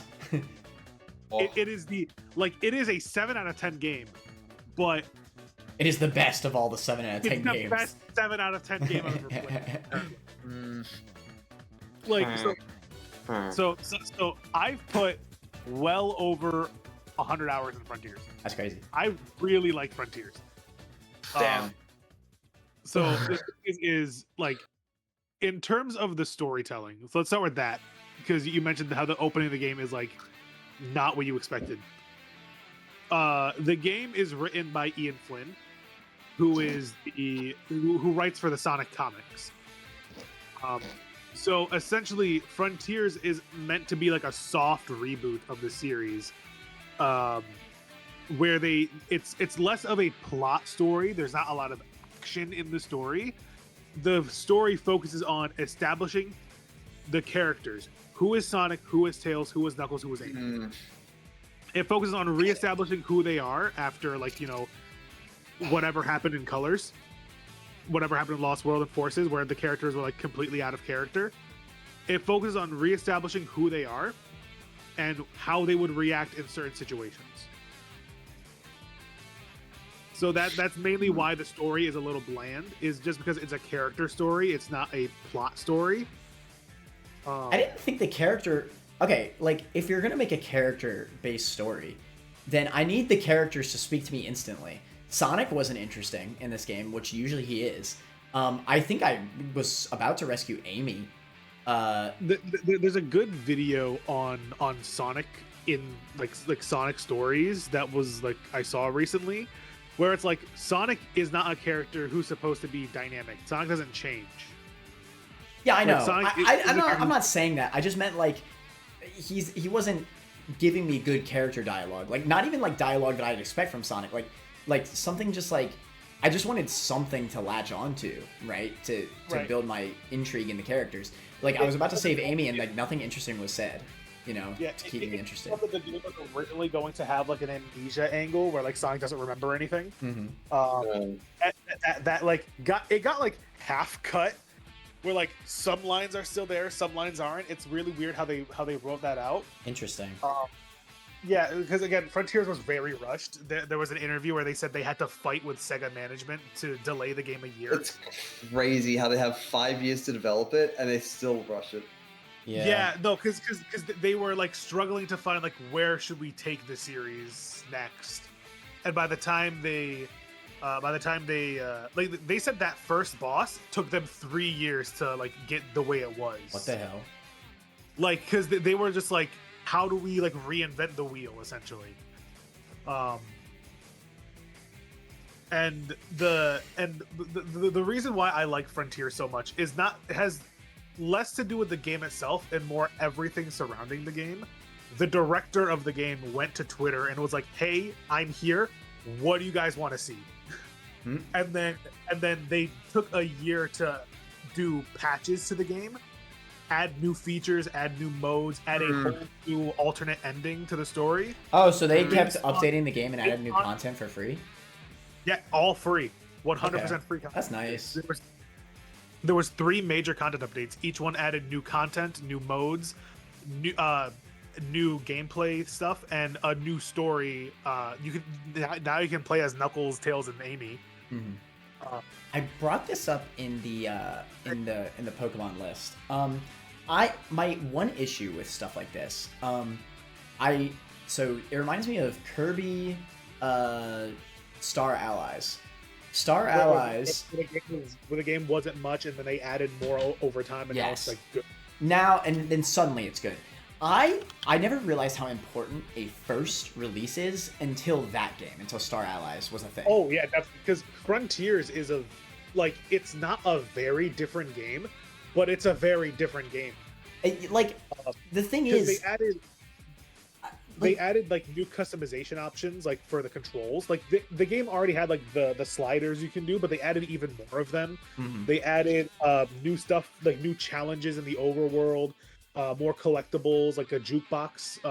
You can collect older music from the Sonic games and play them while you're running around. And that's all cool, but like if it's not in the original release, and that is great, don't get me wrong, but and I completely agree with you, but just like me personally being there, being part of that, like witnessing it in real time, because I'm a big Sonic head. Right. Really? Huh. Yeah, so like just being there, like seeing the director of the game on Twitter, like, hey, that is cool, to be fair. Tell me what you it's definitely a benefit to the game. I'm just saying, like, you know, what I'm saying is that that's in my mind, not in like that you guys don't know about that stuff, right? But like I do. That is pretty nice. Just seeing that like they want to do better. They're asking the fans, "What do you want to see?" And we'll try and do it with the time that we have, but we don't have a lot of time to do it. Like you're saying, like a lot of the stuff that you're like the fans were saying, we're thinking about for the next game, and that's cool. But we have to see it first. And then he was even like talking about like people found like an animation for the spin dash in the first update files, and he even like replied to them. It was like, yeah, we were gonna add the spin dash, but we want to work on it a little bit more. We'll put it in the next update, and they put it in the next update. I do respect that. I think it's definitely a benefit. I just also think the negatives of the game that for example, I mean, you just said when you jump and you lose all your momentum. I also still count that as a negative, but I do also count the positive of it being fixed. For that, they did fix that with adding a patch later that lighter for it. But again, was that only? Did that? I forget. In the cyberspace levels, does that apply? Does that patch apply? So in cyberspace, certain things apply, certain things don't. I don't remember if that applies for cyberspace, but they did. It adds stuff that improves cyberspace, which is the low point of the game. Now, I said I put over 100 hours in the game. A lot of that time was me speedrunning certain cyberspace levels because all the updates they added to it made them a lot more fun to play. Mm-hmm. So like, so I mentioned it earlier how like they just need to make some new unique levels already. That's what I'm saying. But earlier I made an offhand comment that like about Game Freak, how like they're not looking to improve, but Sonic Team is looking to improve. That's what I was talking about. Here, okay. Like they're making the effort to improve everything, even if they don't have the time to do so or budget to do so. With Game Freak, they have, to be fair to them, they have like they have a much stricter. They are a much stricter time limit. Yeah. No, not even that. Just the scope of Pokemon is so much bigger than Sonic. Like the amount of animations you have to do for like 1,000 Pokemon is just ridiculous. Right. But like, here's the thing. They did a year of DLC for Pokemon Scarlet and Violet, and they didn't improve anything about the actual. Yeah, the base game needed so much. Sonic Frontiers added a new alternate ending story with a whole like it was the original Last Island, like the same like. Frontiers does feel similar to Scarlet and Violet to me in a few ways, though. And I agree with that. But the thing is, like there's love there. There is love, and I say the same thing about Scarlet and Violet. There's love there. I see, and when I see the boss fights, right? I see, this is epic, right? I see the love and where all the effort was put into, but unfortunately, the shell of the game is just there's too much rush. It is clear the game was rushed. And when the player sees that the game was rushed, then it unfortunately is it's a bad experience. And I agree with that.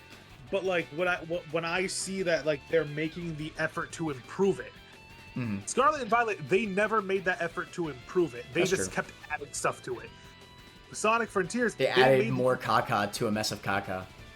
Right. Yeah. So Sonic Frontiers, they made the effort to improve what was already there while also adding new stuff. Fair enough, honestly. Good point. It is like I said, it's at its core, it's the same game, but like it's almost a different game now. Mm. Which is why, like I said, I already mentioned I'm fighting a losing battle because like I want to put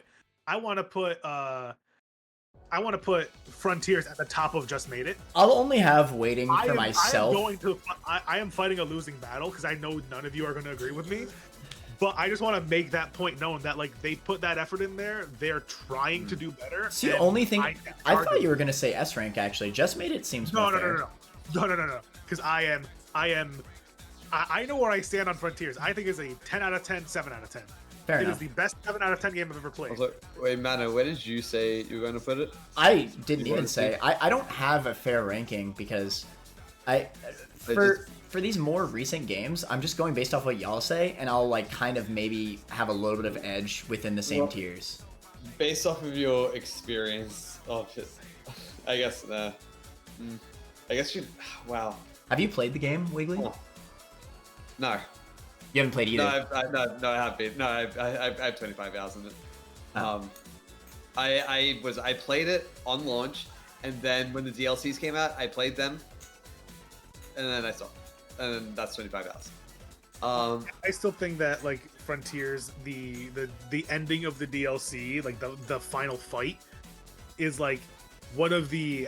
I heard Eggman's actually an interesting character in this game though. He's a little interesting. He has like that little ghost girl is like kind of like a daughter figure to him. Mm-hmm. Oh. It's a little interesting. I wanted them to go a little deeper into it, but they never do. But like the final fight, as annoying as it was one of the most hype final fights in the Sonic series for me. It was extremely hype for the DLC for Frontiers. It was a struggle though. You know what? When I look at the game, as much as I don't like it, I feel like Bottom just made it as fair. Bottom just made it. I just want it top 3 tiers somewhere. Because when I really look at everything,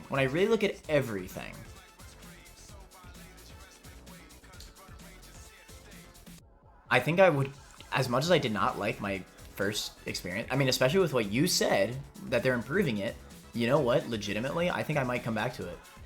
They gave it a year to improve what was there, and then they gave it an alternate ending. The original ending is still there, but like you can pick like, I want to do this alternate ending. Legitimately, from what I, because keep in mind I'm also an adult now, right?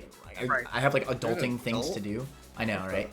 Own a house, all this stuff. Like I don't have time anymore, right? To play these games as much as I would love to. So when Frontiers came out, I didn't have time to commit to it like I did these other games that I would have had time when I was younger, right? I played all the way through Secret Rings because I was a freaking child, right? Right, of course. But when I look at this game, if I had this game with all the updates, I think I'd play it over all of these games. Like, pretty easily, actually. I don't think any of these games, like, I would play through this game all the way. I think I would. It's a shame because the time it came out, I don't, I'm not going to give Sonic any credit, right? Right. Now that I'm older, I'm just going to play better games if I'm going to spend my time playing games. But if I really look at the game and not be nostalgia blind, because Secret Rings is absolutely nostalgia blind by me. But all these other games... It definitely is. All these other games, I don't think I'd ever even want to touch them. Frontiers, I see something there. Maybe I actually want to try it again. In fact, I think I do. I want to mention that Frontiers, Sega came out and said that because of what Frontiers was, how it sold, because it did sell really well and the critics did like it, even with all the base version of it. And the fan feedback and everything, they said that for the next game, they're gonna give Sonic Team a higher budget, they're gonna give them more time, and they're gonna let them do what they want. So hopefully, Frontiers 2 is about to be a banger, but we had to get Frontiers first, and that's the issue is that Frontiers had to be bad in order for us to get better. I mean, I'm not gonna act like I have any. I do not need to have any waiting on this placement, by the way. But I'm okay with that. I barely touched it compared to y'all, but. If I really, I think right there. I think right where you just put it is fine. If I was to look at how much I would want to replay these games, I think Frontier is actually above Shadow and Unleashed for me. Yeah, I have not said much so far. I have not really given my thoughts in the game yet. I would, somewhere in an A effort. Really? And by that, I mean I'm lying. Oh, I was about to say. And I actually have quite a bit of negative things to say. I do not like Frontiers. I don't even either. after the updates. I don't think it's good.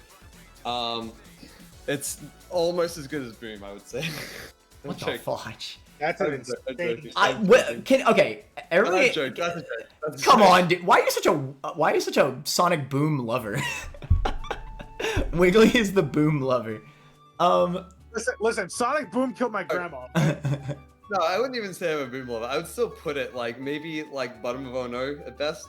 Right now, I think I'm in my Sonic 06 lover. I need to play more of that. I need to see if it gets worse or if it gets better. To be fair, again, 06 in the emulation will always be a lot better.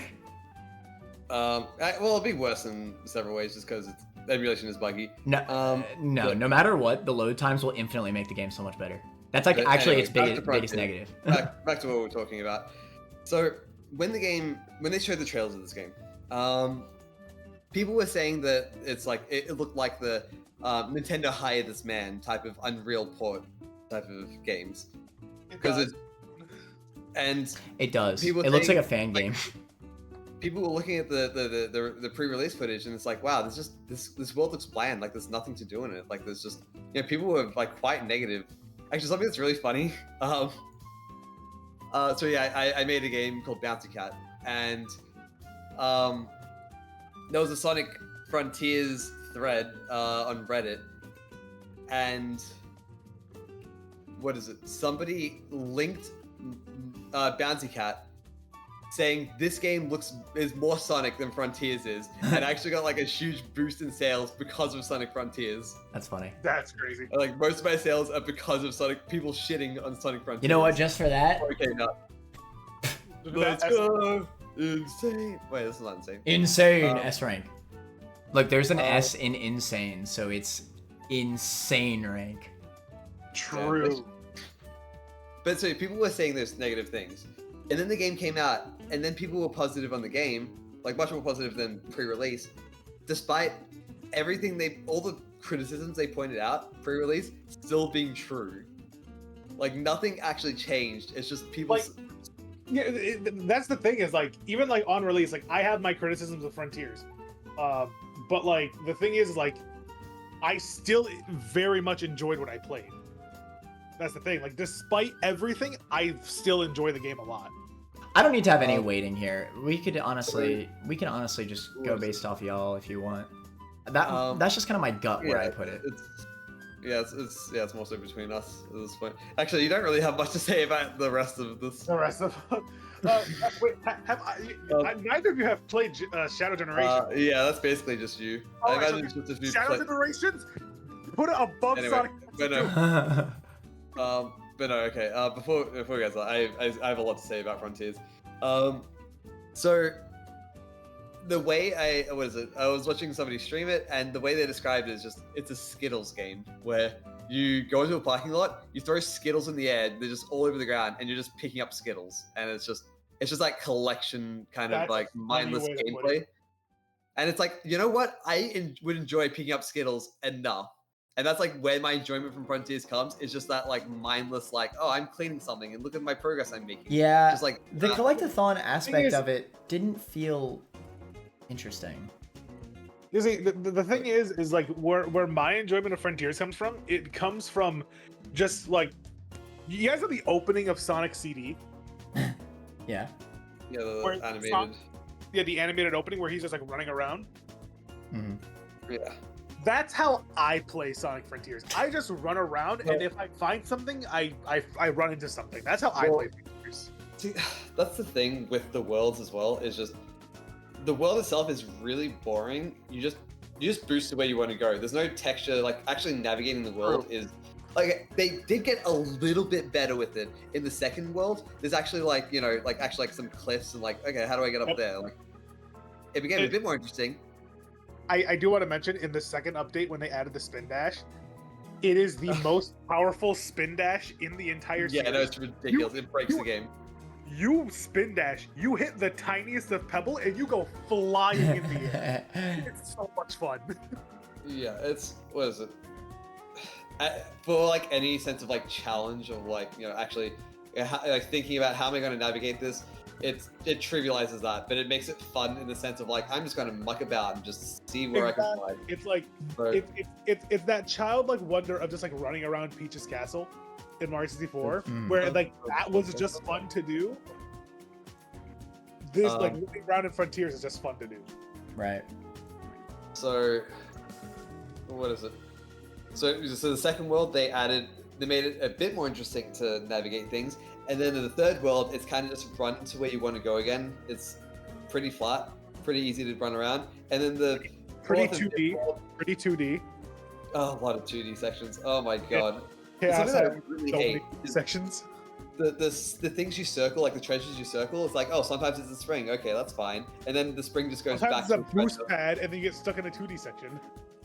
Well, yeah, but like sometimes you uncover it and then you come back and you see it again and then you uncover it again. It's like, oh, I already did this because it reverts instead of staying like it is, which is annoying. But yeah, that's But then you go to the fourth and fifth world and it's just the first world again. It's just they just cut the first world into 3 parts. Which again is what that it actually is what it is, because the first world was supposed to be this massive island was supposed to be the size of all three of them, but because of budget cuts and time constraints, they split it up into two smaller islands. And yeah, things like updates still does not fix things like this, where it's just like the last world is just really easy to traverse. It's Yeah. well, the actual challenges in the world is the hardest out of all of them, but it's the world itself isn't interesting. It's just the obstacle courses within the world that's somewhat challenging. But yeah, let's take it back to the first world, and it's the cyberspace levels, we've already gone over them. They're not that good. They're just visually reusing assets. They're hard to speed run, but that's about it. They're reusing assets, both in terms of visual assets, but not that interesting visual assets, and they're reusing levels, and then just putting it in an engine that's okay, I guess.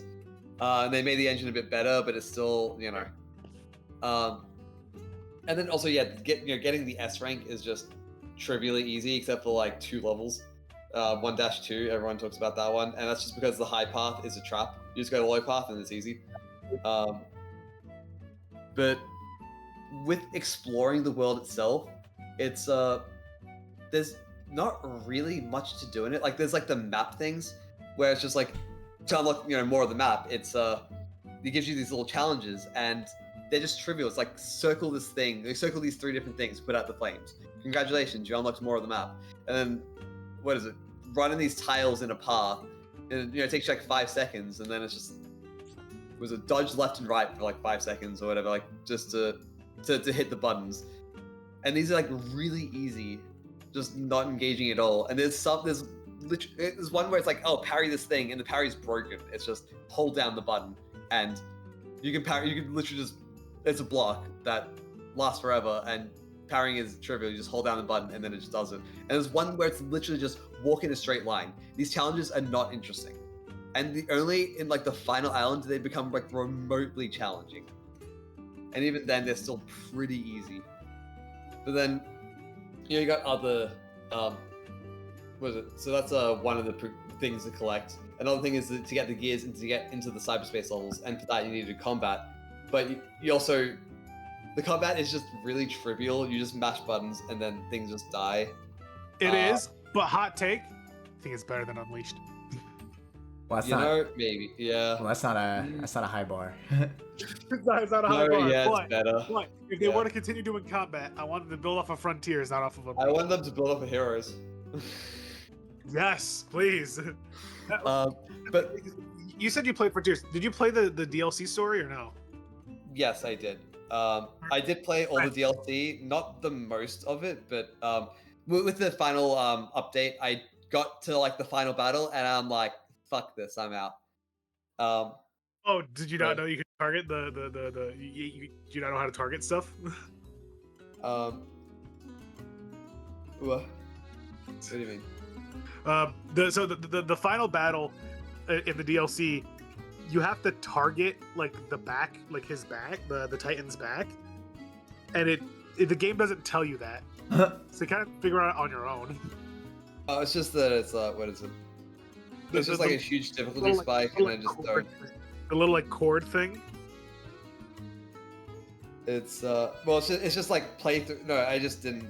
What is it? I just it's just do all the Titans in a row with You didn't get to the new final boss. Okay.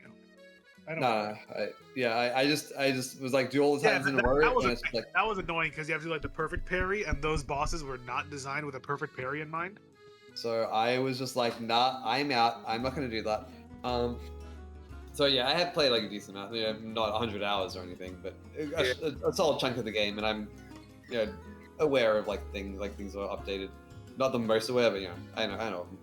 Right. Then with the combat, it's just nothing. And the thing is with the combat, you can just ignore it. I just after the first island, I just didn't actually no, the start of the first island, I just didn't engage with the combat because you get enough gears anyway to just not need to fight things. So I didn't fight things, and thank God I didn't need to, because there's just nothing to the combat outside of mashing. And it's got a skill tree, and it's what what are these skills even doing? Like, not really much. They're just new attacks, just new ways to mash buttons. Really, It's just I'm mashing or I'm mashing. It's just like eh. yeah. The thing is, like, in uh, in the game, there's the fishing mini game, and you can just ignore everything and just do the fishing mini game. Yep, that was one of the things I was going to bring up. Is the progression of the game is completely broken. It's just It's literally like do anything and it's progression. It's like that's the only part of the game where it actually like gives you everything. Like you can ignore combat, you can like it's But I do like the idea that like literally any little thing that you do in the game is progression towards something, whether it's leveling up Sonic, whether it's doing the skill tree, whether it's getting the gears to fight the bosses. Like it's like also, it's any little thing leads to progression. I do like that idea, but the way it's implemented is a little off. Also, getting the tokens for the fishing is just now it's just gambling every once in a while. I love gambling. Everybody go to roulette.com. Hell yeah. But it's just random, like, you know, it's so broken, and it's just like, oh, I got lucky to get so many progression elements, and it's just, I'm just here.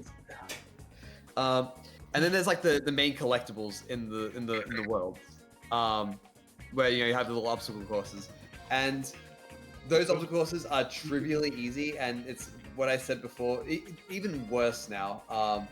Where like the spatial, you know, there's no positioning to it. It's just like, you know, homing attack, then just just reacts with this thing, and there's no spectacle to it. It's not hard. It's you know, the reactions are easier than something like Unleashed, and a lot of the time you just do this whole challenge, and then it's like, oh, I got like a single thing, and it's like, wow, that took a lot of time, and you can just kind of skip a lot of those just by doing the circles around the thing, around the treasures, where they give you like 10 of them. Except, so I just kind of did those instead of the platforming challenges for most of the islands, and then the last one they expect so much more from you.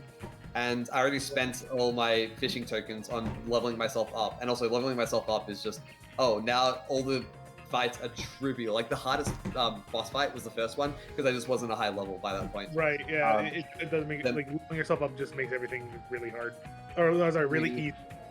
So you just trivialize the game, and there's no way to make it harder. And it's what is it? And it's not even hard. Like you just fish twice, and then now I got a ton of levels, and it's just it's trivial. But then so in that final world, I'm just like, they did add an extreme difficulty that's like a one-hit kill. But like even the game, that's extreme. Like, I'm never getting hit in the game. It's just the only way they can make it hard is by making it extremely punishing. It's not like it's exactly. It became more engaging to, you know, engage with, but so it's just like, oh, you made any mistake? Okay, we'll just y'all continue. Also the checkpoints. All right. Okay. Now it's just you and me. Yeah. So basically, they so with the final island, it's you need so many more tokens than you do for any of the other islands, and it's just like, well, I could go platforming and all these things, but God, that'll take so long to do this. Wait, what? Or you can go fishing. No, I already spent all my fishing tokens on a bunch of other shit that I didn't need because I didn't realize how much I would need. And I was like, well, what do I do? Okay, I'm going to walk in circles for like 20 minutes. Because walking in circles gives you the main progression element in the game. Like, well, it gives you rings, but like sometimes it'll give you them. Yeah, well, that's all I need. And it's like, well, should I do platforming or should I do this? Like, which one's quicker? And it's like genuinely that was just like quicker. It was just like way easier. I was like, yeah, I'm just gonna put a video on the side and just watch that and walk in circles. And I just like, why do they think to do that? That's actually just ridiculous. Like, it's just like it's not even like the, you know, like the details are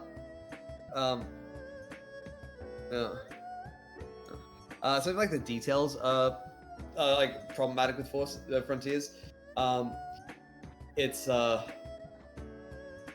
just like the basic balancing, fundamental balancing is just like broken. So like every like part of the game, and then the story is just like the story is like probably the strongest aspect, but even then, it's just like a lot of characters talking, but they don't really have much to talk about because they're not really doing much. And then with like Amy's character, it's like, well, she had a character trait and they kind of removed it and replaced it with like nothing. Like it's like, oh, I have love of the world, and it's like, do you? Like it feels a bit forced and there's not much to it. Maybe they'll expand upon that later, but so far, like it's the story's like fine. So yeah, it's like the cyberspace, the combat, the platforming in the overworld is just kind of and then just it's like most parts of the game are just kind of like there's not really much here. And then you were talking about the updates, how they made it better, but the updates didn't really. They don't fix the levels. Like the levels are still, Like the first update was like basically nothing. It's just you get a jukebox and it's just like, okay, well. It was the jukebox, photo mode, and then the post game like challenge modes. And like the challenge modes are like just like things you can like. I genuinely think they paced it out because they just wanted to create this experience, like kind of what you were describing, where they could have done these changes in the first patch like immediately. Like these are not hard things to do. Like the post-game challenges they added was just like, oh no, you could do that with like 2 lines of code. It is not hard. Yeah, and I think that they were still like really easy. And it's still, and it it's there's not really much to it. It's just like, oh, play all the levels in order, just fight all the bosses in order. It's just like, okay, well. I mean, to be fair, one of my favorite things about Colors is the egg shuttle, where you can just play all the levels in order. Yeah, well, it's just a basic thing. It's just. I know. Yeah, it's okay, but it's okay. So Wiggly, where are you putting it? What is it? Well, just real quick go through the other updates. What is the second update even add again? It was the spin dash. It was the extreme difficulty. It was the action challenges, and then the birthday stuff. Yeah, like none of those are like that crazy. They don't really do anything. But the updates had like a lot of tiny differences in like the settings and like tweaking of the game that made a bigger difference than like what it sounds like when you're actually playing it. Because I tuned into the game again to play the new update, like for each one of them, and then the first 2 I'm just like I am done in like an hour less because there's just nothing. I did the things, and it's just like, well, I don't want to play extreme mode. That's not fun. It's just dying in a single hit. It's just punishing. And then the final update is like the only one that I think is actually has a substance to it. And like DLC. And it's okay. It's like it's fine. It's still what is it? It's still Frontiers, but it's better Frontiers. Yeah, it's actually like somewhat challenging. It's like actually kind of harder than like the final island. It's like, oh, I'm actually kind of thinking about things now. And playing the different characters is kind of neat. Tails is kind of broken. There was like the final challenge things where you have to do combat, and like the first time I actually thought about combat, and then I learned. I looked at my moves and I'm like, okay, which one would work? And then I just spammed one of them, and I'm like, okay, I figured it out in like 5 minutes.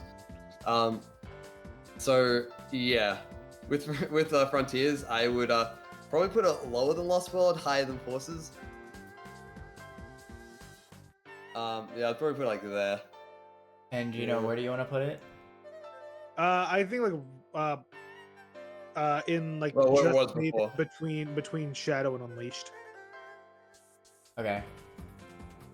So I think bottom of Just Made It or top of Oh No, maybe. If I'm being honest with myself, I do have a more negative impression of this game than positive, so it's probably better to just do that. Unfortunately to Gino. I told you I knew I'm fighting a losing battle. Since it's either this or this, we may as well include my first impression a little bit, right? Yeah. That should be fine. Okay. The next one should be quicker, I think. Yeah, these next 2 should be quicker. So, okay. There's a lot to talk about with Frontiers. Yeah.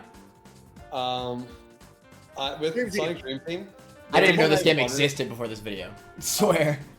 The reason I wanted to find a tier list with this on it is because, unironically, S rank. It is really good. Unironically, it is very good for being a mobile game. I don't think it's S rank, but like looking at it here, it's like right next to Sonic Generations. Like it's a pretty good game.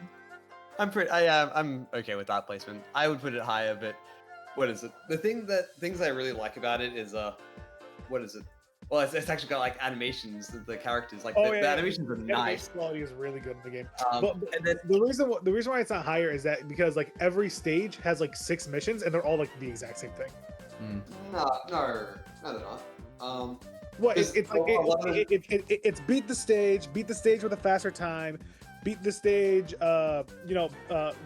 beat this specific section of the stage, and then it's like get the 6 dream shards, and then it's like sounds like different missions to me. It's all the same level though, is the thing. No, there are times where it actually is like a new part of the level where it's not it's actually just like a new level essentially, just using the same aesthetic. And there are things where it's like, well, follow the rings, where it's like, you are playing through the same level, but it's like you're taking a specific path through that level because it forces you through the rings. And then it's just like, it had like the alternate objectives, like get the shards, so you are just like playing it in a different way. It does feel like padding sometimes though. Not all of them are the most interesting, but the game is like short enough that I don't feel like I'm just like, I have to play this level again. It's just like, I kind of wanted to play through the levels more, honestly. Yeah, and this game too also got updates. Like they added like Shadow to the game. And they added like a whole final world that's like harder, and like a final level that's like pretty hard, and then S ranks that are really hard. Like the S rank is insanely tough on that one. Like one of my criticisms of the game was that it was it's just a bit too easy. But then they just added a bunch of difficulty things. Like I added quite a bit. They added S ranks to every stage. They added a new world. They added Shadow, and they added they added skills that you can unlock, like that, like change the gameplay a little bit. Oh yeah, the skills. I haven't actually played later updates because my Apple Arcade subscription ran out or whatever. I have it. I have Apple Arcade through my phone carrier. Like it was like a deal that they gave. Like it's like included in my phone plan or whatever with Verizon. So I just have it. But something it brought back is you can homing attack to rails. Let's go. They're not true. You can homing attack to rails. But it actually does do like the what's it called? Like the Genesis like level design, where it's like, you're playing through like a specific level, but you can like play 3 different characters, kind of like Heroes as well. Yeah, you can swap at any time with all the characters. And then they have different paths, and then they're not like telegraphed like, use this character here. There are some where it's like kind of and something that's neat is that it's actually got like some sense of momentum. You can go up ramps and jump, and you actually get extra height off of that. Yep, it has momentum. It's crazy. And it still has the boost, but it's more of a run button. Sounds to me like Generations range, right? It is, yeah. I put it. And something that's it doesn't have the most amount of spectacle. Yeah, it does. It doesn't have a lot of spectacle, but like, it's still pretty good though. It doesn't have any jank to it. It's like it's pretty polished, and something I like is that the entire game is 3D. Yeah, there's no 2D sections in the entire game. You're right. And it's not even like on rails like in the Boost games. It's like pretty open, and like it's actually like platforming. It's got that. It's like if Sonic Adventure had the boost. Yeah, and the boost is more of a run button in this game. Yeah. Because you go like slow enough with it that it's it's not unleashed where you just boost into the levels. Yeah. I feel like right under Generations, like between Adventure and Generations is fine. Sounds fair. And I think the cut it doesn't have too much story, but I think what it did with the story was nice because it didn't have the budget to like animate cutscenes, so it didn't. So it just chose to do like a little comic book style thing, and those comic style things look nice. Cute. Like, they do. They did something I know about this game. Pleasing. Yeah, of course you know about this game. I agree. I agree, y'all. I'm sure you know about this next one too. Of course. Like, if they use this as a base, and like add more, a bit bigger scope and like polish it a bit more and like add a bit more to this, this could be a really good formula. and put it on Yeah, console. Yeah, for real, with actual controls, yeah. Yeah, it sounds cool. From the very tiny trailer that I saw, it looked really good. I could see it. But yeah. Really, really nice. And this I don't have much to say about, so it's basically just you. I'm the only one here who's played Shadow Generations, right? Go bottom of S-Ring, color the list. True. So just quick thing. Shadow Generations is just Sonic Generations again, but this time it actually has a story. Damn. Because it focuses on Shadow. Exactly, that's what I'm saying. S rank. It's shorter than Generations. It only has 6 levels instead of 5. I'm sorry, 6 What? levels instead of 5. It's shorter. It has 6 Great instead of 5. No, we've been here for like 4 hours. I can have a break for it once in a while. As 6 stages instead of 9. But honestly, I think the 3D stages in Shadow Generations have 0 2D in them. But the 2D stages in Shadow Generations are like that 2.5D where it has like the cool camera angles and everything. And honestly, some of the best 2D stages in any 3D Sonic game, some of the best 3D stages in Sonic games since like Generations and Colors and Updates. Mm-hmm. It is polished to hell and back. I'll be honest. It is just as good as Generations, in my opinion. I'll be honest. From what I've seen, it looks like the best game on this list. It is just as good as Generations. I don't want to put it above like SA2 because it's a short game. It's like a 3-4 hour long game. Yeah, there's lots of Sonic Adventure 2. That's Chaga. But like the Doom powers that you get in the game are really fun to use, And they look really fun, yeah. Stuff. And yeah, just the game is just overall very quality. The story is nice. Actually, it's 3D World, the Sonic game. I mean, Bowser's Fury, Bowser's Fury, the Sonic game. True. It does have the open zone, kind of like Frontiers does, and I think it does it a lot better than Frontiers does. Mm-hmm. So like it's like an actual improvement over Frontiers, and it's also an improvement over like Forces. Yeah. Compared to like what the last boost style Sonic game was. How could you improve on Forces? Now I'm not believing you. Wait, what? You said it's better than Forces, and I was with you up until you said that, and now you're just full of shit. Listen, the stages in Sonic and Shadow Generations are it's Space Colony Arc from Sonic Adventure 2, Rail Canyon from Sonic Heroes, Kingdom Valley from Sonic 06, and that's the best stage in the game in Shadow Generations. Sunset Heights from Sonic Forces, and that's the second best stage in the game. And then Chaos Island from Sonic Frontiers, and that's like the third best stage in the game. That's pretty incredible. And then also Radical Highway, which is Radical Highway. I love Radical Highway. Bring it back again. I need more of it. There's so in Shadow Gens, there's a couple sections in 3 of the stages where Black Doom shows up and he's like, I'm gonna take you to Radical Highway, and you go to Radical Highway. So Radical Highway is all over this game. But no, I think Shadow Gens it's just as good as Sonic Generations, maybe even better than Sonic Generations in my opinion. Well, in that case, it would have to go down here, right? I can put it there, yeah. But I don't like this. I don't like how this is the only game in here.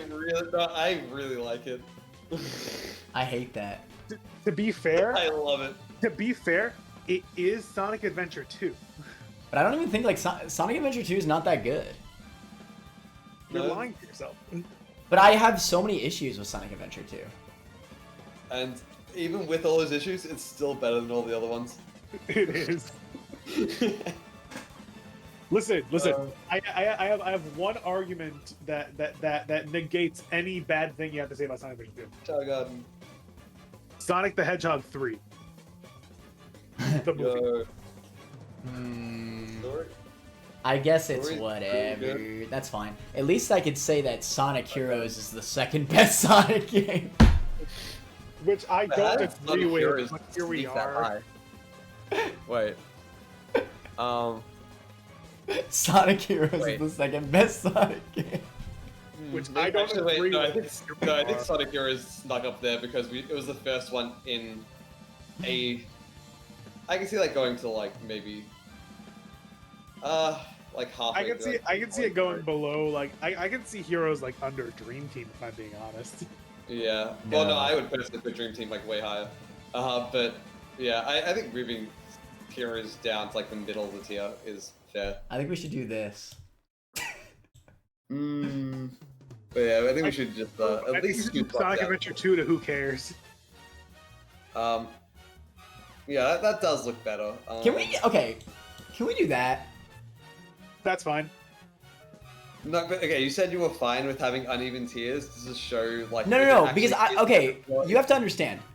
I've always thought that Generations, and because of how much I loved, I've always thought Generations was above Sonic Adventure 2. Just this entire time. Like, unequivocally. I had a much better time with Sonic Generations than I did Adventure 2. And from what I've seen, Shadow Generations just looks better than Generations. So I'm sure I'd have the same smile on my face the entire time. So I really do think they deserve the same tier just because of consistency. Well, These games' consistencies are so strong. This has highs. I can't lie. This has some of the best highs in the series. But it has so many negatives. It feels wrong to be a whole tier above when it has all these negatives. well, I would, I already said before that I'd put it like quite a bit lower, but I feel like if we're accounting for my ranking, Adventure 2 can't be an S tier by itself. I don't think it should be an S tier by itself, but like. Okay, because like let's think about it, right? Okay. Now how about Because let's think about it, right? Let's think about it, right? If we're legitimately ranking based on like midpoints for us all, and now that we have all the games here, it unironically would go here.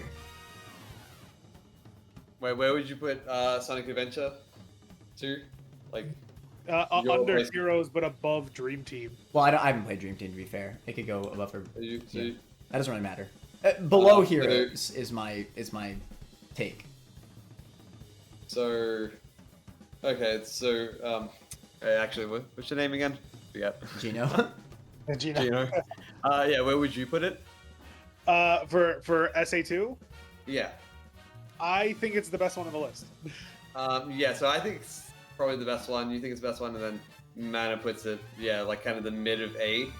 But then with Generations, it's I would put it like a fair bit lower, like a few tiers lower than S.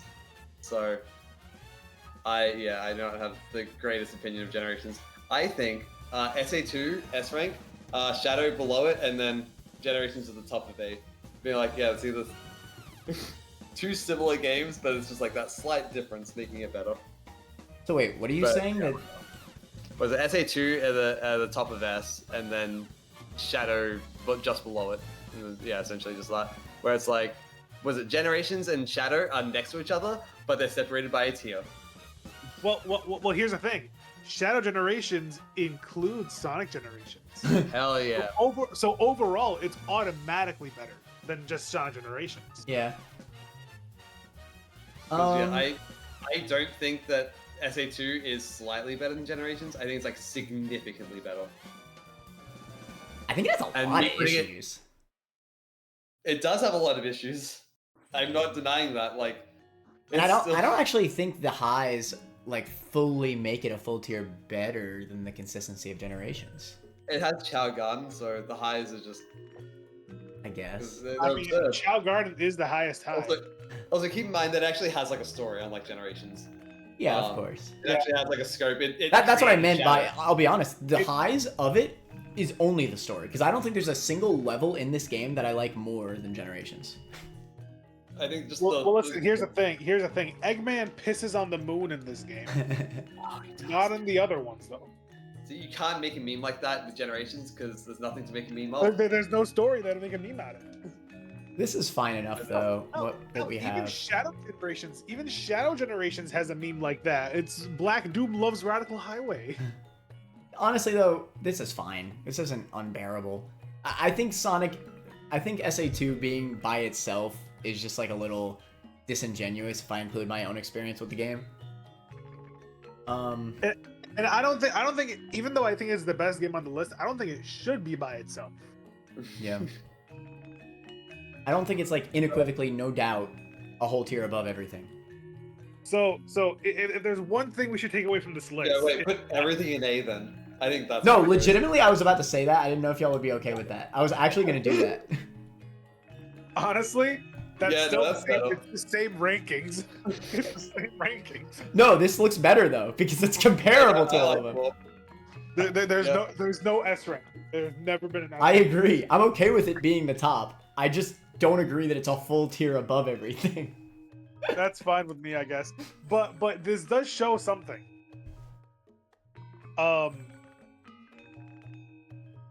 Shadow the Hedgehog is the best Sonic character. True. I mean, look at that. Look at that. Look, we got Shadow in Sonic Adventure 2, Shadow Generations, Shadow is in Sonic Generations, Shadow is in Sonic Heroes, Shadow is in Sonic Dream Team, Shadow didn't exist in Sonic Adventure, and Shadow is in the DS version of Sonic Colors. Hold on. Kind of insane. It's kind of funny. Shadow is the best Sonic character. I actually really like this. I like the idea that there's no S-rank Sonic game because none of them are perfect. Because I feel like an S-rank Sonic game. It's such an insane thing to say, but you're not wrong. There's no such thing as a perfect Sonic game. What is it? An S-rank Sonic game would be comparable to the worst Mario game, and I don't think that exists. I agree. An S-rank Sonic game, it's gonna be Sonic Adventure 3. Hopefully one of these days. They're never gonna make it. Either way, I think that'll be the list for today. Shoutouts to the guests, Wiggly and Gino. Y'all were great. Y'all really carried this list. Cough drop. Legitimately, I could never have done this list justice on my own. There's too many knowledge gaps that I have, so I really appreciate y'all. Y'all are the goats. And I'm just glad I got to glaze over Black Knight so much. I'm glad that colors. That's crazy, dude. The fact that Gino had the same like thoughts about Black Knight as me is so funny, bro. I love that. But yeah. With that said, leave a like, subscribe, all that jazz, and let us know in the comments if you'd like to see us talk about anything else. With that said, I'm undonning the Mario cap because I just realized I don't know why I'm wearing it for the Sonic list.